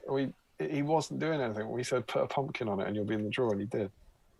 I thought that was Mark. He's repainted it, hasn't he? He's redone it all. He's changed it completely. There's a word for that, like an ing word for that. I can't like. They're sort of vamping it, or it's not vamping, but revamp. Can't remember what, yeah, I mean revamp would work, doesn't it? What is it? What do you do to cars? What do you do? You drive them. when you like when the people make the cars better with the sound systems and stuff. Is it pimping? That's what I'm thinking of. Pimp. Yeah, pimp's a Hobbit hole. Gaz Ballers working on Gandalf the Grey. Such a good model. Beautiful. And then Nathan Talbot says, "Just kidding. You didn't think I'd miss a Gandalf stream, did you? Fell for it as you well. Cheeky monkey. He must have been sitting there for the last 5 minutes. I think he's been laughing. Just wait till these guys get further down. Guys, just wait. They do not know what they're in for. Matt Hussey's in Gandalf the Grey, the classic Gandalf the Grey, and a bag of fruit pastels. Do love a fruit pastel. I like a fruit pastel. Yeah, I like a fruit pastel. First time painting whites. Let's see how it goes. Says Andreas Muller. I could point you towards. Look at him. First time painting white. Let's see how it goes. Oh, I've just painted an heavier metal standard Gandalf the White. I couldn't call class, him done. Yeah, I'd call that done. Yeah, I'd call that. I'll send that to Steve so he can have it. So Steve can strip it and then send it to someone else to paint. That looks really nice. Well done, mate. That's great work. That is exceptional for your first time painting white. Morgan Morris, Gandalf and Pippin, and Gandalf in Moria if I get a chance. Looking good. Julian Hammond. Hang on. Got Morgan Morris. Julian Hammond yet to win anything tonight. Feeling left out. Did you get Morgan Morris? Yeah. Yeah, I've got Morgan Morris. Yep. He's got that metal. Has he got that Gandalf in metal? That is proper good. Which one? He's got the mounted Minas Tirith one in metal on the fine cast. Yeah, mine's metal. Is it? Yeah. Mine obviously was replaced, and I've got the fine cast one, which I always actually thought for that horse maybe you want because you need it to be light. The tail's really cleverly done because you get 3 contact points. But yeah, that's such a good model. Just wish I could finish mine and do it. It pains me more than I can possibly say that this Gandalf that I hate is far more nearer completion than the Gandalf I love and have been painting for a year and a half. I'm infuriated. Julian's also on Stella Artois and some Cadbury's Dark Milk. Dark Milk. Choice of George Galloway, working on my previously half-painted Gandalf the White. You're doing B-Sam right, my friend. That's what we need. Looking nice. I always like to see a messy mixing paper or palette. I've never got on with that model. I've never liked it. Yeah, I'm the same. No Gandalf from Joshua Bryant. He's working on Easterlings. They're looking good though, mate. Oh, apple turn. He's going for greens. He's going for greens on Easterlings. I like that. Easter greens, greenerlings. Apple turnover is my snack, says Joshua. Doesn't get on the list though. He's a rare person here to not get on the list tonight. Oh, yeah. Sam Earnshaw, nice. Nice. That sounds like you need some more cowbell. Nice blends, my friend. Them blends are really nice. I like that. I like the blue. I like the blue. For blends. I like the blue hat. That's cool. Does it? No. So Sam's in. Chris McKittrick is in. He's just gone all out on his Gandalfs, and then a standard little Legolas in there. Is that because I tricked you at the beginning? Where's the Legolas? It's Legolas behind Gandalf. Fellowship Gandalf, in it. Are my eyes deceiving me? I think that's Khazad-dûm Gandalf. Oh, thank Gandalf, isn't it? See Gandalf. See bottom left, Fellowship Gandalf. Yeah. Behind him, isn't that Legolas point stabbing? No, that's Orthanc Gandalf. Oh, it is Orthanc. Flipping at my eyes, mate. My eyes are gone. Oh no! I hope to do some more painting. Snooker Gandalf. His eyes are gone. He's out. Yeah, my eyes are gone. Tap. Legolas. Chuck the towel in. Someone's got to chuck It's Legolas, mate. It's Legolas. I love the conversion though. Have you got the comments up with the green stuffed progress he's made on that? Really good. That's cracking. Yeah, it's great. What Hobbit is that? What Pippin model is that? He's cut the sword off. I think it's just the Fellowship Pippin, no? Oh yeah, I can see. Yeah. It's great, man. It's awesome. Chris Billowitz. It's been nothing else, just a really cool way of seeing lots of cool hobby. Yeah, it's cool. I like seeing other people's stuff. It's nice. Oh, look at that! Look at the binder. It's binder. He's doing it right, isn't he? Yeah, not messing about. Not messing about. You know what he's here for, don't you? It's here for the money. A couple of cheeky Mario goblins in there. Yeah. Patrick Samuelson is in. What is that? What's that green thing?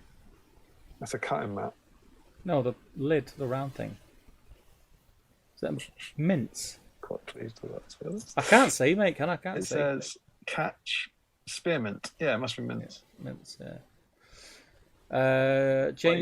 James McKernan did not get the memo, but that Uruk is looking pretty cool, man. I like that.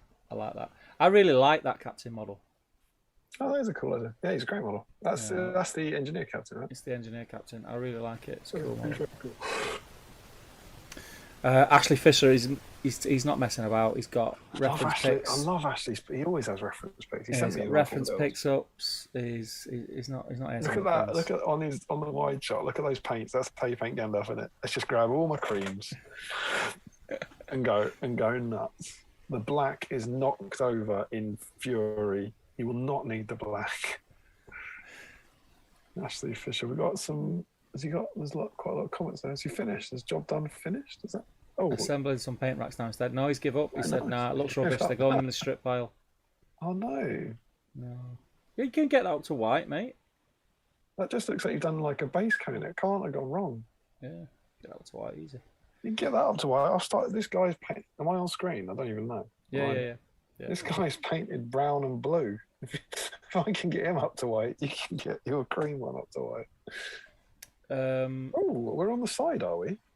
Is that new? How long have you been doing that? And he's built up his paint racks. Oh, I mean, I've just gone onto YouTube. Yeah. How long has this been the interface? Like, I would expect. This? Do I not do you like this? Yeah, I think it was good, but I thought it was. I was used to it being like the stream in the middle and like half of each of our feeds on either side. Yeah, I always have a mess about. I mess about with stuff all the time.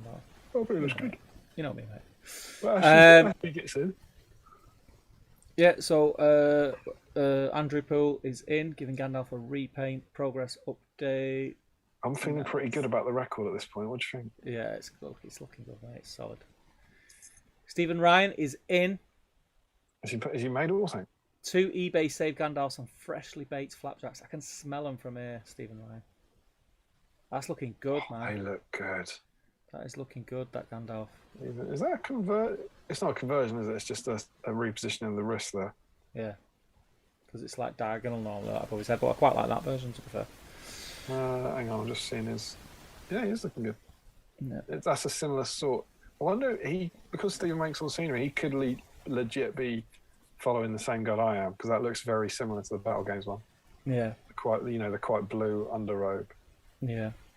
And actually, if you look at the wide shot with the flapjack, it's a very dark blue. Yeah. Which is very similar to what I had. Very Fenris grey looking. We're looking forward to seeing your all. Thanks, Stephen. Get it made. Larry Miller is in. He's got his Kraken out. What the hell is that? It looks like a hairband. Yeah, a hairband. What are they called? The scrunchie. It looks like a scrunchie. Matt Hussey is giving us a whip. Why would you put that in? What is it? It's a hairband. Yeah, why would you put a hairband in if it isn't? Why not? I don't think it is a hairband though, isn't it? Isn't it like? I feel like that might be like foil from him. Or is that an Easter egg? That's an Easter egg. That's the foil. It's the foil of an Easter egg. Yeah, it's an Easter egg. Carved into a scrunchy-like circle. Matt Hussey's in. He's already in. That's a whip. Dwellin is in on Oh, to be fair though, Matt's Gandalf's looking amazing. Yeah, it's looking really nice. The blends are cool. Dwelling. That is different approach. But then you look at the next picture and you can sort of see where he's going with it. Alternative approaches paint Shadowfax blue. I mean, it's no different to what I'm doing with the robe. If you can paint a white robe blue, why can't it takes balls of steel though? Thanks. No, to do a horse. Oh. I'm looking forward to seeing that. He's got some replies, so I'm going to click these. I think he's finished. It doesn't look. Get out of it! Oh, this was before the strip pick. I was going to say. No, hang on. Is that the finished pick? I think the ones on the black background are what he's done. That's up from blue, mate. It's very cool. Very cool. Al Mullin is in. What? Why? What? Why does that plastic Gandalf look so small?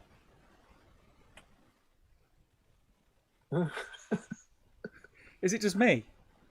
Or is that like a tiny Fellowship Gandalf? This is like he's been watching the DVD extras, you know, when they film Gandalf next. What's perspective? Because I would say, is there not a chance that the painting handle is like the XL painting handle or something? But then it's got a normal size Gandalf. But then you'd have a massive Gandalf the White. So, you're right. That's either a massive Gandalf the White or a tiny Gandalf the Grey. That's insane. That is the next pick makes more sense. Weird. Yeah. Tom Spate, first attempt at sculpting with green stuff, had to restart multiple times. Looking good though, mate. Tom Spate? Yeah. Owner of £100, Tom Spate? Oh, don't mess up that. Does he know? He's not mentioned it. I don't think he was in the chat, was he? No, I don't think so. Maybe he had something more important to do than watch the stream, but he just started posting the... He needs to sculpt more Gandalf. Oh, the cart! There you go. That's a man who's working the system. Needed to get the base on him finished. I reckon he's still there. Yeah. I'm still there, mate. I reckon he's come off the shelf and he's had a blue flower added.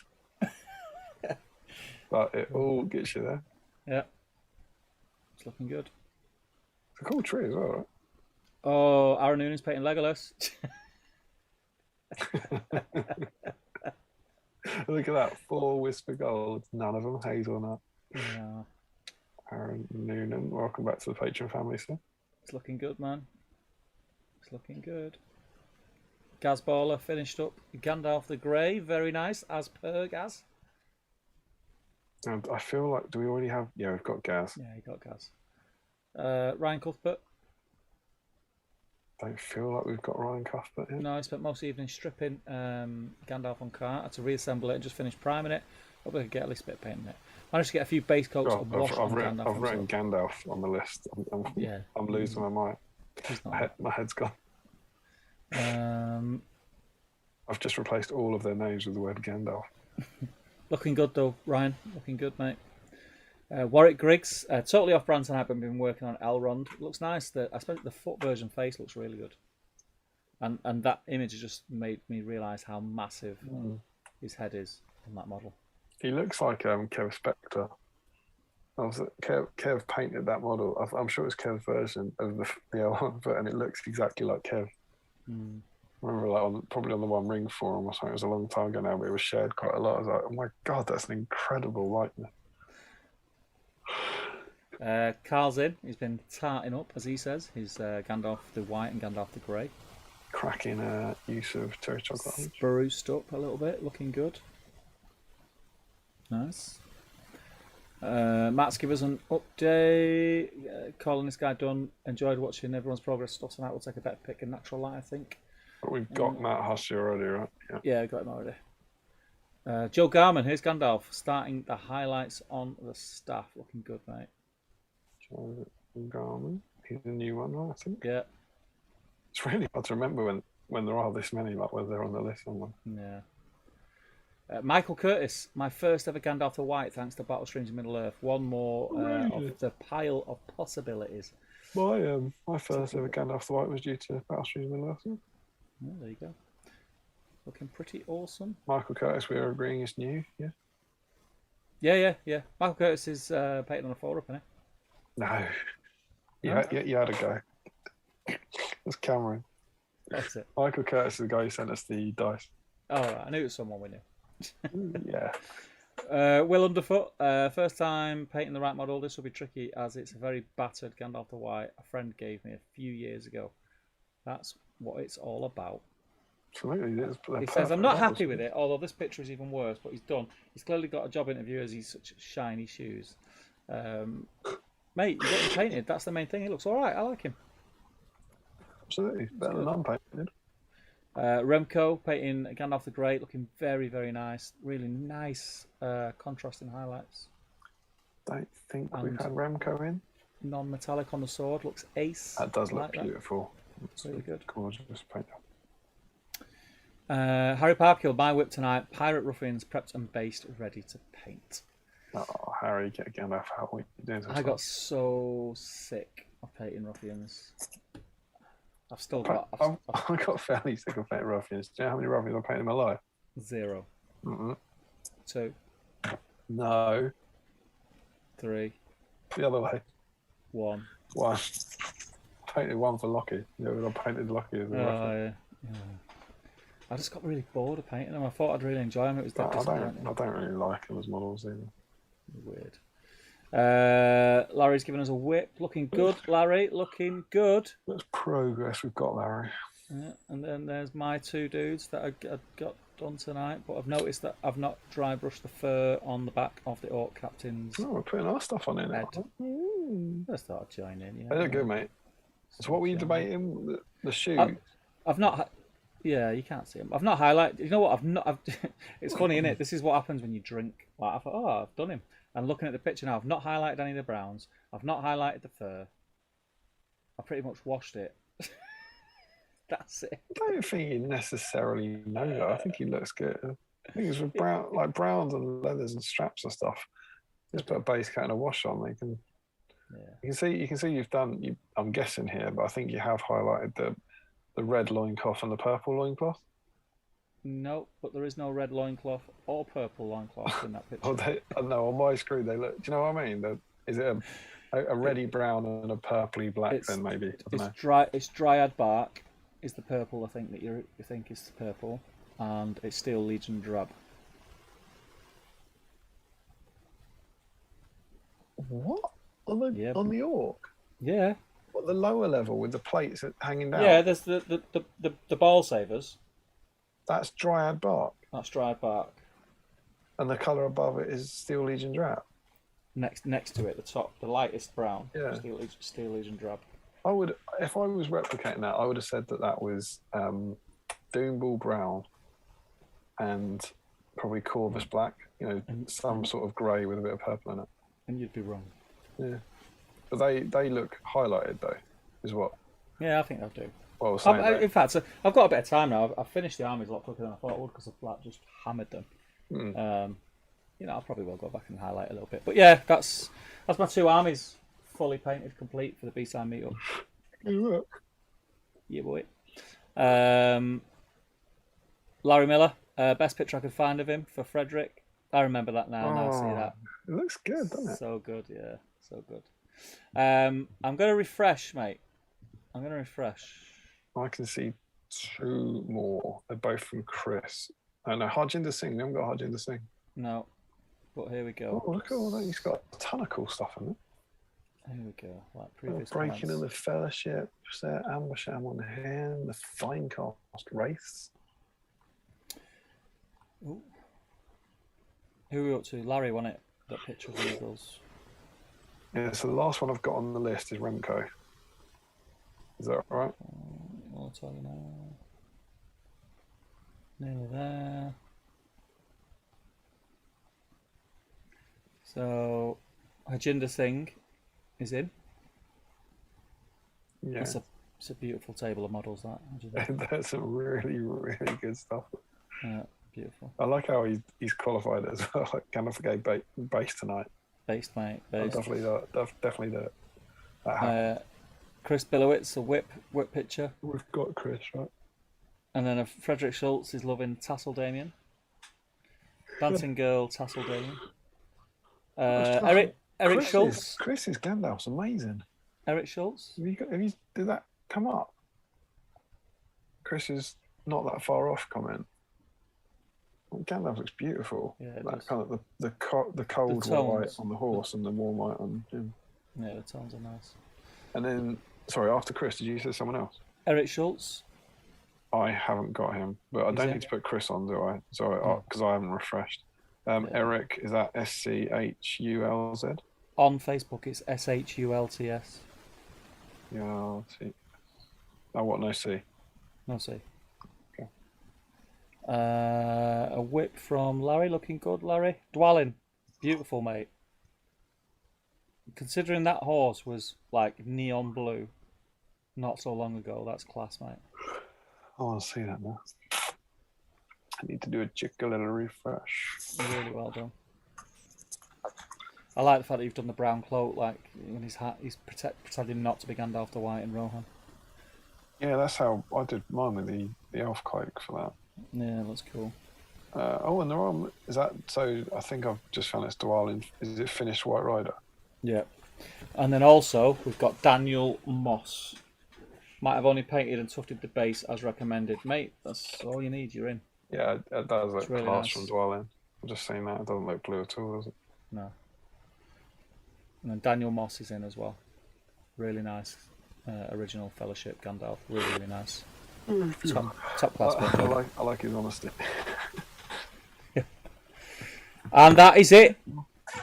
That is it. I don't know, but I feel good. What about you? I feel good, mate. I feel good. I feel like I was telling you names left, right, and centre there. I feel that I was kicking ass and taking names there. It's like, what would that be? That would be. I was scrolling past and taking names. 2, 3, 4, 5, 6, 7, 8, 9, 10. 1, 2, 3, 4, 5, 6, 7, 8, 9, 10.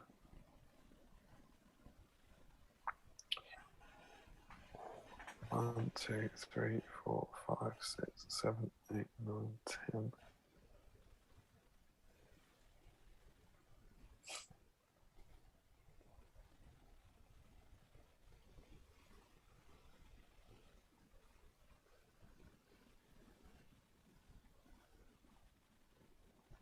We just fell short. 38. Agonising. So close. But good form, everyone. Well done. Thank you to everyone who got involved. Some of the work there was outstanding. Some of the best paint jobs that I've seen thus far on our whips. So thank you everyone who did get stuck in. That's a heroic effort. You're being assuming we didn't pop it since. I think that's second place. Like the week before, Sam was Mordor Orcs on 35. Yeah. I feel like the Rangers, Faramir's Rangers, which was a tricky one because you could have the Ranger heroes as well, was 39. So we're in sort of second, third place territory ever. Yeah. Awesome work, guys. 45 people watching at 1 in the morning, which is pretty awesome. Yeah. Mental. Do you feel like? I think do the dice draw now. We're gonna, because I was going to say, we're not gonna get another 6, are we? At 1 a.m. No, and then we go out on the. Do the dice draw now. Right, so we got 38. So Steve, I know how much you like these things now, and you like, having your input on how they go. I reckon this screams to me 2 finalists, because we can do a D20. Yeah. So basically gets 2 finalists, and then first to 3. Do you think? Yeah, I'm down. All right, cool. So I'm going to use these dice that you think were sent to us by, I don't know, Cameron, presumably. I think the D20 should be quite close. Oh, Damian. Oh my God! Check the emails. Well, he's not going to tip us over, is it? For all we know, there could be 7 new entries in there. All remembered. It's good that we never forget. Sarah Kelly commented away right now as they think, God, they've done it again. They've done it again. Joe Kelly sent you a message. It's a Patreon message, though. It's not an email.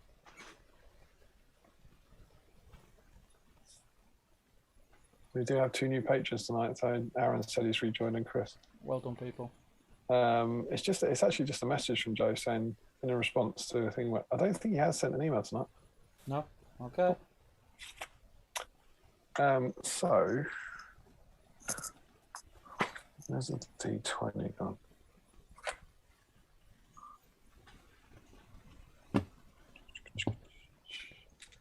That's mildly annoying.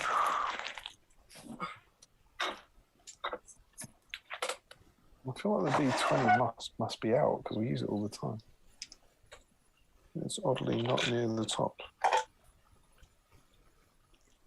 Oh, is that? That looks good. 1920. Yeah, there we go. We're going to have 2 rounds of 19. We've got exactly 38 entries. Yep. Obviously, re-rolling 20s. So if you were rolling this dice, you'd roll 3 20s.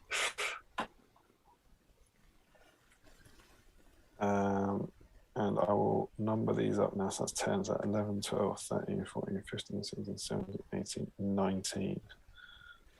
So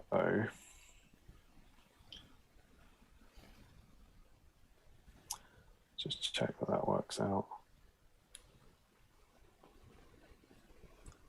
1, 2, 3, 4, 5, 6, 7, 8, 9, 10, 11, 12, 13, 16, 17, 18. Yeah, it's 2 rounds of 19. Yep.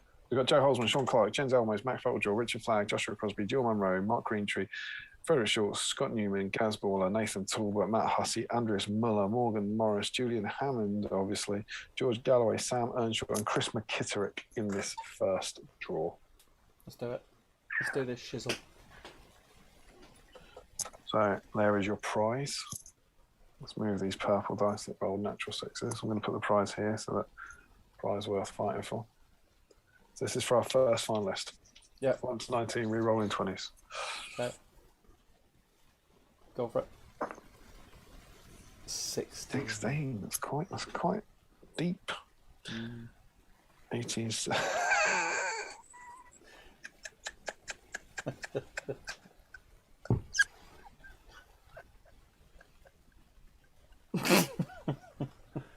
you see it? Yeah. Mr. Hammond. Can you see counting back from 19? I mean, is there any point rolling for the... And he got about 20 of these dice. I'm not sure he's ever won a dice. He's won everything else. Right, so Jamie's in the final. And now all these finalists go, well, I can't possibly win this.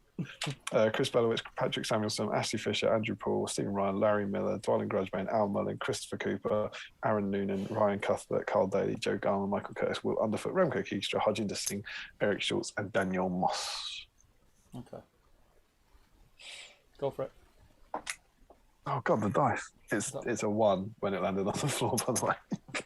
Is that a 4? They giveth and they taketh away. It is a 4, yes. So starting from 20, 1, 2, 3. That's Andrew Paul. I don't believe is a name that we're over familiar with. So you can hopefully see there starting from 20. Yep. Countdown 4. Yeah. Yep. So it's Andrew Paul, the underdog, without a shadow of doubt, against Julian Hammond. And Julian Hammond, we always roll these with the black dice. Julian Hammond's on the low numbers on the Battle Streams dice. What do you think, Steve? Are we doing best of 3 or first of 3? I think first of 3 is the preferred dramatic way, isn't it? Yeah, let's do it. Are you ready? Yeah. Can't lose it here, but you can get into a strong position. Yeah. Go for it. Hammond. Julian Hammond takes an early lead. Takes first blood. Battle Streams dice does its work. Again, it's not over yet, but no. Julian will be pretty pleased with his chance. You want an equaliser here. Let's go for it. It's 2-0. It's 2-0. We've seen this before, though. Joe Achille was 2-0 up. Oh. And then the 1-1 undid him. Let's do it.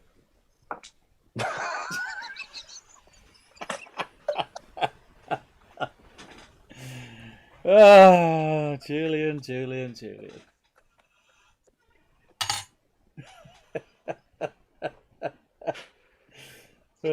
win 100 quid as well. Please tell me, Julian, that you religiously put the lottery on. Please tell me, because if you don't, won the dice in the hardest week to win the dice for months. Julian Hammond, as I live. Well done. No one believes that. No, I'm and the runner-up was Tom Poole, wasn't it? Is that right? Commiserations, Tom.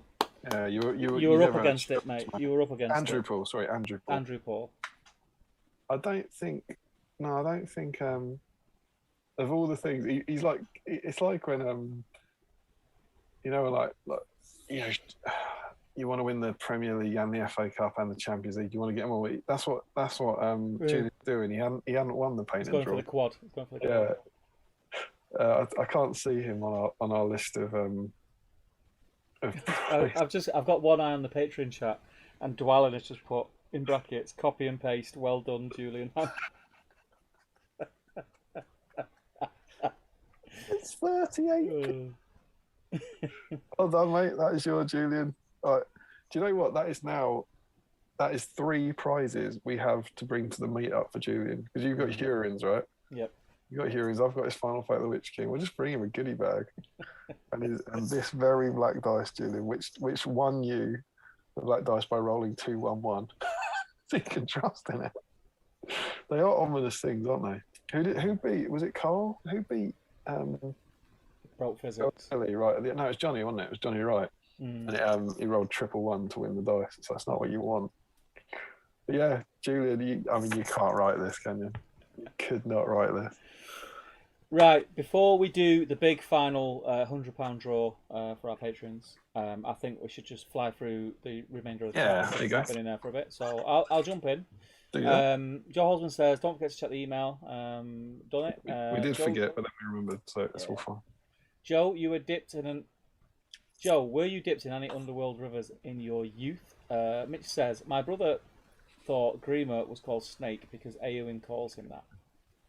Which does. Seems reasonable. Grima's German name is, what the hell? Schlangenzunge. Is that coming from Frederick, make sure you say it right. Schlangenzunge.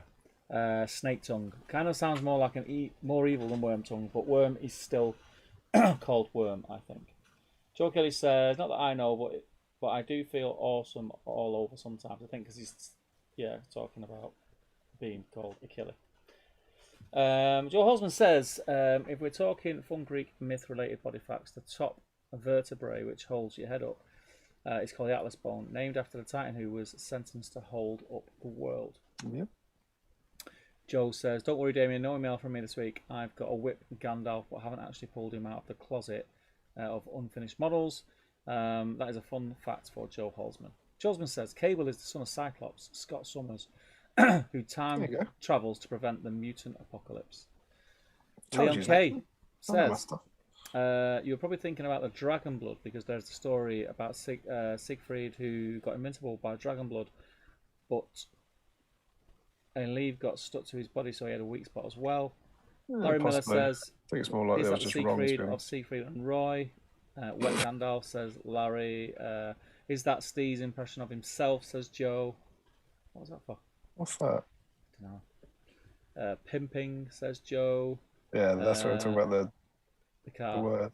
Yeah. There's a word for that. You mean like a word that means something, Damien? Jill says, got to be careful about publicly pimping. Got to be careful about publicly pimping holes. Calamar says, remembering the word for pimping ain't easy. Eric Schultz says, more cowbell indeed. That is a cool view, says Larry. Cool view. Larry Frederick agrees. If only there's some way you could do that with a mag in the middle, some sort of kind of cam for the mag. Oh, they're talking about the interface. Yeah, I think there's a new shot. Oh no. Some sort of mag for the cat. What would we call it though? He says, I'm not sure what you'd call that. Jill says, Easter egg chocolate. Larry says, also an incredibly annoying news. Other than the base that needs a bit of finishing off, I've finished Gandalf, which means I've painted him in 48 hours. I've painted him in 48 hours of getting him. Every paint scheme I use is from the magazines, 100% dedicated to those mags, says Stephen Ryan. Oh, that's awesome. Larry says, having already crossed that square off this year, and he's accidentally done a bingo square. Accidentally double crossed off a square. And it was the last of my Easter egg chocolate. Matt, Generation Shift is in. How you doing, pal? He says, hi, guys. Hope you're all well. What are you doing rolling in at this time, Matt? You could have got us over the line with 6 new Gandalfs. Yeah, 6 converted. Larry says, yes, Steve, the Gandalf does look tiny. Lol, tiny Gandalf, says Frederick. And he says hello to Matt. Hello, Mr. Schultz. Hope you're doing good, says Matt. Hey, Matt. Hi, Larry. Sorry, I've been missing these. It's been too long. General life has been full on. Missed my hobby buddies. We miss you too, man. Chris C says, I generally held off finishing the base earlier this week so I could get him for this. Tufts were all added tonight. We believe you. But mostly I had Aragon to paint, so I was focusing on that. Steve, you didn't paint these Crocs properly. They should be a bright colour. Also, looks like the Orc Captain is pointing something out to the Elf Captain. Salt and Brushes says, want to say thanks to Steve. Not many people get my surname right. Well, Brushes. What was your surname? Must be on Facebook. Yeah, it's Facebook. But which surname was it? I always get pronunciation right. That's like I'm known for it. Hurt. Larry Miller says some quality Damian counting to 10, counting right here. Got so close, says Ajinder. How many did he have to beat again? 43. Check the email, says Joe. Sean Clark says some awesome paint jobs there, guys. Well done. There certainly was. That spanner is going to fly off Steve's finger and take out the Hawk Captain. It's actually What's that? It's a spanner bottle opener thing. You weren't spinning it with this time. Oh, Moretti's in. Dangerous business. Nathan says, I'm quite far behind because I wanted to go back for the deep dive. I wondered if Gandalf had the same arrogance about being all-powerful as the Witch King following Glorfindel's self-fulfilling prophecy. Good win, Julian, says Swords and Brushes. George Galloway, so close, but of course, beaten by Julian Hammond, of course. Matt says, ha. Joel Monroe says, class. Aaron says, how? How does Mr. Hammond do it? Ajinder says, congrats, Julian. Larry does the cross and smiley D emoji thing. Chris C says, this guy's won something on literally every stream I've watched. He doesn't exist. Congrats, Julian, says Frederick. Generation Shift is laughing. Old school, at old school, Chris, lol, lol, lol, says Frederick. This has to be a glitch in the Matrix, says Callum. Morgan Morris is laughing. Larry Miller says, how does the Patreon prize work for people abroad? Is it £100 worth of local currency? Eric Schultz says, might as well co-host I didn't even think about it. Number 100. Frederick says, Steve, that was quite good, but the Z is kind of pronounced in Germany, so Schlangenstong. Schultz. Schlangenstong. Oh, I see, that one. Scott Newman, night lads, off to bed, got to be up to work at 7. Great night as normal. Cheers, lads, take care, man. And that is us caught up on the chattage. Good work, sir. So, flew through that. This is going to be our third and final £100 shopping spree at Games Workshop draw for our patrons. Our 2 previous winners are, Damian? Stephen Sparks and Tom Spate. Yep, so there's one more to add. One more name to add to that prize pool of people. It's Julian Hammond, isn't it? There's no...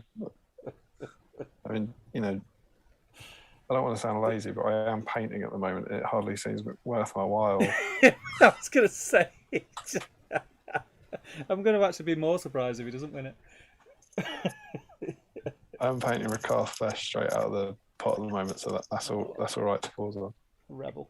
He's looking all right, this guy, you know. Yeah, happy with it. I'll see if I can. I don't know what the focus will be like on this thing at the moment, but if I pop back to C-Cam, because of the logo, the black logo messes it up. Yeah, I always mess it up. Maybe take this out.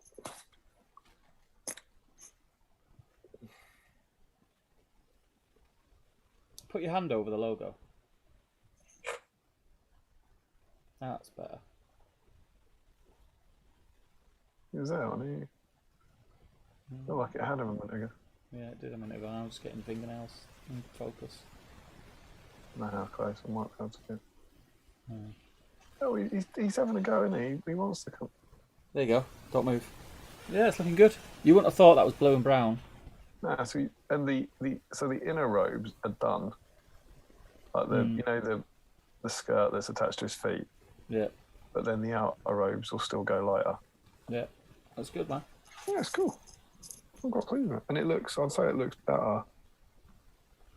Like, I just realised I'm still on the wrong thing.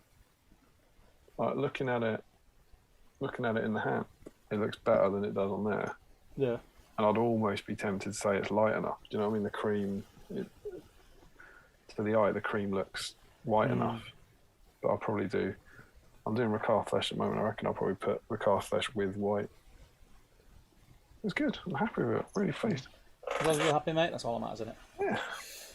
Yeah. Right, let's do this, mate. Let's just pull Julian's name out of that pot and then we can have a hot dog. I don't want to look because I know if I look, I'll just see it like on a huge A4 bit of paper in the middle, like saying Julian Hammond. Like, can you imagine?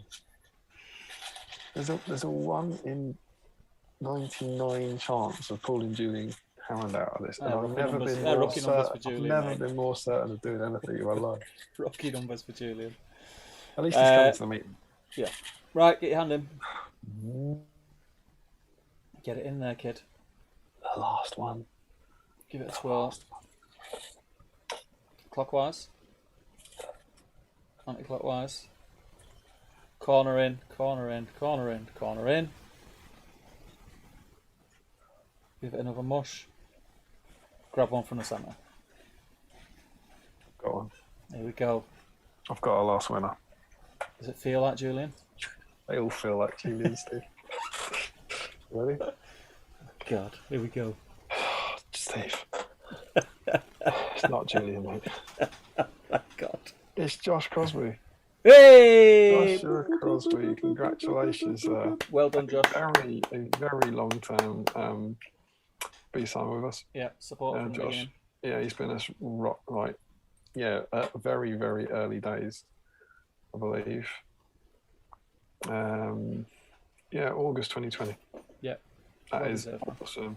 In distressing news, I'm pretty sure Josh isn't coming to the meetup. I don't think he is. I was looking forward to shopping. So yeah, we don't get to take anyone shopping, but that is congratulations, Josh. Huge congrats to you, mate.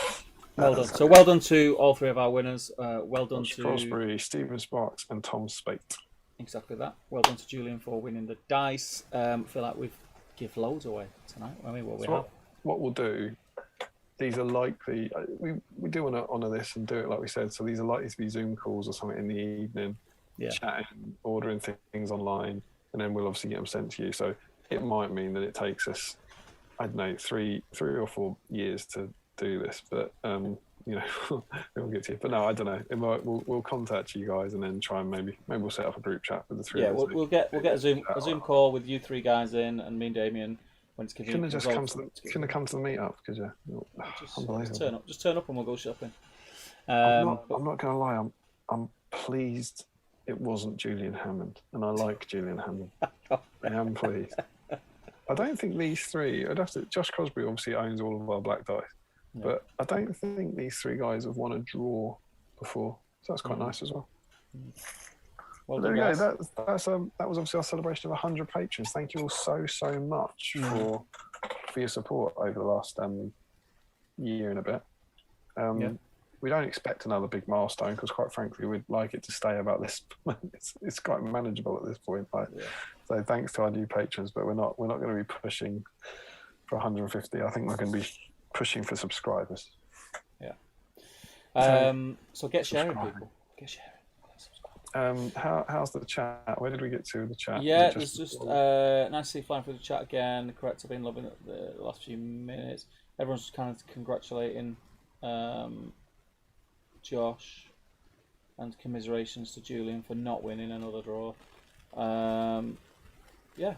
That's it really. I think we've done really well. We're up to 4 hours and 40 minutes of stream time. It's 10 past 1 in the morning. I'm busting for a wee. I've got a hot dog that I saved from dinner time, ready to be reheated and eaten. Your post-stream snacks always sound like the worst. Last week it was a cold bucket of KFC. It tastes so good, mate. It tastes so good.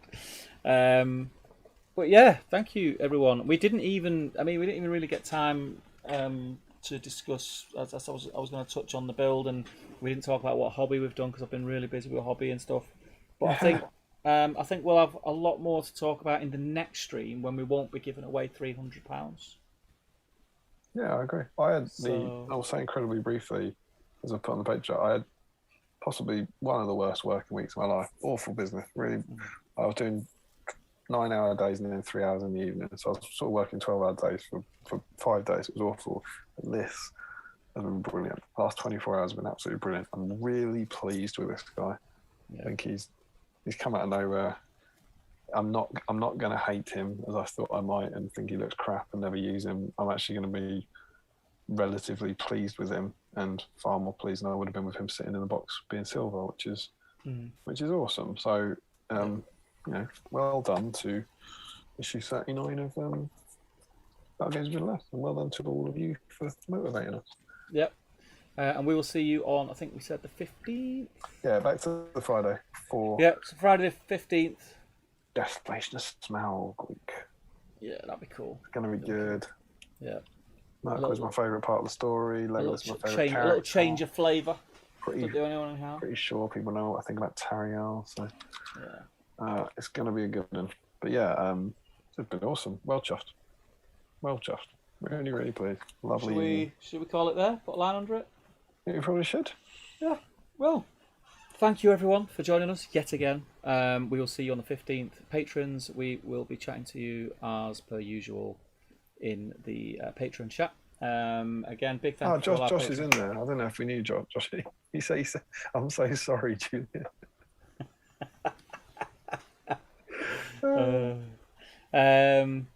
Yeah. Thank you everyone for joining us. We'll see you on the 15th. Until then, stay safe. And the 15th, the 15th. It will be the 15th. And Friday. Yeah, be Friday. Back to a normal. So I'll sign off. Goodbye from me. And goodbye from me. Thanks so much, guys. Take care, people.